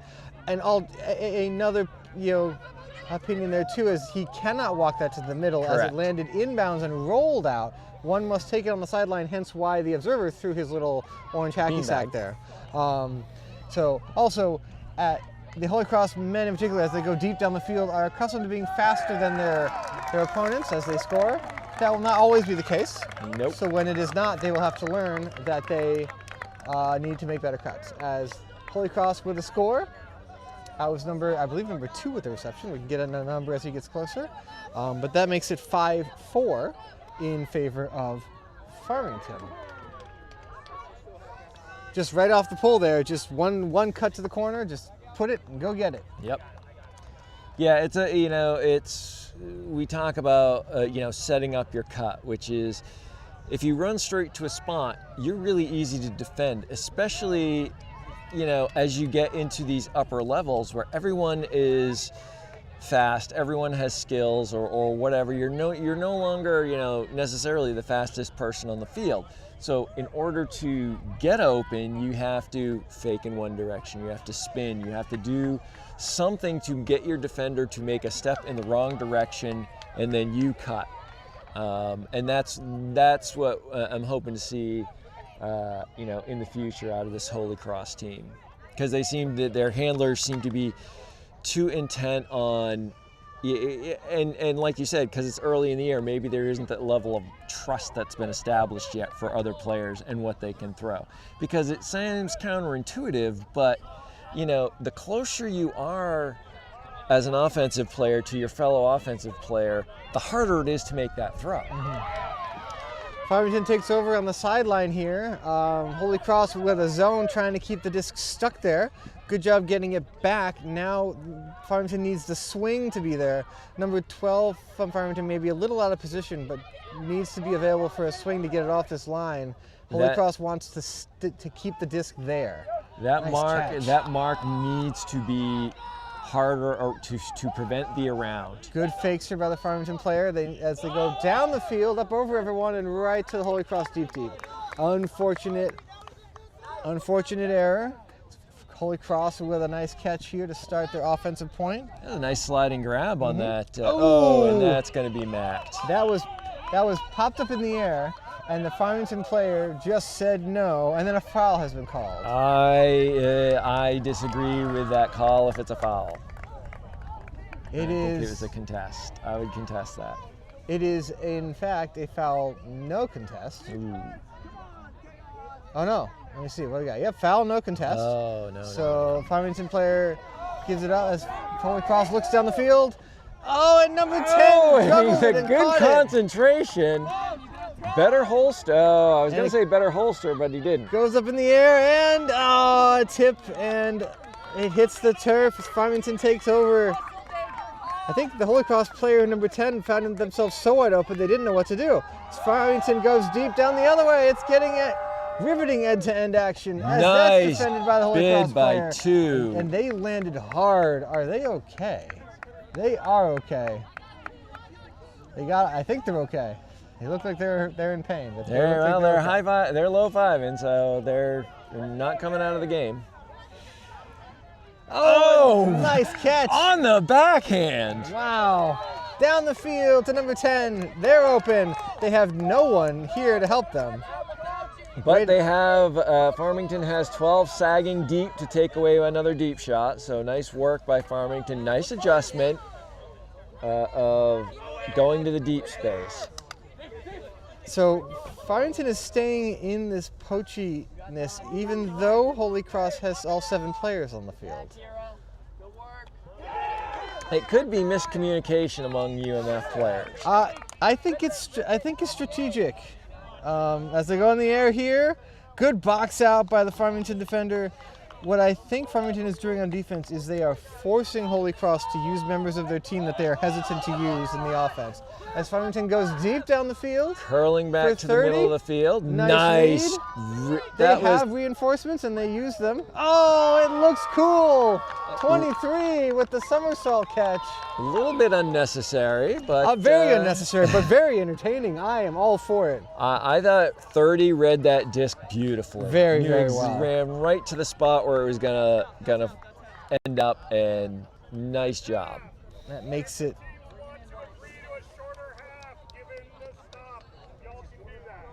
So we are at a timed half now. Looks like it. The observer just called.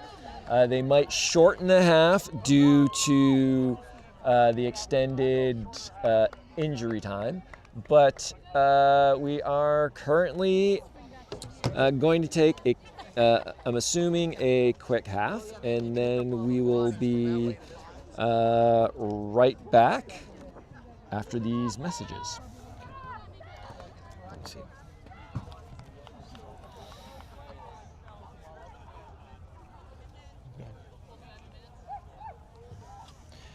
All right, so we did.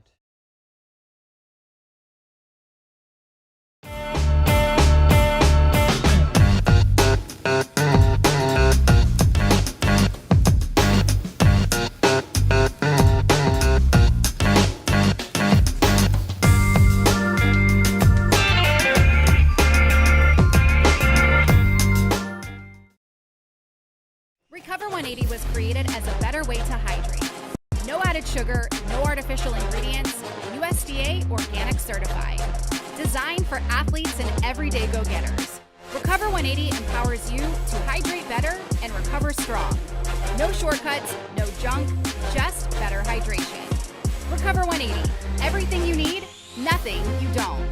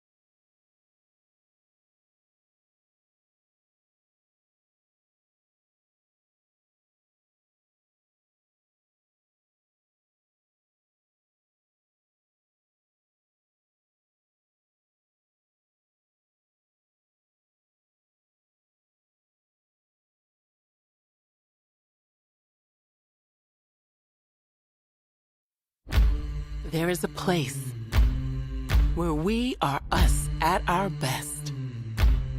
A place where everyone is welcome. Regardless of age, shape, skin color, or anything else that tries to box people in. A place where we defy the odds, defy the naysayers, and even defy gravity.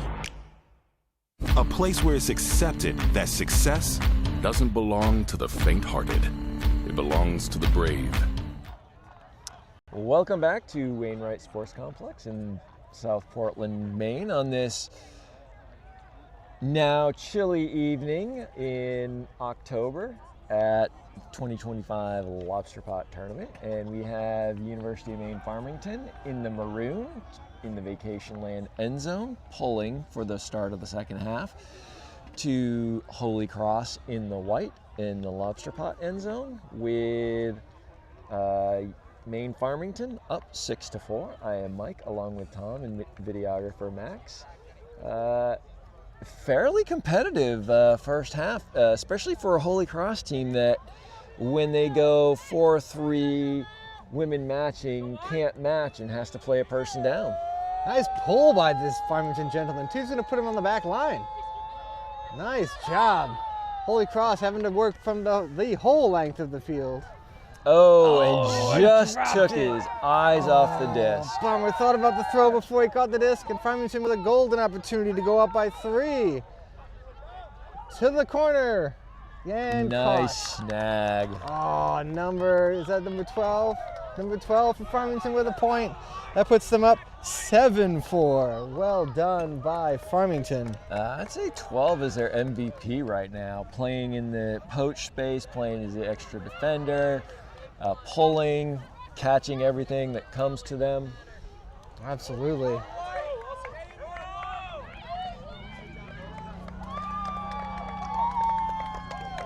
Yeah, Farmington coming out of half with a solid amount of energy. So trying to extend their lead here. One of our sponsors is Ghost Energy, the fully transparent, fully loaded, feel-good energy drink we've all been waiting for. Authentic flavors, 0 sugars, no BS. Visit drinkghost.com, the official energy drink of Lobster Pot. So some nice energy from Farmington out of there. Getting down there on defense, and yeah, the unfortunate error by Holy Cross allows Farmington to extend their lead. And now, that was big too, because now Holy Cross has to play down for the next 2 points. So that was something they didn't want to do. All right, hole just short of midfield. Let's see if Holy Cross can take advantage. Again, that extra person in the open space. Holy Cross trying to get some movement. Whoa! Did you see how far 21 went on that one? they were halfway to Scarborough after that point. Whoa! Holy Cross with the disc again, swinging it to 21. You're right, Callahan. Number 12 is sitting in the lane here, trying to make things a little more challenging up the field. As 25 going for 21, but too much sauce from the Holy Cross players. Let's see if Holy Cross can, pin them deep and keep the disc down here and maybe get a quick little turn and score.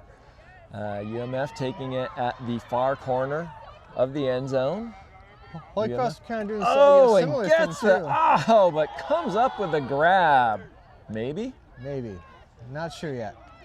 He's pleading his case as to yes, please, but we're not sure. The observer still wearing the shades despite the sun going away. What kind of call will we make here if the players can't come to an agreement? The observer encouraging more discussion. The observer will make a call. It was up. Catch by Farmington, number 2. Well done. Just goes to show I had best perspective. Absolutely. And now number 2's like, now I got to throw it? We'll see what happens. Wait, what? Wait, I got to keep this thing? Okay, here we go. Taps it in, looks immediately for the dump. Holy Cross kind of doing something similar to Farmington. You're really trying to poach off the handler to sit in the lane. As number 2 and this Farmington player here are making play and catch as he comes across the field to number 12. Number 12 with a floaty one. Defender coming in. Good safe play by 25 on the bid. 30 is downfield again. They're in. Again. 30 is a scoring machine. They're just really good at knowing where to go, and the defense routinely forgets about them.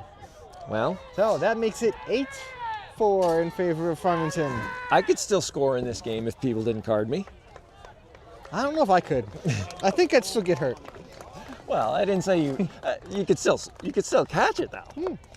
So, another one of our sponsors, new this year, is Sweetzer's Apple Barrel with more than 50 different varieties of fresh apples. Sweetser Apple Barrel and Orchards offers fresh, hand-picked apples from mid-August to early December for both cooking and eating. Their helpful and knowledgeable staff will help you find the perfect apple to suit your taste and cooking needs. Sweetzers also offers select vegetables, cut flowers, maple syrup, honey, cheese, apple cider, apple butter, fresh baked pies, pastries, and more. Visit them on Blanchard Road in Cumberland Center or online at mainapple.com. They gave us all the apples that were placed into the player packs for all of the teams here, and plenty more of them in crates over at Turney Central. My 4-year-old taste tested them and said that they were yummy. Did he put them back, or did he actually keep them? Oh, he kept it. Okay. He keeps it and he eats the middle, and then he gives it to you and says, I'm done. Okay. He only eats a ring around the middle, yes. As the pull from Farmington comes in, lands about midfield here. Rolling back towards the center of the field. Takes over. Looking to get this. It's not over according to their coach, as they throw a big floaty to the far side. You got to hit the open person. Eaten up by 27. Farmington takes over. Going person here. Well, person-ish with a poach in the middle. You again content to let Farmington do that and just kind of swing it around. Oh. And hope you can get that. It was the right look, but just a throw but behind. Holy Cross takes over. Trying to string it across the field. Yeah. Oh, just out of reach. Yeah, again, the Holy Cross player there on the wing was in the right spot. The throw was just maybe a little off, but still, that's the right idea. Those are the things you want. You want those plays to happen. They'll have plenty of time to practice and get those more crisp as the season goes on. There's nice defense by Holy Cross here. And then immediately behind the cutter to 23. That's why if you're the first person there, you knocked it down, run to the end zone. Farmington coming back. Nice forehand to number 30. In the middle of the field, nice way to go up and get it by number 10. To number 12 here on the near side, going big downfield to 30. Good job by Holy Cross to take the strong angle and not run through the offensive player to get that. Had a little bit of a height advantage. Yeah, that's one of those where, as a thrower, you need to, just make that little check before you let it go. Be like, is there a help defender coming or not? But again, more practice time. I like the aggressiveness and the trust in the cutter, too. As a good mark here by number 10 on Farmington. Holy Cross at a high stall count, needs some assistance. Movement. Puts it downfield. It looks like Holy Cross we're seeing some players on the field here we haven't seen all game. So they're playing a different line here. There's a foul or I think maybe a stall, actually. Might have a contested stall. The observer is hanging out, peacefully listening. He's going to walk the players through what the call is.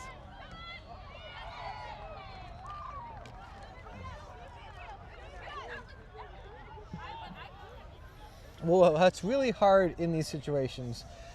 And you know this too as a player too, Callahan, is that you're so good as the marks here. So for Farmington, for number 10, stall 1, stall 2, and keeping a nice rhythm.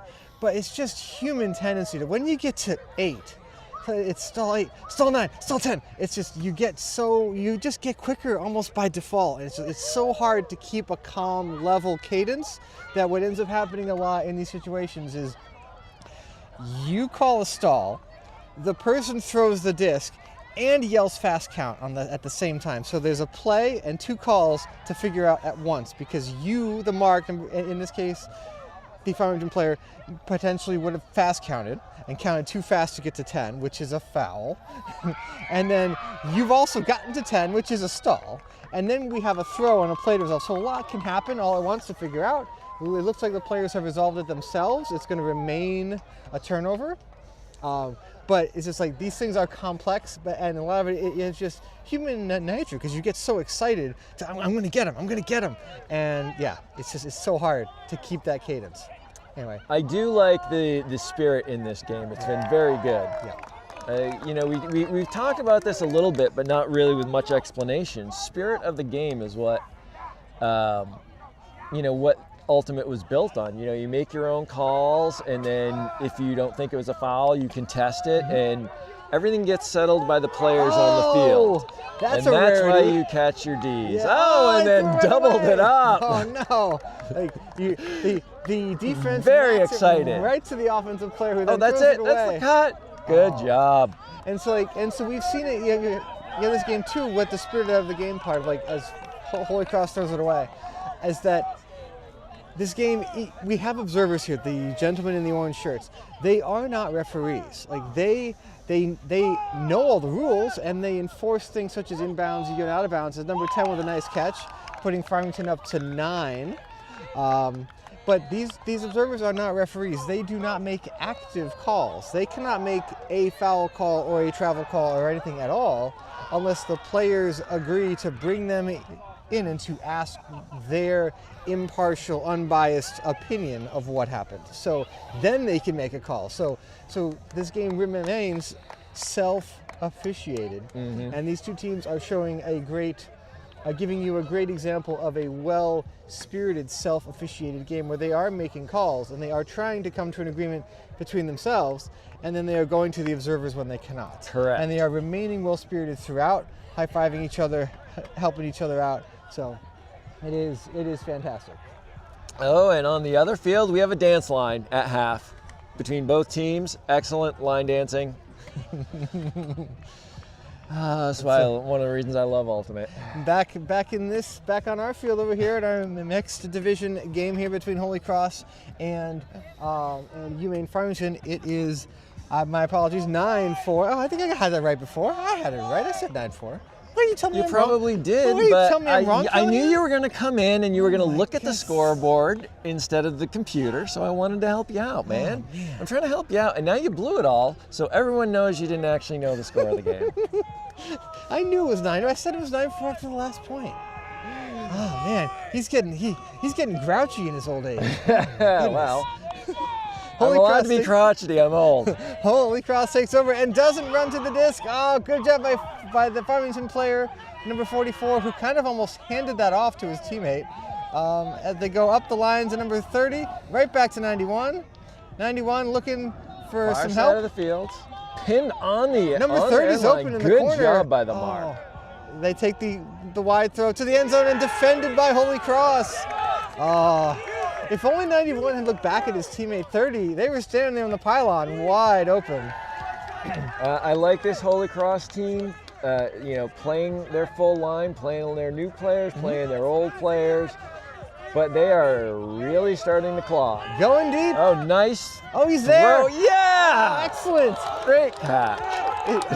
He gets up. Sideline goes crazy. Good throw. Oh, nice and a good layout by the UMF player. Oh, this is exciting. Oh, we're going to get some more. Oh, and 91 comes down with it. The Holy Cross guy ran into the field hockey goal. He's okay. I mean, he ran into us and he ran into the center of it. He didn't hit it, but 44 with a catch by Farmington, back to 91. Middle of the field, their own half. Oh, and nice throw, but right to the defender there. Good fake. Number 2 came back. Nice catch by the Holy Cross player. Applauding his player for completing a play. I like that. Up the field he goes up and over.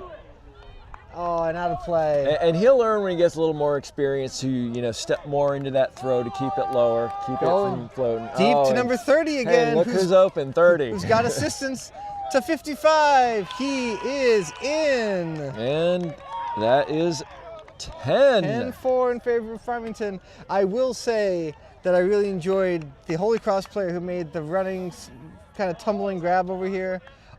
Kudos to that gentleman. They were the ones to run to the trainer. Correct. Earlier, bravely hurtling through our irrigation swamp trench ditch thing to get over there to assist the injured Farmington players. So love that they were able to make a really nice play in this game too. They could have gone around. They could have gone the long way, but that would have taken time. Yeah. No. They're going straight. They went through.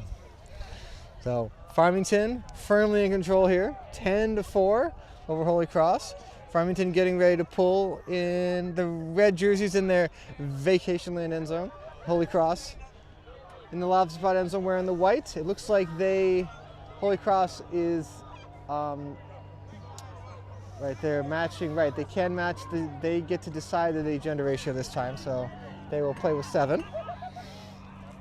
Farmington getting ready to pull. The sun's gone behind a bank of clouds. Temperatures dropped to about 15 degrees. I'm cold, Max is cold.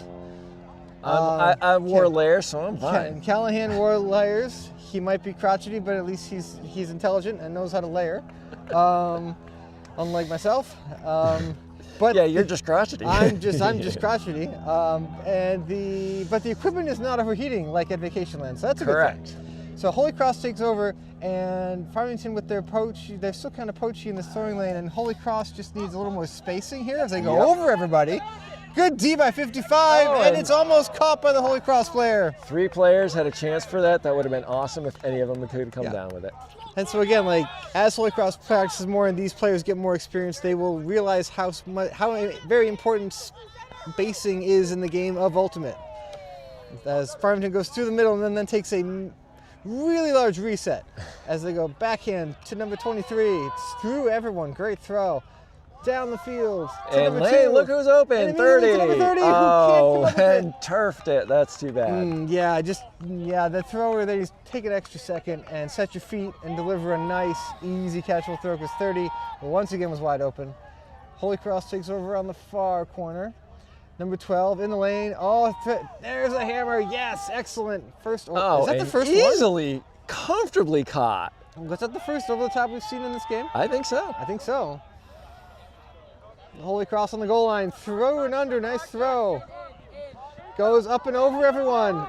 Good D by the Farmington player. Number 12 with the defensive play for Farmington. Number 27 picks up and throws it to the far corner. That's going to be tough to get in bounds. Oh. Number 2 could not make the play. I like that number 2 was going to bring it in and help Holy Cross out and then decided, no, that's not what I'm supposed to do. Mm-hmm. Holy Cross comes up, takes it on the front pylon, and puts it downfield to the downfield cutter. And is that number 12 again? Nope, number 23, I believe. Goes across the field to number 55, down to 30 again. Oh, bummer. Really got up on that one, but just out of reach of 30. The timing of the jump was a step too soon. Nice feet. Nice feet by the Holy Cross player to stay in line. Oh, I like the patience. Dumps back and coming for the swing as Holy Cross continues to play good offense until a rush throw down the field and number 2 just says no. With 27 for Farmington picks up.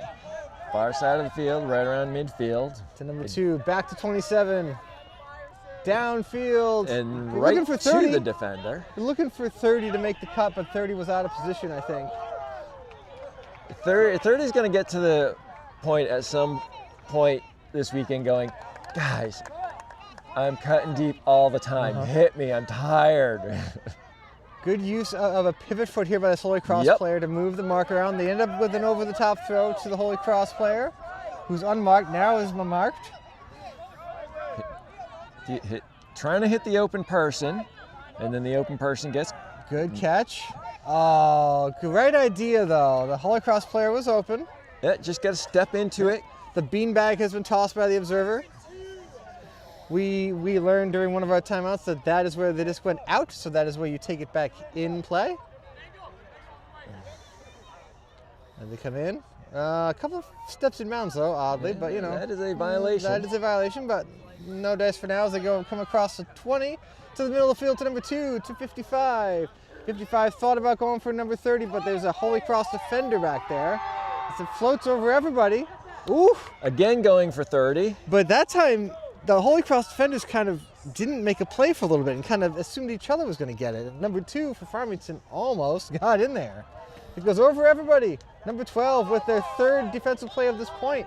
Goes to 30 for and like this the 5th will be time. caught. That one works.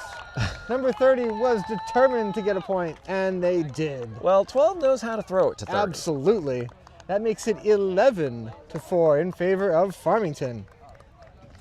So another one of our sponsors that we heard from earlier when Katie from Live Work in Maine came up here to talk during our earlier game Live, Work in Maine, your guide to living well in Maine. Check them out, liveandworkinmaine.com. They have lots of cool programs and incentives for living in Maine and working in Maine, especially as a recent college grad. So check them out, something you're definitely going to want to learn about. And we have reached soft cap, so it is a game to 12. Game to 12. And our presenting sponsor, Tyler Technologies. So happy to have them as our big sponsor for this tournament. Without them, I don't think a lot of this would actually be possible. So thank you in a big way to Tyler Technologies. Empowering the public sector to create smarter, safer, and stronger communities. TylerTech.com. One of the things Tyler Technology has done is donated, what was it, 2,000 discs to at least 1,500. to Yeah, maybe 2,000. A ton of just like, usually at a tournament, for lots of you who are watching have been to a tournament before, discs are for sale, and we do.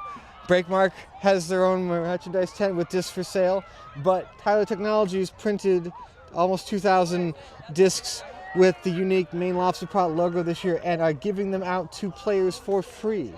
So basically any player here who wants a free Discraft Ultrastar disc with the Maine Lobster Pot logo on it can get it from Tyler over at their tent for free, courtesy of Tyler Technologies, which is super cool. They also have a job fair here as well, looking to bring in new talent, new recent grad talent as well. So they are a great sponsor, and we really appreciate everything that they do for Maine Ultimate as Farmington pulls to Holy Cross. Holy Cross having to play five. One of their female matching players is either dinged up or just needed a break after playing Savage all day. Right, yeah, so they're playing 5-on-7. I will say, as the Holy Cross player unfortunately drops it, I will say, Callahan, I've played 5-on-7 before in our summer league, as the team was 7, and we lost to a team of 5. Yeah, not my proudest ultimate moment, but it does happen. To be fair, Tommy Stoughton was on the other team, and he was throwing, was dropping hammers all over the place. So, as Farmington goes up the line, I will say the unnecessary leap almost took him out of bounds. Took him out of play, yes. But because we have lines, we know he was in bounds. As that is 12.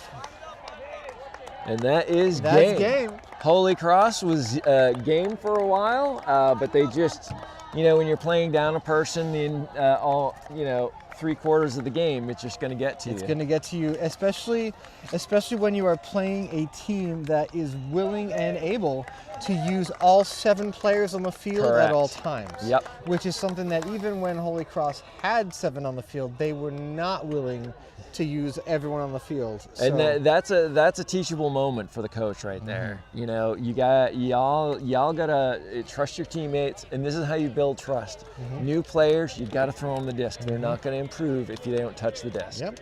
So that's it for our live stream, for today. Thank you for joining all of our games here on Field A1 and A2, both of our streams. So we will be back with 2 live stream fields again tomorrow for bracket play.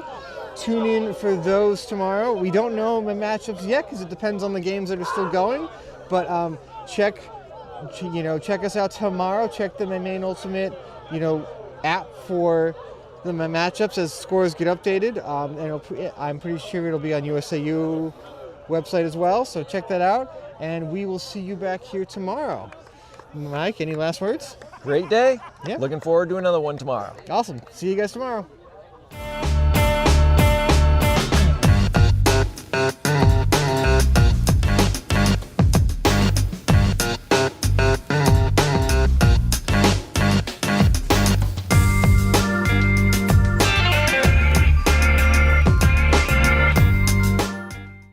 Recover 180 was created as a better way to hydrate. No added sugar, no artificial ingredients, USDA organic certified.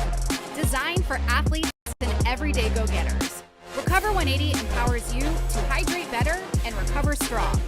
No shortcuts, no junk, just better hydration. Recover 180. Everything you need, nothing you don't.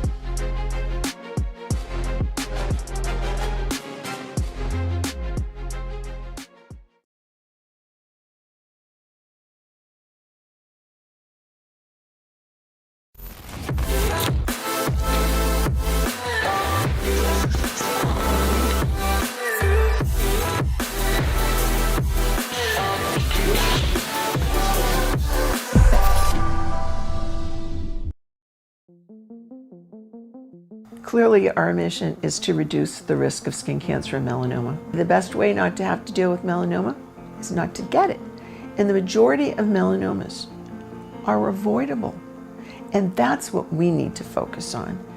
There will always be doctors and research doing those wonderful things to find better treatments for people that have it. My goal is to reduce it so far that we won't have to worry so much about that. We need to make it easy for people to take care of themselves when they're outside, because clearly we don't want couch potatoes, right? We want people out and active and healthy. And I think that's also going to be a bigger part of our approach, is how do we keep people healthy? One of the things that we've tried to do is build Practice Safe Skin as a place that organizations, Park and Rec, anybody that's interested in protecting the people that come to them in the sun, and looking at creative ways to do that. So they might be interested in sunscreen dispensers. They might be interested in training their outdoor workers to protect themselves. Now they might be interested in our No Sun for Babies program. They might be interested in our Skinny on Skin program, training beauty professionals and estheticians and all sorts of people that look at your skin more than you do. They might be interested in a middle school, high school, college program. They might be interested in looking towards the future to look at the impact of shade. We started to think about what's the intersection between UV, heat, and shade. One of the things that we do a lot in our training is talk to people about how do you protect yourself in the sun. Well, we talk about hats and protective clothing and wearing their sunscreen and using it regularly. But one of the things we also talk about is seeking shade. So what happens when you can't find shade? What happens when you live on a heat island where there's concrete or asphalt around and there is no shade and it's difficult to be outside? We understand that there are inequities here. We need to talk to the people who don't have shade about what they need, and when we do that, we find out that there are places close to home that don't have a place for their neighbors to meet, that they have playgrounds with no shade whatsoever. And all the time we're out talking about seek some shade in order to protect yourself from the sun. So for impact melanoma, looking at shade means opening our arms a little bit wider so that we're able to look at what are other health risks. What are some temporary things that we can do while we're looking at more permanent issues? Because honestly, we don't have the kinds of funds that would allow us to bring shade everywhere. What we work with communities around is putting in temporary shade, whether it's 10 by 10 tents or zinnias sunshades or something else.